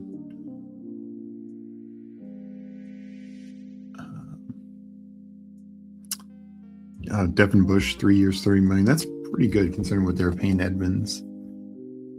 I'm looking at Underdog, updated 49ers offense, Brock Purdy, Christian McCaffrey. They list Brian Robinson, but he's a free agent, so I'm not sure why they did that. Mike Evans, Ricky P, Demarcus Robinson, George Kittle. Definitely not the offense to start the year, but I think Evans, Ricky P, Christian McCaffrey, that's a good core for Purdy. Get you through the time when Kittle can come back. It feels like the AFC West is kind of an arms race right now in Seattle. Right now, they're just losing pieces so far, so we'll see what they do. But Rams have added so much, or re-signed since in the last week. Now the 49ers are making some big moves, and still know they need to figure out the Trent Williams situation. But overall, it feels like it would be quite the battle in the NFC West again. Electrical substation here might comes, yeah. Powerful signing, electrifying, absolutely. All right, let's go over my team and Aiden's team for being a YouTube member. So I'll do I'll do my team first. I go 3-7-7-3. Kind of felt my last pick could have gone either direction. Quarterback wise, I waited. Got Bo Nix in the stack. Sam Darnold. Luckily, still got, quarterback just kind of got picked over. Darnold got pushed down, so I'm glad I got some value there. And then I took Aaron Rodgers, JT Barkley, double anchor, then Monangai, Gainwell, James Conner, Najee, and George Halani. I think running back room has a lot of paths to be pretty strong. At worst, I got two elite starters, but hopefully a lot more points in the Monangai, Gainwell, Connor tier. Receiver, T. Higgins, Zay Flowers, Brian Thomas Jr., Cortland Sutton, Ricky Pearsall, and Denzel Boston, all kind of early, then tacked on Jaron Bernard late. I think that's a strong 7. I mean, Boston, still should be a first rounder. And then Jaron Bernard, both these receivers should go in the top 50, I think, at the draft. So that even if they get bad landing spots, they're paying off. They should be able to pay off these ADPs. Then a tight end room, Hunter Henry, Dalton Schultz, and TJ Hawkinson. Hawkinson's back, Schultz is back, Henry as well. So that feels pretty good all around. Let's go to Aiden's team. 3-6-8-3, Purdy, Kyler Murray, Cam Ward. So 3 starting quarterbacks. We'll see where Kyler ends up going. Tyron, Swift, Rico Dowdle, still one of the few skill free agents. We still don't know a landing spot, but I think it's smart to get aggressive with him. More and more likely it's going to be a team like Seattle, Washington, etc. Maybe Steelers. Tyron Chasey, Brian Robinson Jr., Katron Allen. I think that's a good solid running back room, and Tyron Tracy has definitely gotten helped with some of the free agents already signed. Amon-Ra, Justin Jefferson, so like double elite receivers. Rarely seen Jefferson go particularly that late into the second round now, so that's a nice pick. Took Mike Evans early, really got aggressive, and I think rightfully so. Some of these free agent rumors, Wandale, and Isle Manor, so with Cam Ward. Travis Hunter, I think that's a good solid pick. Jalen Naylor, very smart pick late, and Jalen Knoll as well. Colson Loveland, likely, and Pat Freiermuth. Good 3 tight end build, and early, mid, late, just very strong across the board. So yeah, not really a weak position. That feels like a very, very strong team.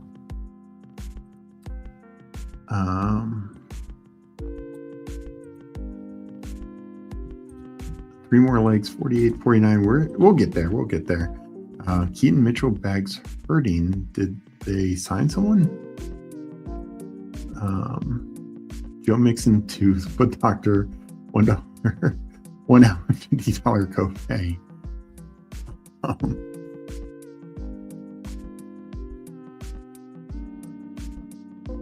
Did the Ravens sign a running back? I don't see anything. Let me know if there's something out there. I got Purdy with Evans too. Oh, I missed that. That's a really good point. There's a bone size hole in your foot, though. Titans signed John Franklin Myers. That's a good. They need to replace interior defensive pass rush or defense tackle. All right. So let me check any more news. So, what, in terms of giving some of my thoughts, what is chat's favorite free agent signing so far, least favorite signing? So, give both favorite and least favorite so far. And this can be, fantasy related. If, it's your team, feel free to answer it that way as well. But, from fantasy standpoint, what's your favorite and least favorite signings so far? And also include trades, like if you want to say Michael Pittman or something like that.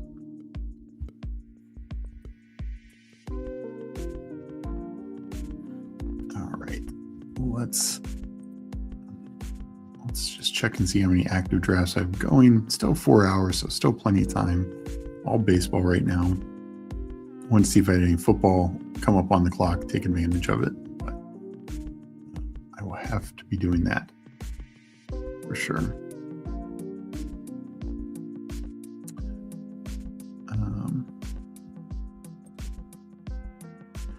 Stepped away from here for a minute. Talks on the conspiracy. No more tender for Keaton. Oh, they didn't tender him. Yeah, I mean, that is one of the things, we talked about new coaches in new places. I'll be interested to see if Keaton, goes with Monken to the Browns, maybe, really hurts the Samson bags. And just talked about Tracy, maybe he goes with Harbaugh, comes to the Giants. And then I think Tracy would, have some concern. So, but yeah, it seems like I haven't seen the latest on Chris Rodriguez if Washington did the same thing, but this is one issue that running backs have is these tenders, restricted free agent tenders, even the minimum one is like $3 million. And as we saw last year, and this is why the Browns bulked on it with Jerome Ford and he had to take a lower deal. Rico Dowell signed for $3 million. Javonte Williams was like $2.7 million. So, scraping the bottom of the running back free agent market can actually be cheaper than these tenders. And so I think that's what it boiled down to. It wasn't necessarily that I was surprised the Bucs didn't tender Sean Tucker. It was, you can usually work out a deal from that, similar to how the Browns did. He was already under contract, but we've seen this before where players will just sign for a little less than tender instead of the $3.2 million or whatever the tender is. Sean Tucker signs an extension for $2.7 million, and usually there's a few incentives to make it come closer. But yeah, we'll be interested to see what happens with all these like theoretical number 2 running backs who are now out there, like Emmanuel Wilson, Sean Tucker, Keaton Mitchell, and maybe Chris Rodriguez.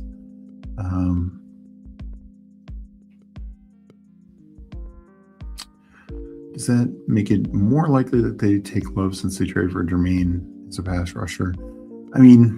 So John Franklin Myers is more of an interior pass rusher, but in general, they do have to feel much better about their ability for their defense to generate pressure between Jermaine Johnson, John Franklin Myers. Of course, you still have Jeffrey Simmons and company. Could they still go, an edge like Bailey or Bain? Absolutely. I think they are in line for some of the other top defenders as well. But no, I think Jeremiah Love could make a little bit more sense for them. Ian saying, Kansas City sent shockwaves. Yeah. Animal saying Evans. FK saying favorite Evans, least favorite Algier. I kind of agree. Algier, it's just, it's not the big threat. Like the Bucky and Gainwell overlapping skill sets. A lot of overlapping skill sets for Algier, and I think the bigger thing is the lack of money. Kenny Gainwell got more money. Algier I think was 2 for 12.5. Gainwell 2 for 14. Seems small, but that matters.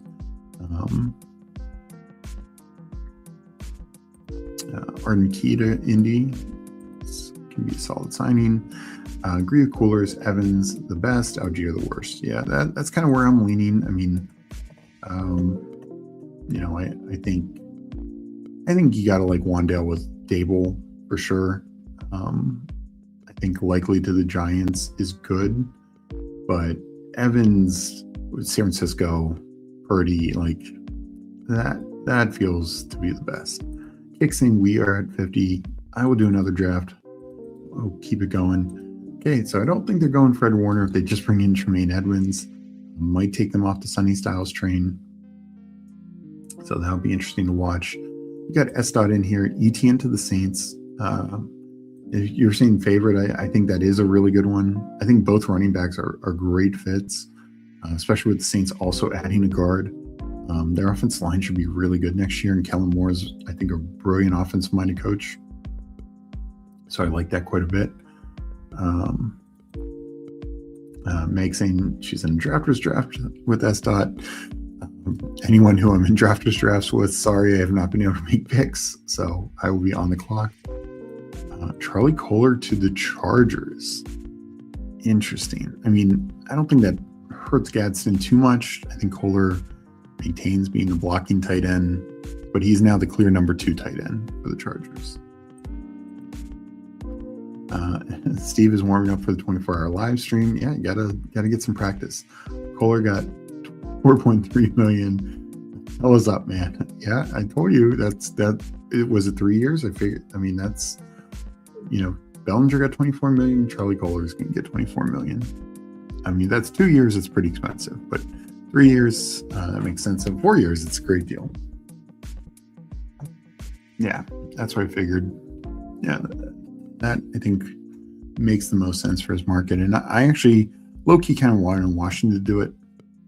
So I think it's one of those things where, yes, and I don't know, did anyone see what Kate Otten ended up signing for? I missed that. If anyone saw that, give it a shout. But I think you could get a tight end like Charlie Kohler, who is a better pass catcher than like a John Bates or a Josh Oliver. But you're paying him the Bates Oliver price range because he's just never had to do it before. So, so compared to Kate, that's why I'm curious about the Kate Otten money, because I feel like he's very similar to Kate Otten. Just Otten's had the opportunity to be a pass catcher, Kohler hasn't. And so I'm guessing Otten's like 10 million a year, but maybe 11. So we'll just see. What was Washington doing besides one cornerback signing? Adam Peters stinks. Meg is not on Adam Peters' Christmas card list. So I know that's shocking. It's still plenty of time, plenty of names out there.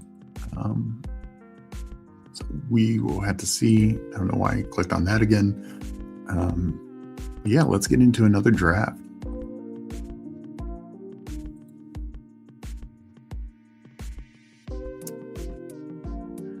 Just saw John Keim saying Washington was in on both Pierce and Jalen Phillips, but obviously couldn't get done with either one.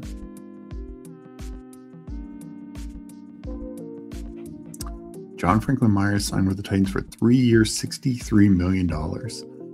I mean, he was going to have a big market. He had a really nice year. So, all right, let's count. Oh, okay, this flip. Chat can tell me I might have been delirious.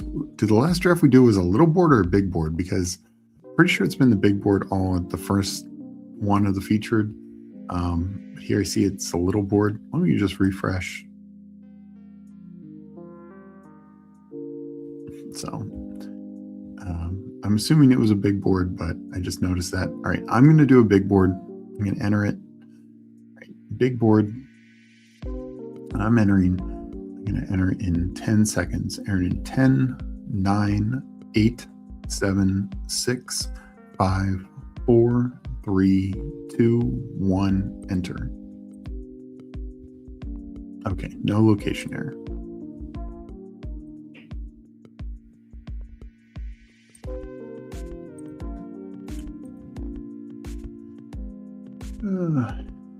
There's a big board, they just switched it up. Okay, yeah. After the draft we just did.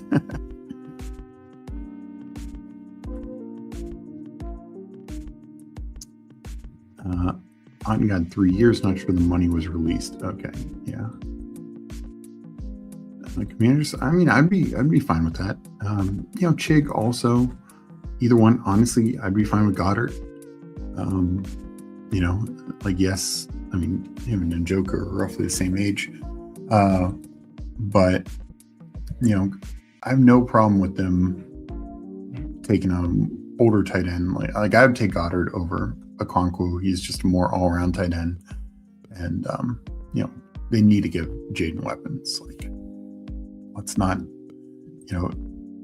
look, the only reason year one worked was because of like some key vets like Ertz and Eckler. Now they don't need to have those guys. So Flott re-signed with the Giants. I knew they wanted to bring him back. That's not saying he hasn't felt great about his drafters drafts. Yeah, drafters can be, some prices are weird. Like, this is on DraftKings also. Like Shaheed goes really like in the one, like almost 160 on those sites. He hasn't signed yet. But that feels wrong. Oh, Dobbins nearing a deal to re-sign with Denver. Guess they're not making the big splash that they talked about. But getting Dobbins back, maybe the best case scenario for Harvey, just given his injury history.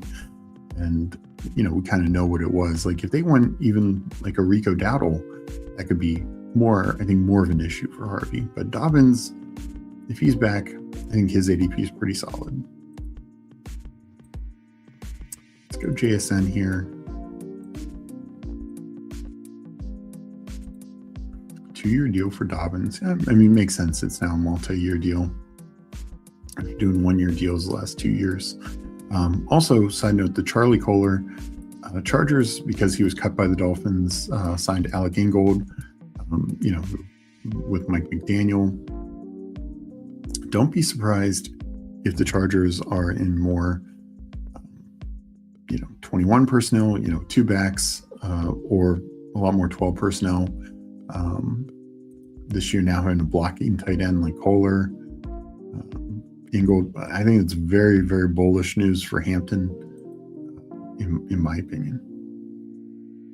So those are under the radar signings. They still need to get some more help internally with their offensive line for sure, especially losing Zion Johnson. But they get those bookend tackles back, get a fullback, get a tight end.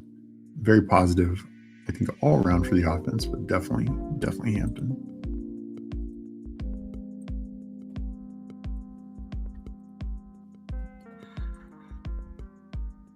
Yeah, that's a good fit for Dobbins. And this Paul says the Denver RB1 running back. Yeah. As FK has mentioned, that has a tough injury to come back from. Hopefully we start getting reports like just where he is injury wise. But no, I think that's a fair landing spot. And Dobbins has current ADP and even a little higher for sure. Makes sense. Titans making a big move, bringing in Latavius Taylor. They're really spending up on defense, and maybe this does keep pushing not that they're going to take a corner at 4.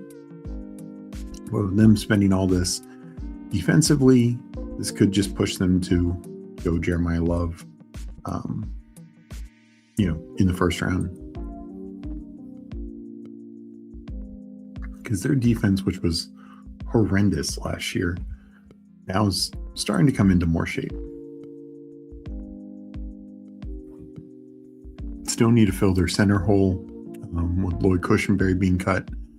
But that could be a day 2 pick. There's some multiple centers in the second, third round range that could make sense for them. Could look at the secondary center market. Not that there's much out there left.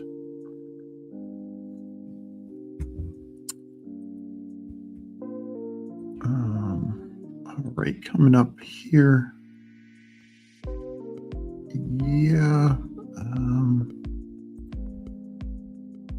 I'll go Derrick Henry.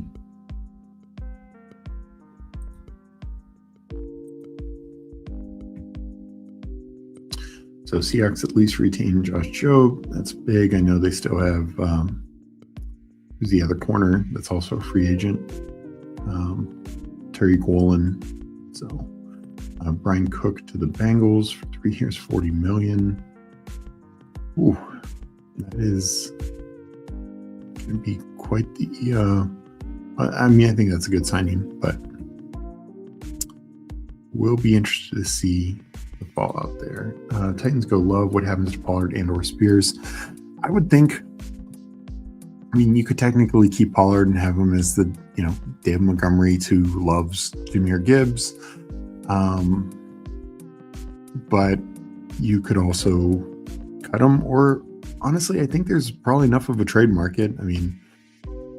Somebody sends you a 7th rounder, a 6th rounder. I think you could maybe trade them. But that might not happen until draft day. Actually, kind of similar to the, when Swift got traded after they drafted Gibbs. This range just doesn't feel great. I'll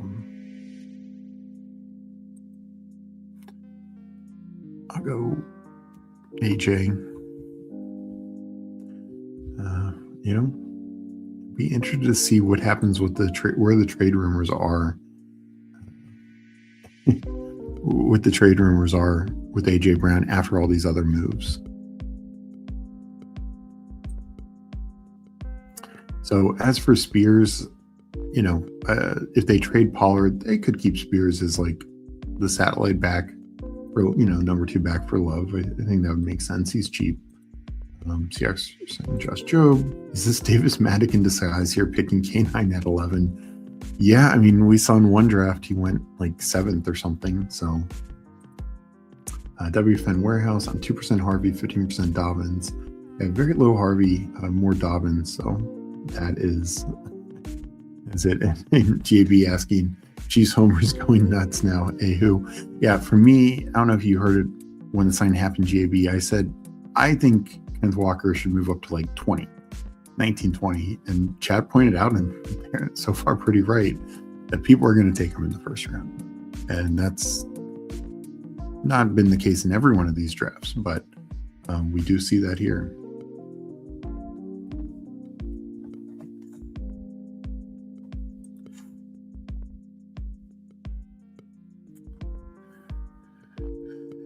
So yeah, these signings keep coming. Obviously a lot of defensive ones, but Bengals, obviously another team, have to rebuild that defense. The Titans got Cordell Flott, or did he go to the Giants? I thought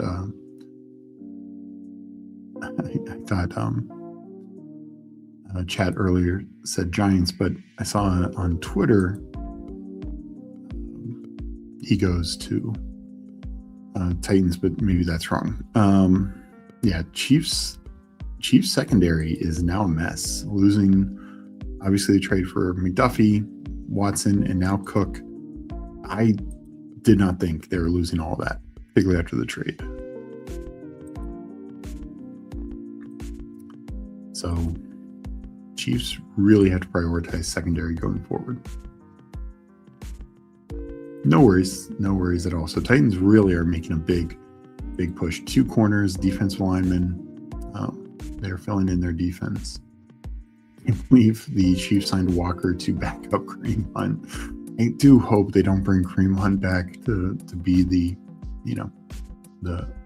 red zone caddy, the goal line caddy. I hope not. I want more. Yeah, Titans. I think Titans were probably in on Linderbaum, and after they didn't get him, are just spending that money on defense. Seems to be how it looks.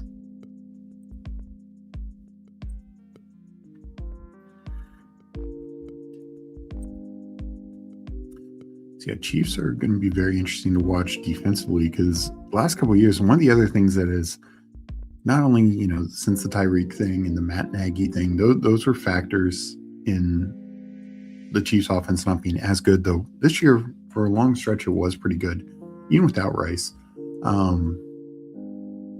and not having a great running back.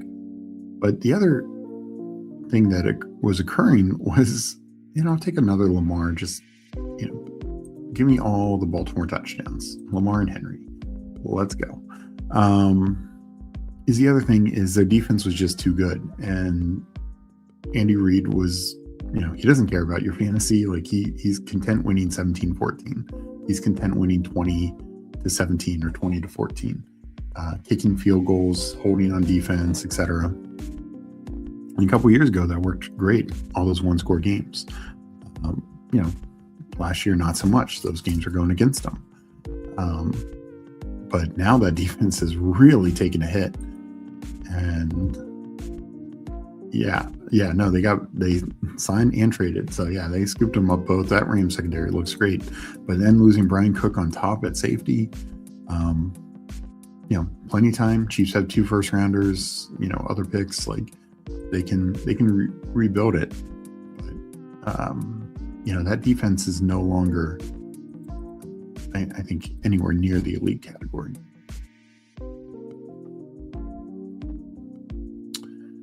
So the bigger thing, as Haynes mentioned, they still need to fix their offensive line, and maybe that's where they put their money. They bring in some people on the offensive line and spend draft picks on cheap defenders to figure it out for Mahomes next year. But overall, the Chiefs could be in a lot more shootout type games. So I think we should start to consider that.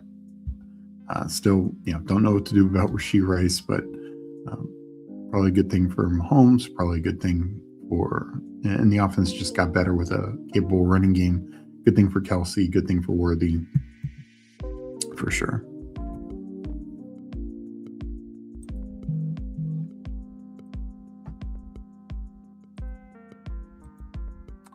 So I will be up shortly. I'm at 113.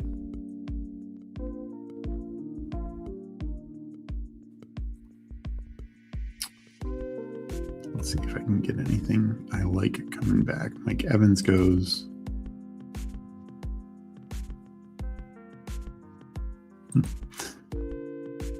Yeah. I'll be interested to see how high he moves up. Yeah. Definitely curious what Haynes thinks on where the Chiefs secondary is and defense. Like, not to say they're going to be as bad as Kansas City, but that was one of the reasons why we loved Joe Burrow, is they're likely in a lot of shootouts.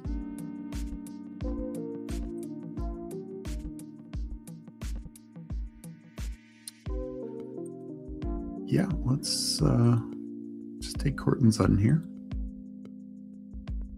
So just kind of an anchor running back build. We'll need to figure that out.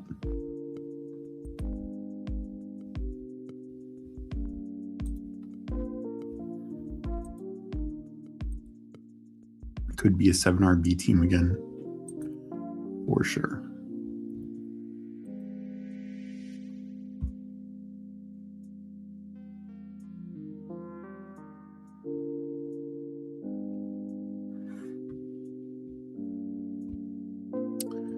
So yeah, it's interesting, even with Brian Dable being only the offense coordinator, still brings in the Giants corner Cordell Flott. Sure, he had a bit of a say in that recruitment pitch and getting Salah on board.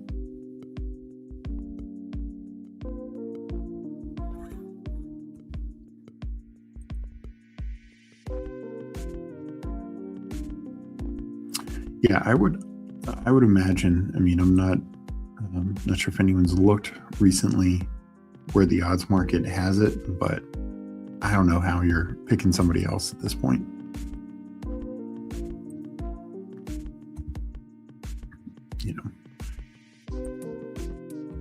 Don't really have a lot of holes on that team.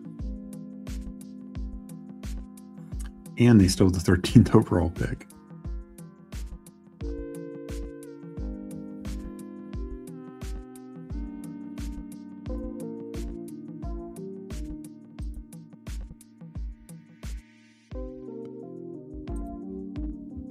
So not feeling great about this running back room, but this is the anchor build or hero build, whatever you want to call it.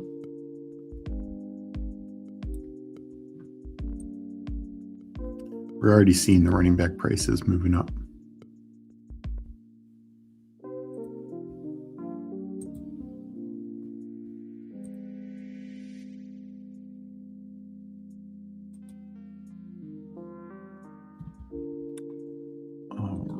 Coming up in a few picks. Algier goes. I don't love Algier. I mean, 90-ish, sure, but I don't know if Algier should move up a lot. I think a lot of paths for Connor to be RB1 there. Really? Mariota re-signs with the Commanders. I guess he talked to teams and didn't find any better market. and figures it's, know the system. I do know this is one of the other reasons why David Blau got promoted. He, like, the quarterback room really liked him. Jaden having the biggest voice, but it seems like Mariota liked him a lot as well. So it makes some sense in that regard. I thought he might get, like, be an option for the Browns or somebody like that, or the Jets, if they're bringing in 2 veterans. A guy like Mariota would make some sense. I'm on the clock. We will go Rico. Still isn't signed yet, so its price hasn't jumped too much.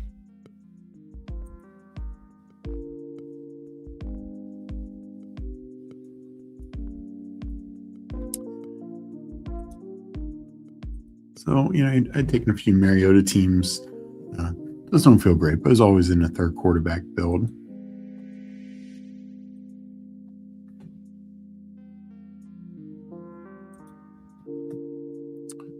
All right. Still could use running back. Purdy would also make sense for me. A few fun tight ends. Let's see what we do.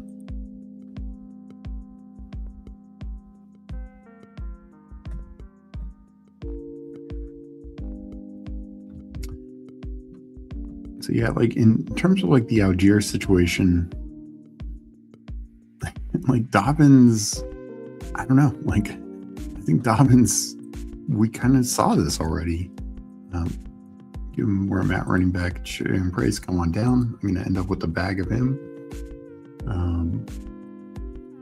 It's like, not just that, even if they were the same price, I mean, I guess at the same price, at same ADP, Algier is the better click, but I don't know. What do you think? If they were within 1 round of each other, who are you taking, Algier or Dobbins? And right now it's a much bigger gap. But let's say it ends up boiling down to 1 round of each other. I think I'm leaning Dobbins. And even if Dobbins ends up being the front end of that higher ADP, which probably won't happen for quite some time. That's, I struggle a bit with Algier.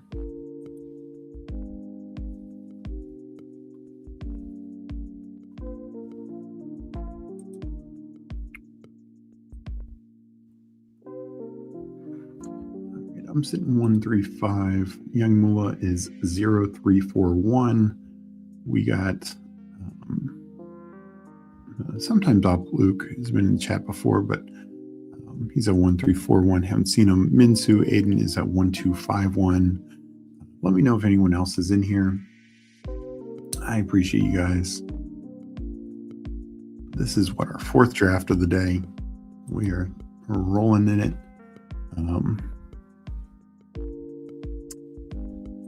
Do I think Harvey is safe with the Dobbins signing? So I don't like Harvey's ADP with the Dobbins signing. Like, I don't think they're going to bring in much of anything else, like maybe a day 3 pick in the draft,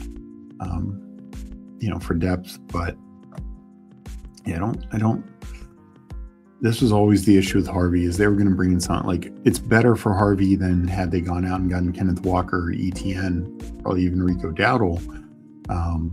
But I still think Harvey's ADP was just a little too high, because so much of his production was manufactured for sure, but also came after the Dobbins injury. All right, let me make my pick.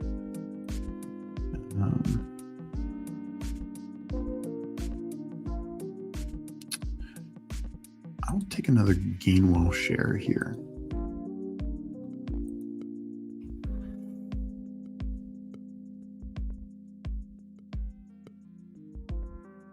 So now caught up a little bit at running back and feel better overall about the position.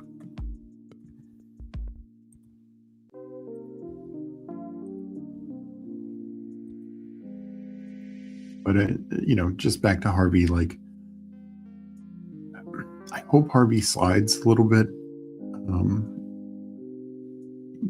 And I'll still take some just because he does have some spike week potential. But if Dobbins can stay healthy, which I know is a big if, it's just never happened, Harvey's going to have a tough time just fully paying off that ADP, just because the other backs taken right before, right after, just are going to be far more likely for like featured roles like DeAndre Swift, David Montgomery, Ramondre Stevenson, even Tootin now. Like, I'm by no means a Tootin bull. I feel, I think in the coin flip situation, I'm probably right now Tootin over Harvey. Now that could change if they go out and sign somebody like Dowdle. Now let's go. Quarterback Kyler Murray and Willis got pulled up, which I think is the right call. But let's take at least another starter that we can trust. And especially when you have JSN, much as Diggs would have been fun or something else.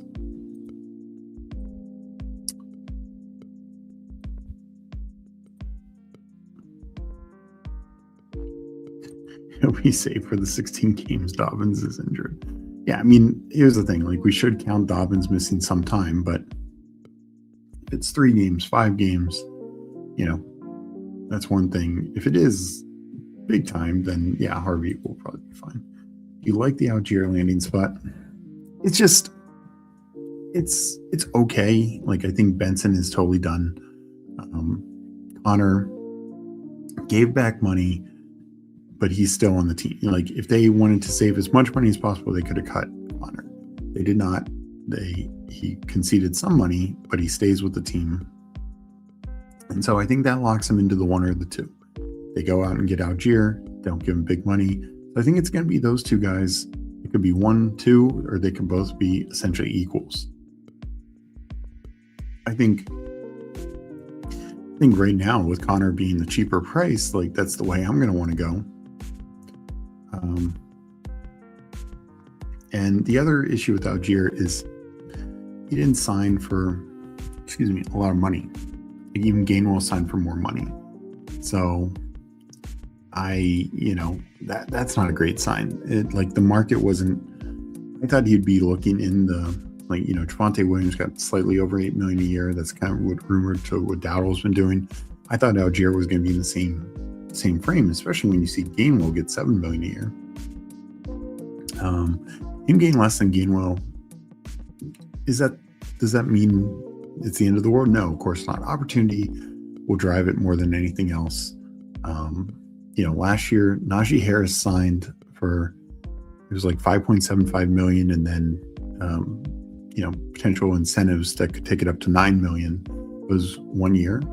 Javonte signed for about 2.7, and Dowdle signed for 3. So Najee's base was those two guys combined, and they just ended up with much better opportunity, and also didn't get injured like Najee did. But the Chargers go out and add Hampton, and really hindered Najee's ability. So opportunity is going to matter the most, but these are multi-year signings, so it's a little bit different. So I think Algier is, you want some Algier. It's just, I don't love it situationally wise, and like what they paid him makes it seem. I'm going to pull up Connor here. Diggs falling. Oof. That's tempting, but I also want Connor. I don't think Connor should be 140, particularly with Algier. Yeah, two-faced Harvey Dent. So that's a tough one. I kind of view it, I said it similar like the Vikings backfield last year, where Jones and Mason were in the same range. They were more expensive. I think you're going to want shares of both, because there's a path for both to be the number one and to return decent value. It's just obviously much easier for Connor to return decent or good value at his much lower ADP.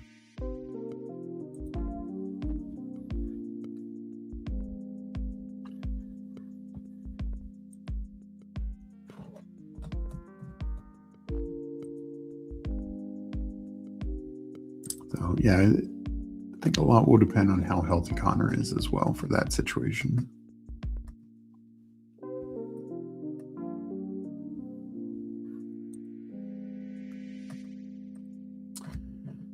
Seattle running backs, Dowdle or draft? I mean, could be both at this point. All right. Let's go here. Take Brenton Strange falling some. Don't really understand that.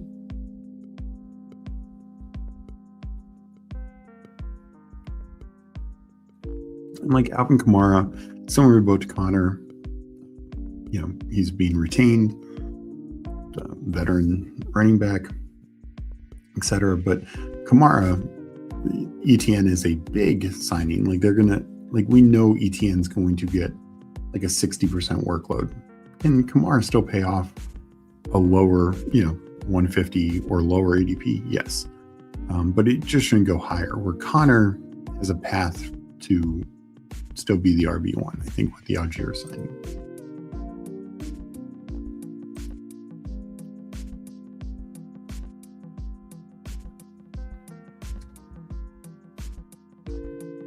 Saints one was, to me, a little bit more surprising because there'd been some rumors about them interested in Jeremiah Love, but there had not been a lot of reports on them really in the market for free agent running back. And then like the other day, Kenneth Walker, so slightly, but just in general was not,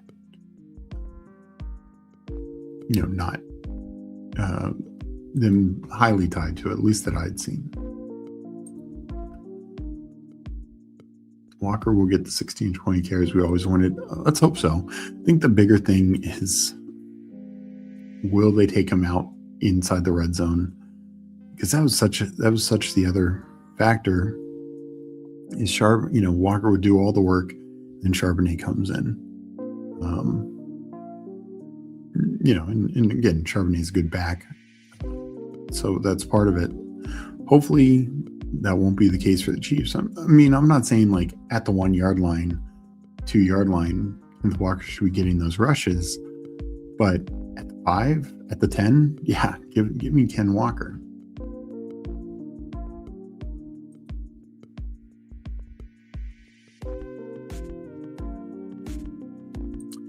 Aiden saying Sadiq as a Dolphin would be a fun pick. Unfortunately, Dolphins pick at 11, so that'd be a huge reach. And this is where a trade back could make a lot of sense, like particularly if a team wants an edge that's fallen or one of the receivers. You could see that for sure. So let's see if we can get the Andrews with Lamar. I mean, otherwise I'd consider likely, but Andrews and Lamar is just, yeah, let's do it.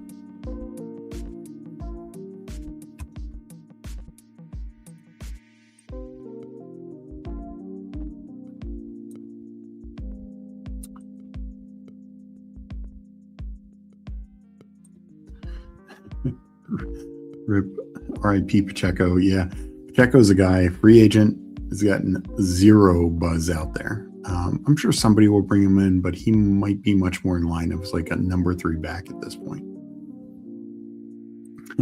Snoop Huntley re-signed Steve. Update those Superflex rankings. When they release Superflex, I will definitely have rankings for it. And Snoop Huntley is a good late round click to whether in Lamar builds or just in general. I kind of thought Huntley was going to go to the Browns, with Todd Monken, and just a guy who, honestly could be QB1 on that team, but it at least gives the path for Deshaun Watson that they talk about, or Shador Sanders. But, kind of like raises the floor of the team. But, he stays in Baltimore, Mariota stays in Washington. I get it. Like, when you find a quality backup, particularly one who's familiar with the offense, it's a different offense in Baltimore, but also familiar with your, you want to have them have a good relationship with the starter as well. And we're just not going to get likely in the 170s anymore, I feel like. So, yeah, I want to start catching back up at receiver. I feel like I got a ton of value at the tight end position in this draft. Strange at 149, Mark Andrews at 164, and even though this is only a 4-pick ADP thing, the closing line value likely is going to be going, I think, in the 140s at least. So that feels good. So yeah, Mariota and Huntley staying with their teams is kind of interesting.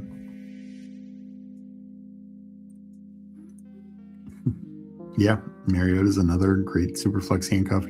Can't wait to see who the Bengals get. With Jake Browning being gone, could be Joe Flacco.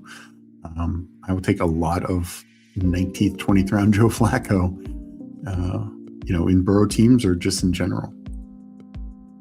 Linderbaum is 100% great for Genti and very good for Mendoza. Even if Mendoza isn't starting week 1, he's going to be starting the majority of the year. And having a good veteran center, I think is huge. It's one of those things like the Raiders, they could add a center in the 2nd round or 3rd round. They have the picks, but a rookie center with a rookie quarterback, it could move Jackson Powers Johnson back to center. I think you played better as a rookie at center, but I'm guessing they are comfortable with him at guard. And Linderbaum's just at the very top of the game. I think one of the 3-4 best centers in the league.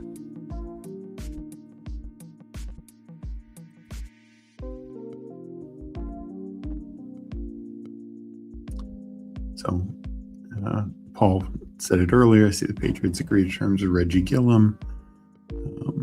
We're seeing some small signings come through.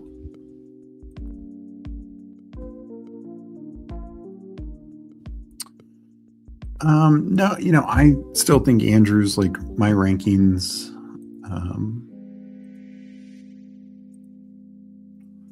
and these actually aren't even the most updated, and I'll be updating them tonight.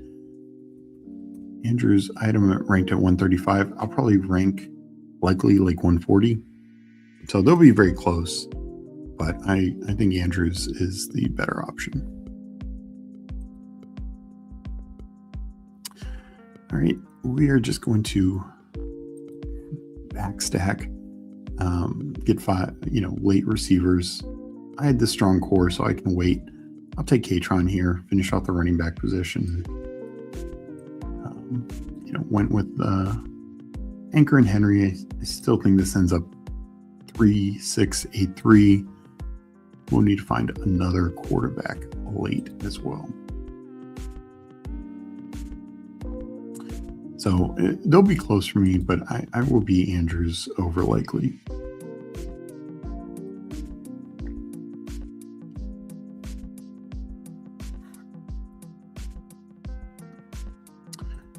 Aiden saying Genti should be around consensus round 1 pick. A pickup at Linderbaum is amazing. Can't say it enough. Agreed. I mean, I think it's very, very good. But also, like I just mentioned, Dolphins are making moves from Marion Hampton. They get Biotish, they get a fullback, they get a tight end upgrade. Mike Rob, that's worked out well, Steve. You took up most of my work day. Let's plan on this tomorrow too. Well, tomorrow I will do multiple streams. I'll be on probably do 1 o'clock tomorrow. Be on for 2 hours, then I'll be jumping on Whoheim's channel at 3.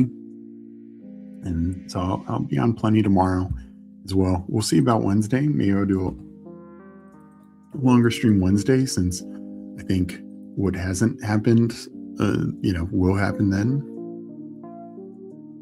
So let me take a Surratt share. Haven't taken him too much late. He's generally falling, so let's get him some at his fall. So yeah, these next 3 days, I'll be doing quite a lot of streaming. Meg saying, oh, absolutely. Hope Flacco goes back to Cincy to protect Cincy stacks, if any Burrow short term. Yeah. Definitely imagine there looking at that. Yeah, I was disappointed too, Hames. I was hoping he might get a starting shot at a team like the Browns or Jets, but it didn't happen. Yeah, I think we just talk free agency tomorrow. I think that makes most sense. A lot going on.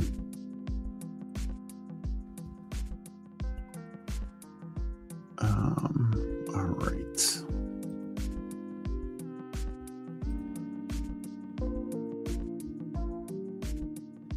So I'm sitting at 2,663. Done at tight end. I loved the value of Strange, Andrews, and Likely, and at their ADPs. Probably, think I'm done at running back. So really looking at quarterback, wide receiver here.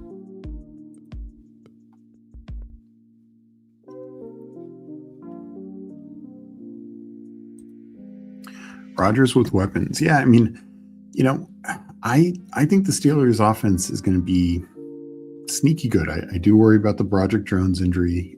I know Steelers beat writers are talking it could be pretty serious.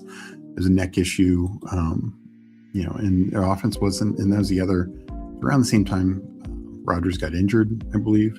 So those two things, they had a quiet period. They had a couple bounce back weeks like that Lions game. But, so it'll be interesting to see what they do there. But yeah, adding Michael Pittman, that's huge.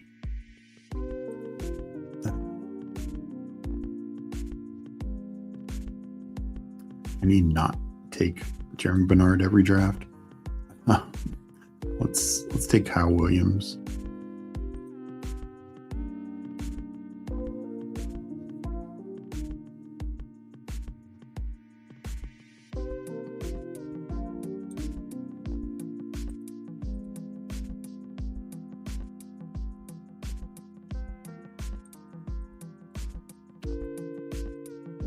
That's basically the quarterback market, unless the old Carr comes back. Epic Stream Steve absolutely loved it. Well, thank you, Kicks. Jalen Warren to the moon.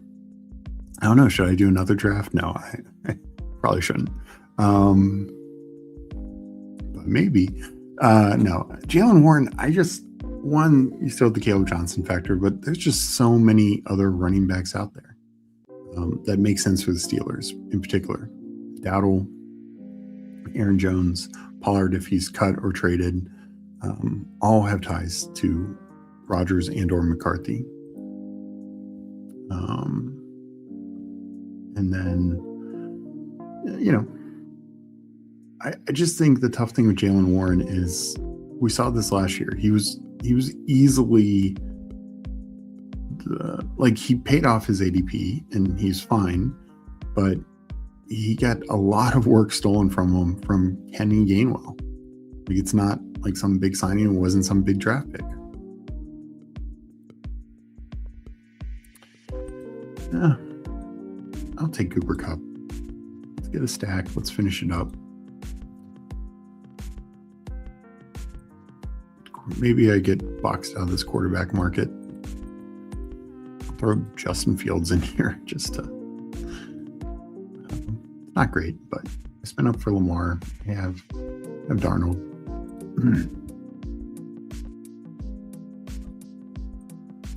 Insane. I think you should, Steve. I have $10 left in my for a deposit next time. It's free agency day. Oh, he comes once every 365 days. Yeah. Let's see. What are we at likes? Somebody in chat, let me know.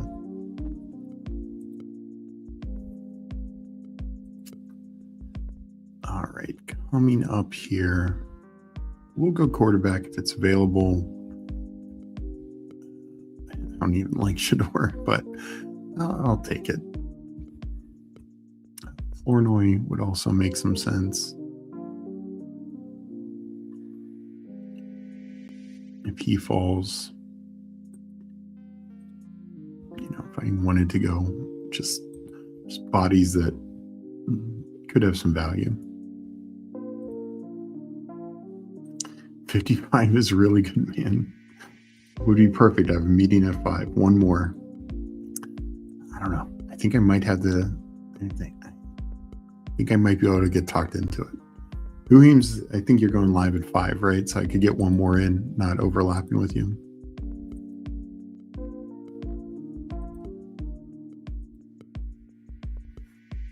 I mean, I'm enjoying drafting now, so.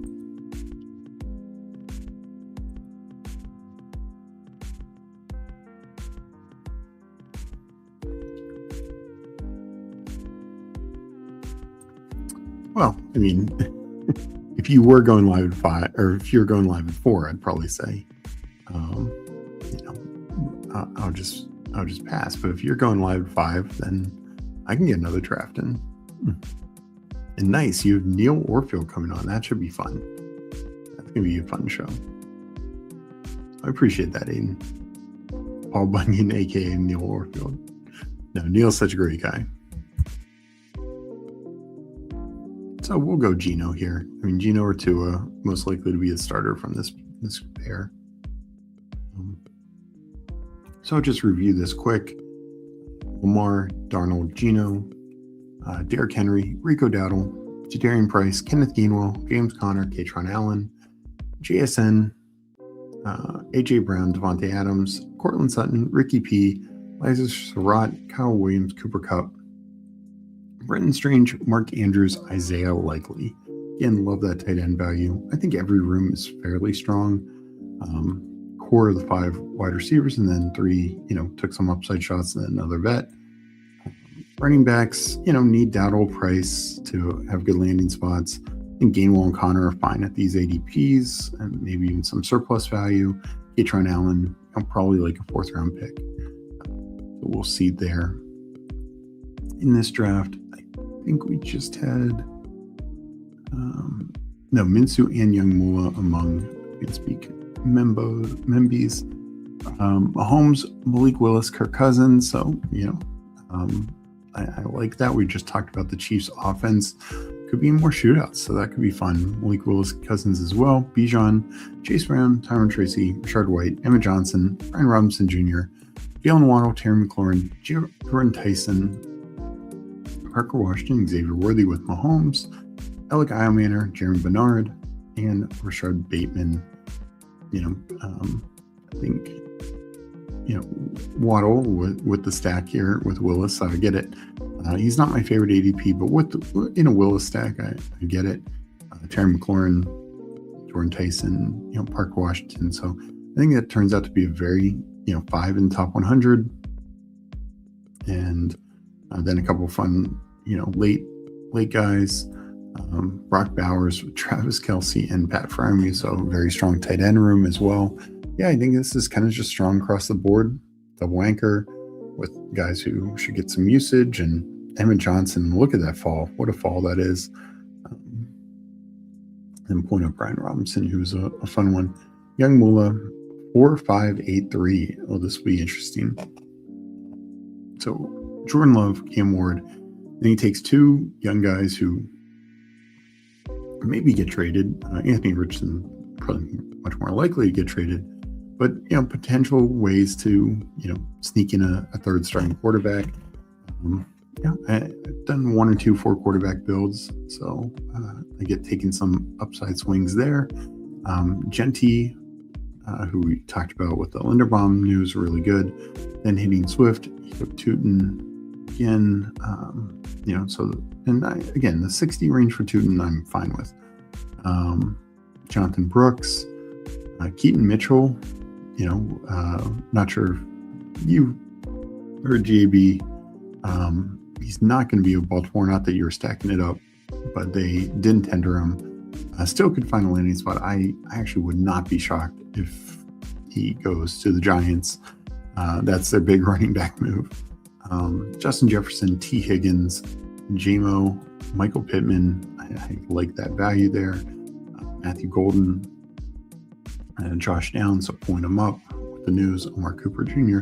This is a very strong wide receiver room. Taking advantage of news with a lot of these guys makes a lot of sense. Harold Fannin, Hawkinson, as I mentioned in the last draft, he should be going higher. He's now locked back in with Minnesota. That feels pretty good. And they just lost Jalen Naylor. So, and they're about to lose their pass catching back in Aaron Jones. And then taking Claire is like a rookie sleeper. So, yeah, nice team there as well. Let's do one more. You guys convinced me, and then I will send you over to Who Hames and Neil's stream. I'm going to jump in now. I'm going to count it down. It is free agency day. Aiden's right. Let's go. Entering in 10, 9, 8, 7, 6, 5, 4, 3, 2, 1. Enter.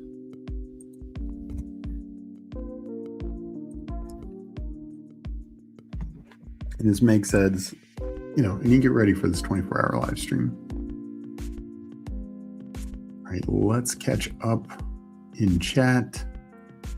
Neil, Millie Maker, Orfield. I'll be there. Yeah, no, definitely. You're going to have to take a break after this, but I will have it on. Definitely say hi. I'll have it on in the background. Regina signed a contract with Wendy's for $15 an hour. Packers just released Elton Jenkins. Interesting. Has Neil been drafting big boards? Yeah, I'm pretty sure he has. Jags entertaining offers BTJ again. Oh man, could see a bomb. Interesting. Those rumors reportedly were squashed over the weekend. But maybe somebody is now, making a big offer. Oh, so I see Mafi from the Seahawks. Seahawks lose another, goes to the Bengals. Connor Hughes saying BTJ, Elton Jenkins released by the Packers. Yeah, news keeps coming. We got Huckleberry in here. Doing good, Huckleberry. This is my 5th draft of the day. So this is going to be fun. We'll see if I'm delirious at this point. So we got Aiden in here. We got in the 3 spot. We got Colton Slavery in here. Not sure if they're in chat. Eagles is in here. Again, not sure if in chat, but good to see everyone. Let me know if anyone else is in here. I don't know if we're co-streaming somewhere else. But this should be a fun one. I think Neil says it's his first stream of the league year. Nice. Giants among the interested in BTJ. Brian Thomas and Neighbors combo again. That would be something.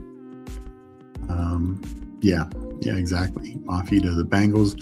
It's a good move for them. He's more of a situational pass rusher, but man, I've had the 5th, 6th pick every single time. Let me just mix it up a little bit. Let me take an Amon-Ra. Share. Why would they do that when they desperately need a running back? Yeah, the Giants obviously need a running back. Yeah, no, I mean, that's fair. He could land back. Like I said before, a lot of times you see that happening. It's just usually that gets announced at the same time, but maybe he wants to explore the market.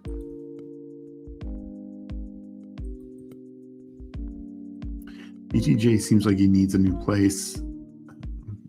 SK could work out. James Winston would throw for 6,000 yards with BTJ and Neighbors. And Isaiah Likely. I mean, my God.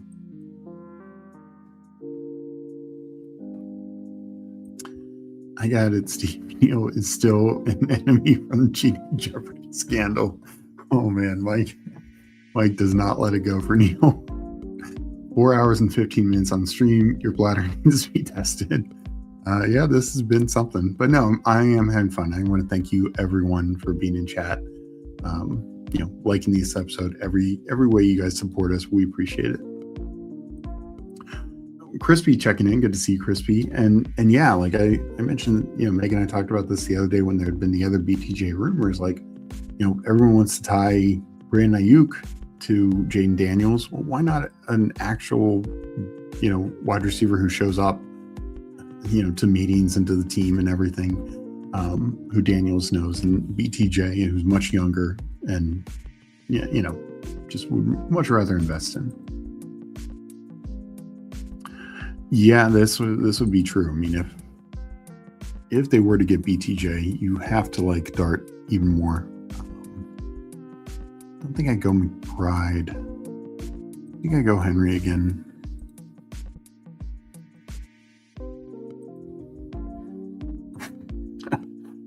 Who Hames just pouring water. 2 words, Matt Nagy. Yeah. Oh, Aiden breaking this. Oway to the Commanders, 4 years, $100 million, $68 million guaranteed. So that is a big signing. Would have preferred Jalen Phillips, who they were apparently in on, but went to Carolina. But Oway is a nice pickup for them. I mean, it's pricey, but they had to. And they still could bring back like Jacob Martin, but their 2 best pass rushers last year were Jacob Martin and Von Miller, both free agents, and Von Miller, of course, super old. Still productive. He had, 9.5 sacks last year in limited work. But no, they need to make a big splash there. Exactly. Seattle's losing guys left and right, heavy as the head. And this is, look, they're happy with the Super Bowl win, don't get me wrong, but they had so many guys coming up on contract at the same time. And there's always going to be an extra Super Bowl price. Like Kenneth Walker probably doesn't get that contract. He's probably much closer to ETN if they, lose in, well, they weren't going to lose to the 49ers, but, that was a blowout. But if they lose into the Rams, like, yeah, I think that could have been the case. Like he's maybe on par with ETN. I'm not going to take Hall. I'll do Olave.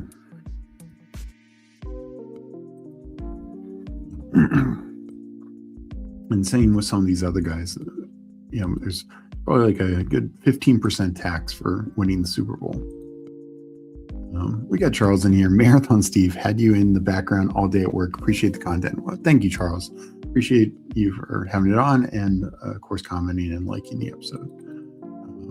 Not saying Seattle deserves it, but I had 25% Damian Martinez last year, so they deserve it.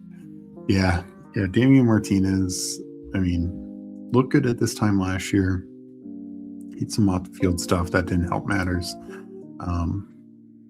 Got a late round pick and couldn't make the team.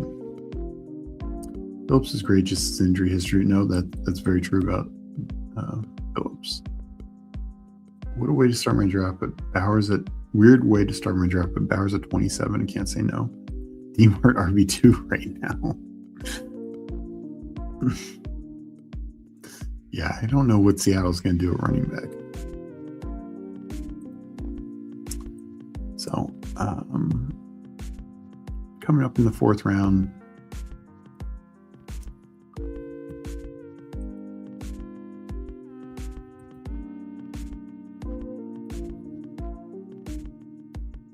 so far, Washington's focus is on defense. Still a lot of money left, so still could have some money to get some weapons because they were apparently in on Pierce.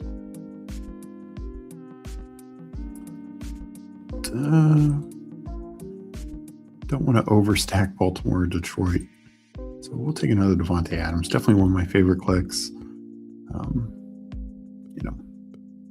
As a pick in the 4th round, Devontae Adams just has such ability to return to surplus value. Yes, he's older. Yes, he had some injuries last year, but if when he's on the field, he was great, and B, if he stays healthy, that it could just smash value.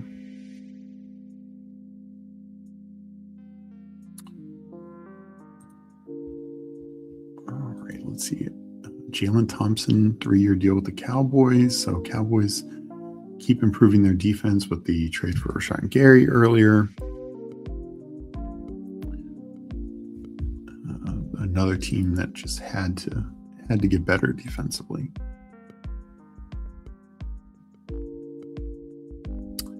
So coming up in a couple picks.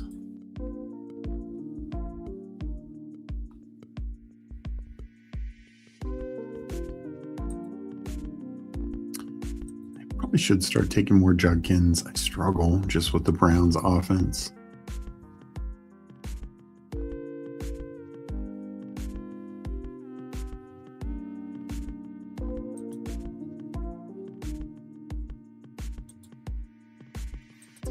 Terry, though, feels good here. Another more of an anchor running back approach. We'll see if I can get it back to fall back to me. One of the tough things in the middle is, Scatterboo, and still is probably a reasonable ADP, particularly avoiding Kenneth Walker and ETN. But, 68, those Swift pretty much isn't coming back. Monty nowadays isn't really coming back. So Stevenson, Jalen Warren are there. I could consider Tootin there if he's still there. So that's probably what I'm looking at.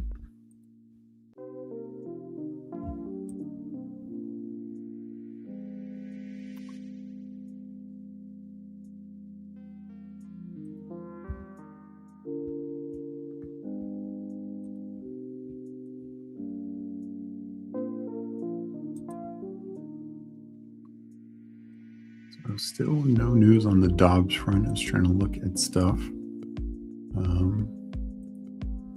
Patriots probably seem the most likely at this point, with 49ers and Steelers adding to their receiver rooms.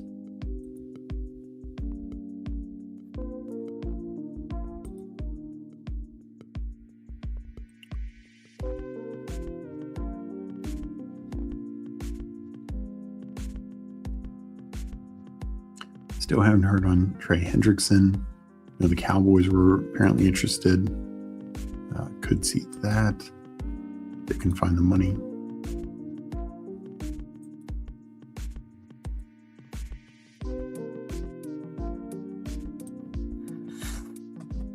Jaden Daniels goes. That would have been a fun fallback. Don't get that.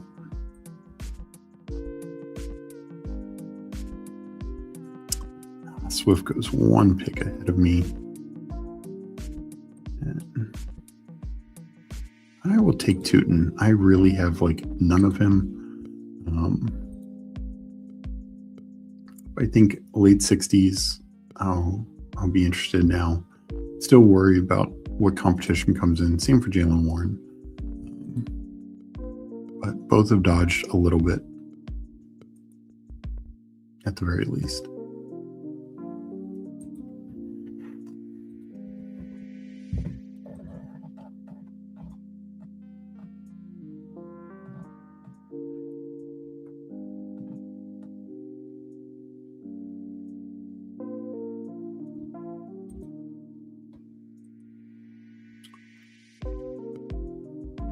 All right, let's see. The NFL announced their comp picks. Usually the third round is pretty much, that seems as projected. Minnesota, Philly, Pittsburgh, and Detroit, but it's traded to Jacksonville. Yeah, that's what I had projected. I can't remember the other rounds off the top of my head. Pittsburgh gets a fourth. I think they were projected for that as well. Baltimore, fifths. I think it might be less than was projected. I thought they were a fourth and a fifth, but I could be wrong. This will be what I don't typically do. I'll take Jalen Warren here.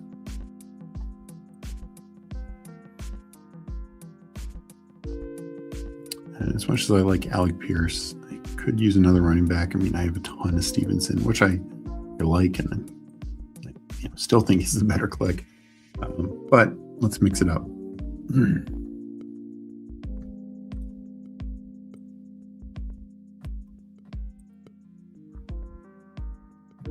Crispy asking, is Naylor worth a late round pick? Absolutely. I think eventually his ADP will settle more like 14, 15 round. I mean, they gave him pretty solid money, and their wide receiver room is wide open. I mean, Trey Tucker is nice. Jack Vetch, former second rounder, but that's previous regime, and neither one's guaranteed anything. What is guaranteed, not all of it, but the contract they gave Jalen Naylor. So Right now, I'll be clicking them later, but I think eventually his ADP settles like that 14th, 15th round.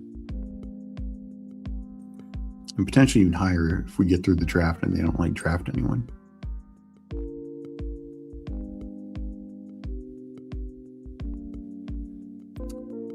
Mike saying, make sure to like and subscribe, people very close to 24-hour live stream. Absolutely. This is a little preview of that, as I'm going to go about 5 hours today. Steve, we got weird with the start of the build doing your take no wide receiver except no running back. Oh man. Oh boy. Yeah, very worth it for Jalen Naylor. UD just tweeted a little grid with all the compensatory picks. Let me see if I can find that.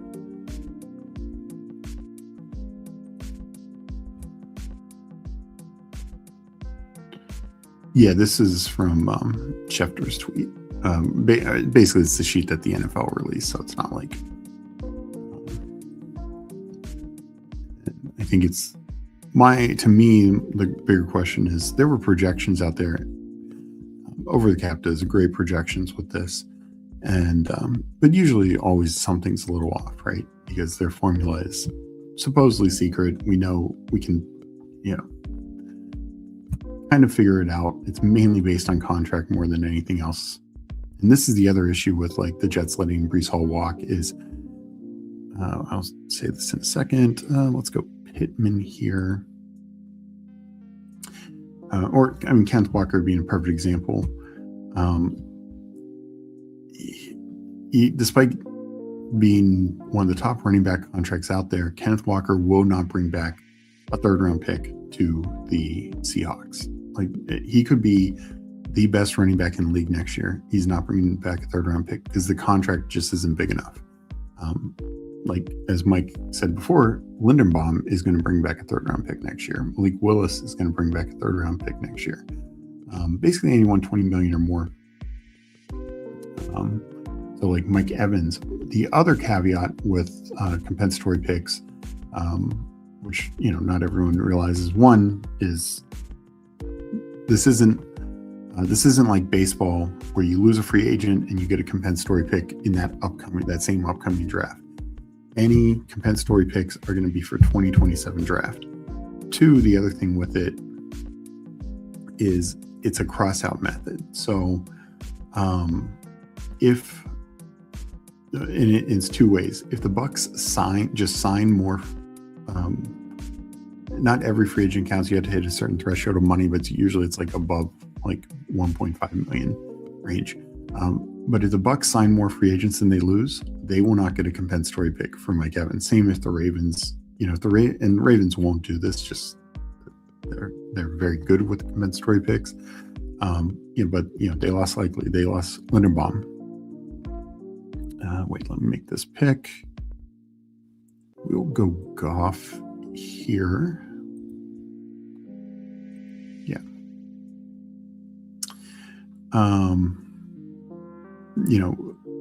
So Ravens won't, if you sign more than you lose, you get 0 compensatory picks. I don't care if you're supposed to have the number one compensatory pick. The other thing is it's also a cross-out method. If you lose 5 free agents but gain 3, you only get 2 compensatory picks. And if they are of, like, using the Ravens as a perfect example, because Linderbaum has one of the highest contract APYs, average per year, right now. If they were to sign a free agent in the 20 million plus range, it would likely cancel out Linderbaum. Now they could still get a pick for likely, and any other free agents that they lose, like Charlie Kohler, likely could be a 4th rounder. Kohler could be a 6th rounder, something like that. But if they sign a $20 million plus free agent, it will cancel out the 3rd rounder for Linderbaum. Now, if they sign a $8 million free agent, it'll cancel out like Charlie, in that range, Charlie Kohler. So anyways, just a little side note there, because I know there can be a lot of confusion on compensatory picks, and just wanted to throw that out there. Any other questions people have, I'm always happy to answer, whether here during these streams or in our Discord. feel free to ask questions there. It's a free Discord. There's a link below. Always happy to answer questions.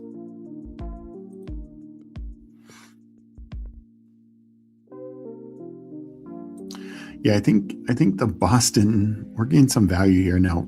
You do run into the risk of going to like the Browns and having one of the worst landing spots, but it's feeling good. He's been sliding. I think I'll take another Kenneth Gainwell share. No, I'm going to do Kyler.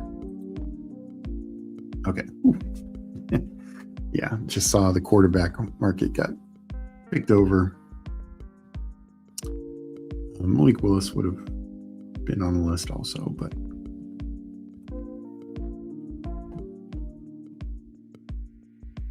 so Gainwell goes, but that's fine. I mean, though not my favorite players, I do have 3 top 100 picks at running back.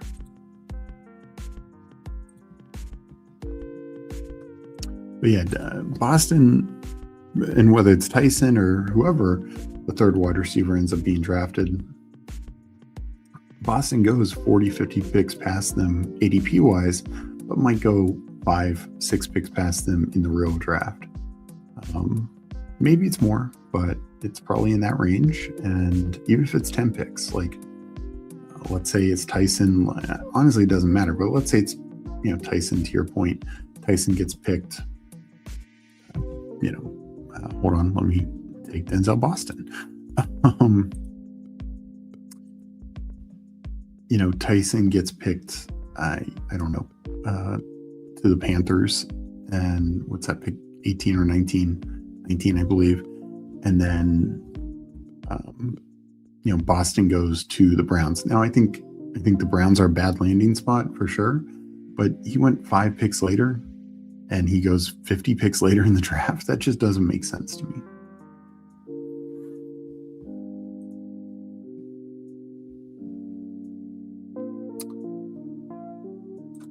Boston went after Casey and Cooper in my DK draft. I took both Casey and Cooper.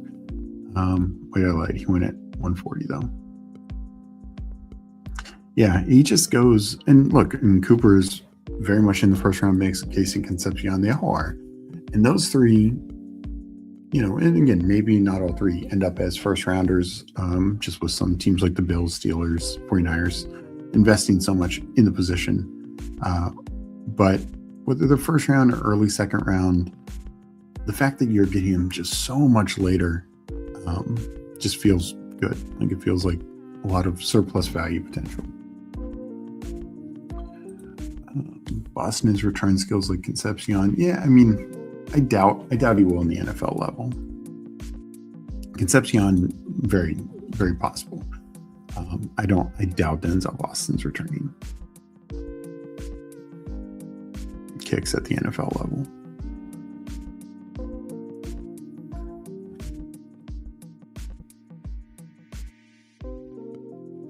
So could go Darnold here, running back. Yeah. Do you like Romeo Doubs and Debo?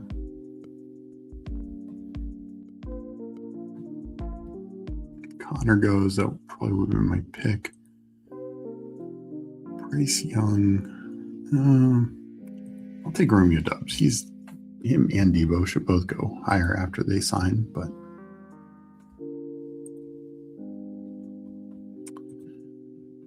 all right. We are sitting at a 2-3-7 build through 12 rounds. I should have considered McMillan also with the Evans news.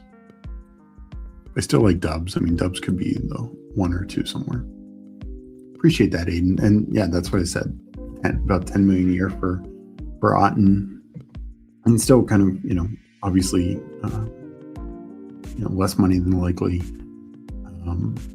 But yeah, I think it's now I mentioned like the Charlie Kohler would have been intriguing because I think he's kind of like Otten, but not really to the Chargers. Like they're going to view him as a blocker. Solidly reliable number 2 receiving tight end. but I don't think that affects Gadsden too much. Even though went no running back so far, love how I'm landing this plane. Oh man. So Aiden, when did he take his first running back? In round 8, Dowdle, Corm, Gainwell, White, Emmett Johnson. Yeah, that turned out pretty good.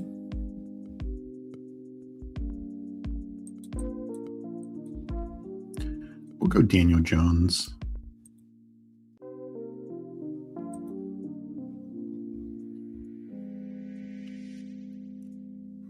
I've done some late quarterback builds. They just don't feel as good. Let's get a third one in here. It's not like I got an elite like some of the times when I took Lamar or something.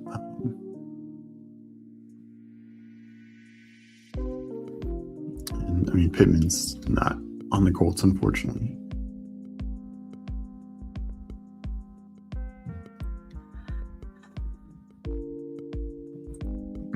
Yeah, I mean, so far it looks pretty good.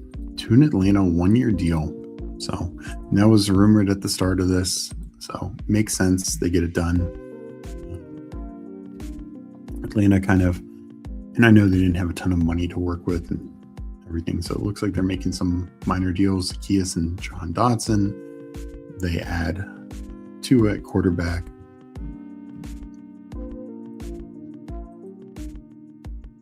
We got Paulino in here saying, what's up? Hope you're doing well. This is my 5th draft of the day, Paulino. I believe I have that right. No, getting a little delirious. No, it's been streaming for about 4 hours, 40 minutes. So it's been fun talking all the free agency news, drafting with it. Let's just, seeing how things shake out today. It's definitely been very, very wild. Watch as soon as Steve goes off the air, we'll see BTJ, AJ Brown, Marv drop like flies. I'd still be surprised about a Marv trade. The other two could happen. Yeah, Scadboo dodging free agents like the Matrix, 100%.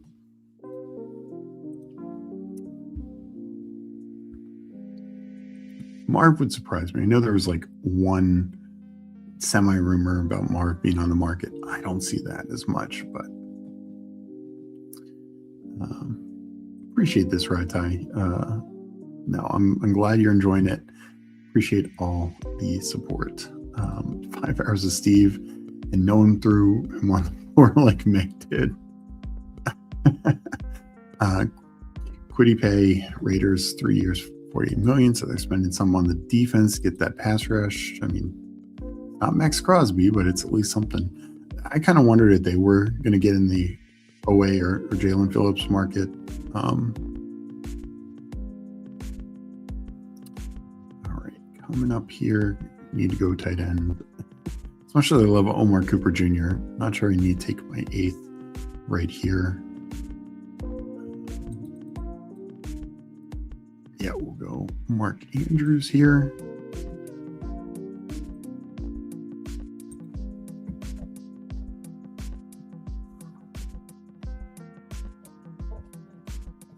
So Cooper Jr. goes right behind. Appreciate that, Paulino.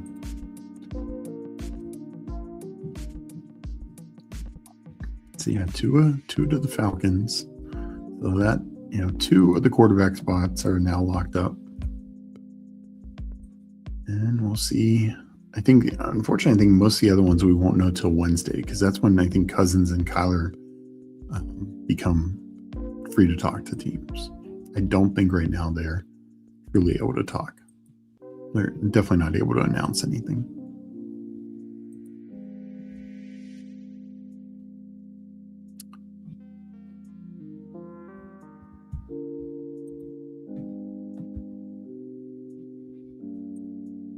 What to expect from the Tua era in Atlanta? It's a good question. Overall, I think Tua is a fine fit for the Falcons. As talked about this, much earlier in the show and chat, there's only a handful of lefty quarterbacks in the NFL. Falcons now have 2 of them. So that helps, just knowing how the ball's coming out, etc. I'm going to take Kamara here. A couple round fall. Still think can return value at that price. So that can just help in general for guys, working with both lefties. But Tua, I think will have a good crack at the starting job. So I think Tua is definitely draftable now. I would only do it in 3 quarterback builds or 4, particularly in these 20 round times. It's a 1-year deal, but it's only ever going to be a 1-year deal because the Dolphins are paying his price. This is the same as the Russ situation for the Steelers a couple years ago. Could Penix still win out the job? Could it be a situation where Tua starts and then Penix comes in later? I think those things are definitely live. But if you have 2 good quarterbacks, taking Tua as a third is not terrible. If he can somewhat stay healthy, he'll return value. I think with Stefanski, it's pretty fine. Like, a lot of that offense can be short and intermediate timing stuff, which is Tua's strength. The Drake London and Bijan, I think that's a positive for them. Bijan, I think, could get peppered. We saw A-Chain, just be a massive receiving weapon for the Dolphins the last couple of years. So, and some of those, of course, Mike McDaniel. But I think a lot of that was Tua. Like, they need to get the ball out quick. He's a weapon out of the backfield. Bijan, same sort of thing. London is, bigger receiver, but he works mainly in the short and intermediate area. So I think it's very strong for him.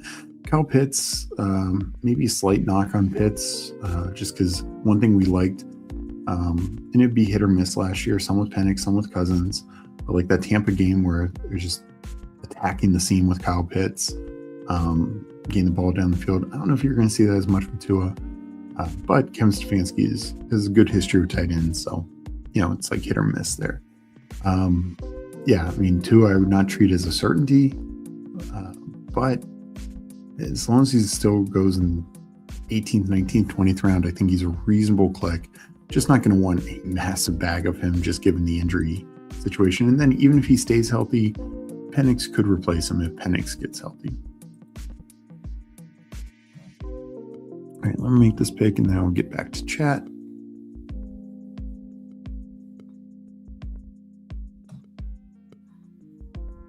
And Aaron Jones goes. That's who I wanted.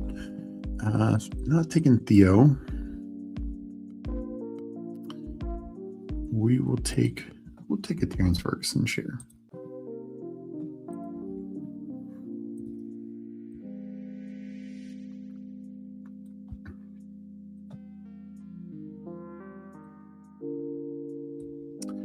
Ravens about to use the 4 comp picks to draft 2 more tight ends that will make $50 million in 4 years.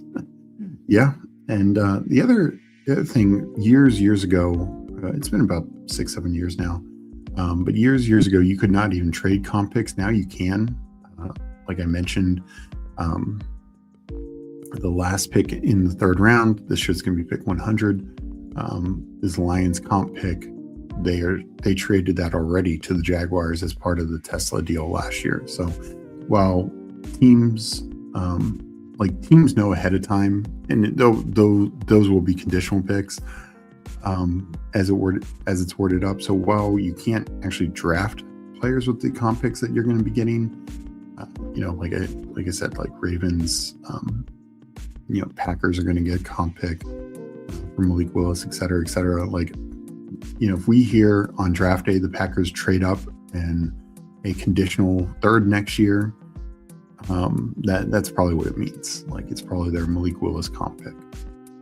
Same with the Ravens.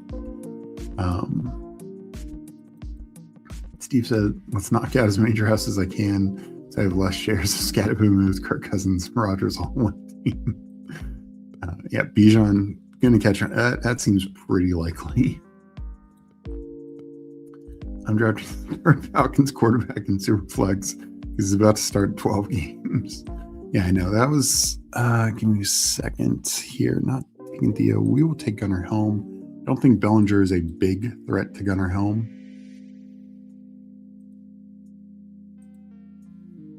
So we'll go there.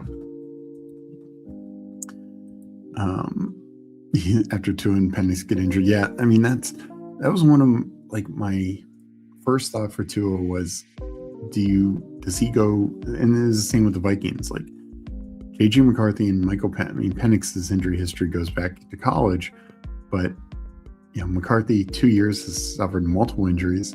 Penix major injury and one that he suffered multiple times before. Are you really going to have Tua replace them? Falcons are saying yes, because it's so cheap. And same thing with Anthony Richardson. It's like these guys get repeatedly injured. Is that who you want to replace another repeatedly injured guy? So yeah, I'll be interested to see if the Falcons carry a third quarterback. I think they probably should. Tua plus Penix has got to work. Nothing could go wrong there. Yeah. Atlanta may need new management. Well, they got it this year. Matt Ryan and I can't remember who like the new team like GM is. Matt Ryan's former college teammate. Name just escaping me right now, and then of course new coach. So, I think the Falcons are probably just saying like we're screwed this year. We don't have our first. The guy we traded for, we might need to be cutting. James Pierce, that situation doesn't look good. We have so many needs. Let's not break the bank on anyone. See if Tua has anything left in the tank. We'll go the cheaper for market at wide receiver. Like Han Dotson, it was like I think I saw 2 years, $15 million, not per year, like 15 total, I believe. Much more reasonable than what these other contracts are. So yeah, I think they are just kind of not fully punting this year, but it's like let's try and be the most competitive without like breaking the bank for the future. So I need running back help, and it is completely picked over. We will take Ollie Gordon. When I saw Najee and Claiborne go right in front of me, I knew it was trouble.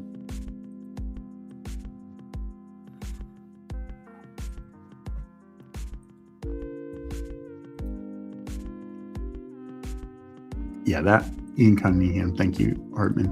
That was just such a mismanagement of resources. Like I get Cousins is older. I get he was coming off a major injury, but you gave him this massive guaranteed deal. And then pick 8. This wasn't a second round pick you threw at it.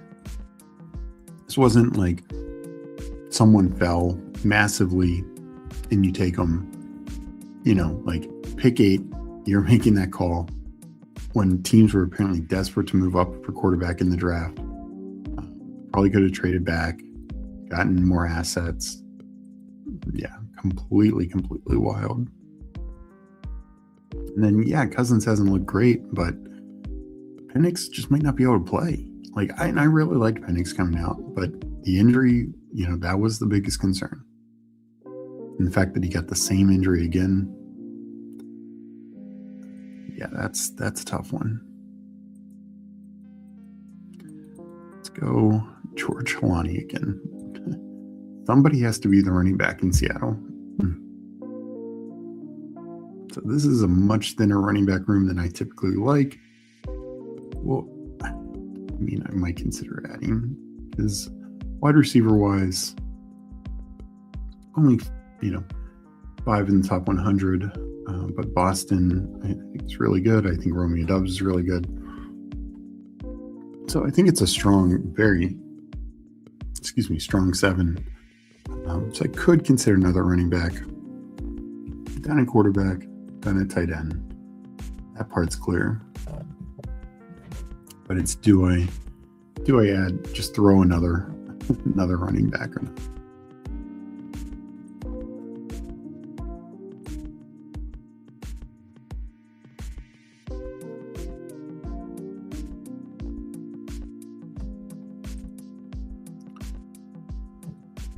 Jake to Cincy could be fun. Is there a rumor there, Aiden, or just speculating?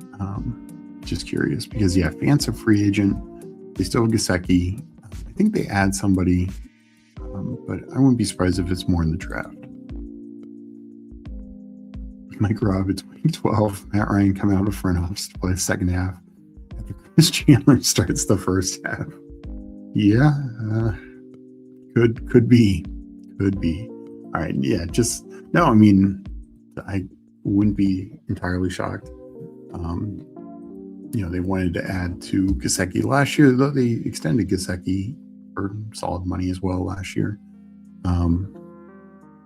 But that's why I think it's probably more going to be a rookie this time.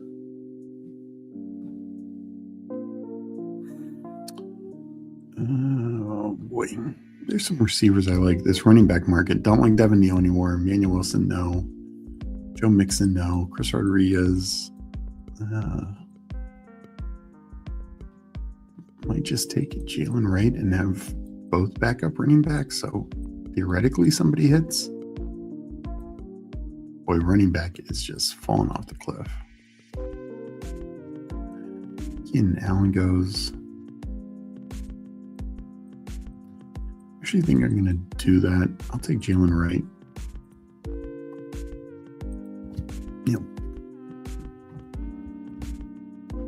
I mean, there's the slight rumors that A-Chain could get traded. Still kind of doubt that. But, we'll see.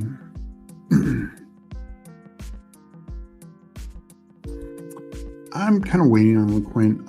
I'm assuming they're adding somebody, particularly the Rashard White. I mean, it could be as simple as Sean Tucker, another one who Liam Cohen is, paired with. And in which case, if it's Sean Tucker, then I think LeQuint Allen could be in play. And better news for Tootin. Rashard White, I'd be a little bit more concerned. Do we see any more moves tonight? Meaningful moves? Yeah, I mean, possible. Probably the quarterback market is pretty quiet. Gino, I think, is officially cut and can talk to people. But like I said, I'm pretty sure Kyler and Cousins cannot. And I'm guessing those are the dominoes to fall, particularly Kyler tomorrow or Wednesday. But Romeo Doubs could sign. Some of these other Rashid Shaheed, Debo, Steph Diggs can sign. He was cut. All those guys can sign. Other lower wide receivers, the other tight ends, Goddard, Chig, all of them are open to sign. Non-fantasy positions, absolutely. So yeah, I'm sure we'll get more moves tonight.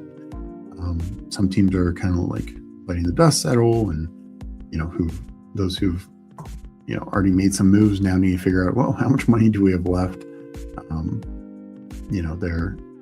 They've agreed to the basic terms, and again, nothing is 100% official until Wednesday, and it's fully on paper. Every now and then we see one or two of these moves get switched out.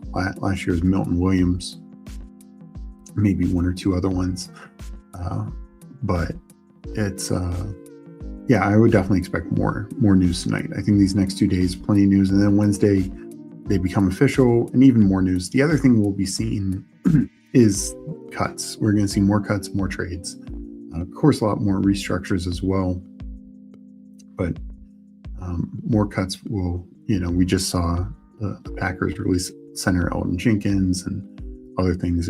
These things are going to keep occurring as these dominoes fall. So let me Minshew to the Cardinals. Interesting. Appreciate you for jumping in, Steph. Hope you're doing well. That one I did not expect. There's not a direct connection to Minshew. I'm trying to remember who was the Jags coach for when Minshew was there, like offense coordinator or anyone. Maybe actually Nathaniel Hacker, I think was like on the team. So maybe I'd have to go back and look. I can't imagine that's the only move the Cards do, especially with Minshew coming off a major injury.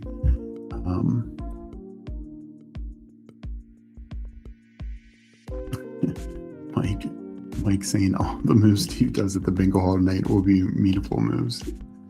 Minshew 1 year, $8.25 million. So it's like, Mariota signed for $7 million with ability to go up to 11. Meaningful. So that's like their floor for the quarterback. backup quarterback job has to be a dream job. Yeah. Minshew is serviceable. Cards have to add more to the quarterback room. They do. I mean, could it be as simple as Ty Simpson in the second round? Could it be, as Suss says here, feeling bullish for Jacoby? Maybe. I just don't know if Jacoby connects to, connects to the system as well. And that because we've kind of heard rumors that they want to trade Brissett. I kind of lean that still is in play, but yeah, Minshew is definitely the floor play. Now, could it be Minshew and Kirk Cousins? Could it be Minshew and Geno, I guess? Maybe. But I mean, Jacoby survived Willis because that was the most likely Arizona move, and that would have been, total outs on Jacoby. What are the best worst and values from a team perspective? Do you mean? Let's see. Give me a second to think on that. I will go over this team as I do that. Go over this draft. 3773, Goff, Murray, Daniel Jones. Want to get 3 starting quarterbacks. Henry, so anchor. I took Tootin Warren. So far it's been a good day for them. We'll see where they end up. Then I took, some later running backs: Kamara, Ollie Gordon, George Kalani, and then Jalen Wright.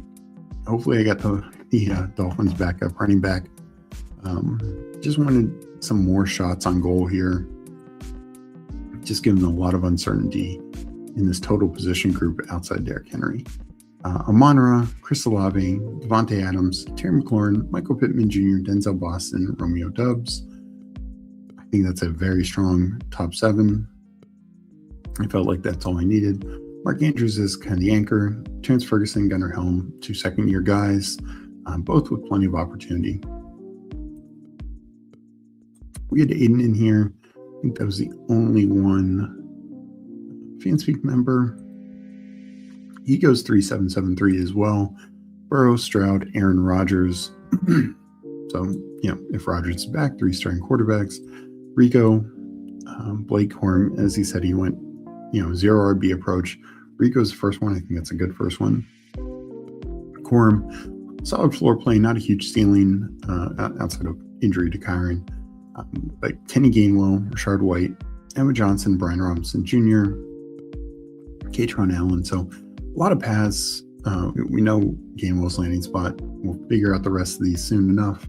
But yeah, I mean, it's solid. Not a ton of upside. I think, you went 7 running backs. I think you kind of look at this. This is the way I approach it. You'll get the flex out of this group probably a handful of times, but it's kind of like you need Rico to have a great landing spot where he's like a clear, can be, kind of what he was in that stretch for Carolina last year. And then Corum gives you your floor, and then any of these running backs can hit above it. Then, that helps, but you're probably going to need this receiver room to carry the flex most of the time, which it seems strong enough to do so. Chase, Nico, Zay, Brian Thomas, and DK Metcalf, so 5 in the top 75. Then tacked on Malik Washington and Jalen Noel late. Brock Bowers, so an elite tight end with Dalton Schultz, and took a shot on Michael Trigg.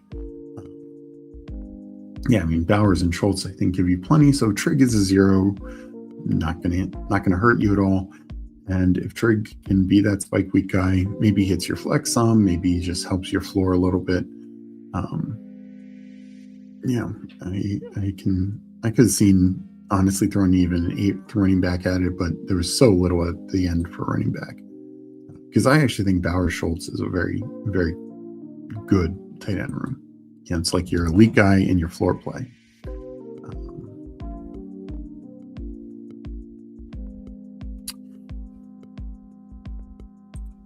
There might not be a good answer, just contract value wise. Was anyone in particular? I mean, I think there's a lot of good out there. People questioned, and I know it's just a rumor, but people question Mike Evans. Is he worth $27 million? And I think you were the one who said, is he $2 million less than Alec Pierce? Well, now he's $9 million less than Alec Pierce.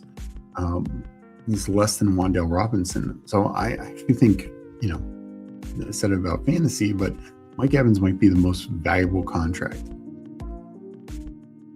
1-2 years, getting Mike Evans. I know last year was rough, but prior to that, he's great. Other top tier contracts. I mean, this happened before free agency, but you look at what Linderbaum got, who's a great center, but the Bills re-signed Connor McGovern for essentially half per year. McGovern's a little older, but he's a top 10 center. Biotish, like fringe top 10 center, signed for even less than that. So I think they did pretty well there. Usually you're not going to find top end of the market contracts being good. At best case, you hope the guy doesn't get injured, doesn't turn into a total mess. And that's the issue like Alec Pierce has. Like, that's his market, so you have to pay for it to get it. But Mike Evans is probably going to be a better value. Like, if Romeo Doubs signs for about, $18 million a year, maybe gets pushed to $20 million. That gets a little pricey, but could be pretty solid value. Rashid Shaheed, kind of same ballpark. Same with these running backs. Like Rico, if Rico gets like $8 million, that's a 4 or 5 million savings from ETN, 6-7 million from Walker, 6 million from Walker, and it's like he can deliver a lot of the similar upside. So usually I think those mid-tier free agents, that second tier, end up being some of the best value. Now sometimes it's for the team, like Mike Evans would not have made, yes, he would have helped Cam Ward, but he would not make any sense to the Titans. More for him, but it's just not money well spent, because it's not a long-term gain. Like the money they're spending for Wan'Dale, it's not so much about this year, but the next year and the year after that. So that's kind of how I would put it. I'm gonna finish up in chat and then we'll get on out of here. Brissett asking price just dropped, I assume. It was only ever going to be for like a 7th rounder. Totally agree. Just feel like I have to pick 199 running backs. Oh, they absolutely are. Garrett Wilson could boost up if Brissett was volume passing his way. I just don't know, because that historically has not been Jacoby Brissett. Historically, Jacoby Brissett's like a 25 attempt type of guy. Sometimes a little bit more, but last year just all went in that direction because of the no running backs. Steve, does Kenny Walker help Kansas City, or do the Chiefs hurt? No, Kenny Walker definitely helps Kansas City. They need to fix their offensive line more, but they just added an explosive weapon. They, now teams I said this before with why Washington could be in Jeremiah Love. They want to do play action. Well, play action doesn't mean a lot when there's no running back threat. Now there's a running back threat in Kansas City. You're going to have linebackers creeping up. You're going to have safeties creeping up. And that's when you can, get some big plays. Hartman saying, thanks for staying on so long, breaking it all down. Fun stream. Oh, thank you, Hartman. I'll be back tomorrow at 1. Then I'll be on Who Hanks channel at 3. Wednesday, I'll do a stream. Might be a longer stream as well. We will have to see. And yes, I did over 5 hours. Appreciate everyone for being here. If you haven't already, please sub, like this episode. That helps us out. Leave a comment afterwards. If you want to think about becoming a YouTube member or a Substack member, we appreciate that. Also, we have a free Discord. The link is in the description below. Thank you all so much. Might as well stay another 19 hours. No, thank you, everyone. Hope everyone has a great day. We will catch you next time.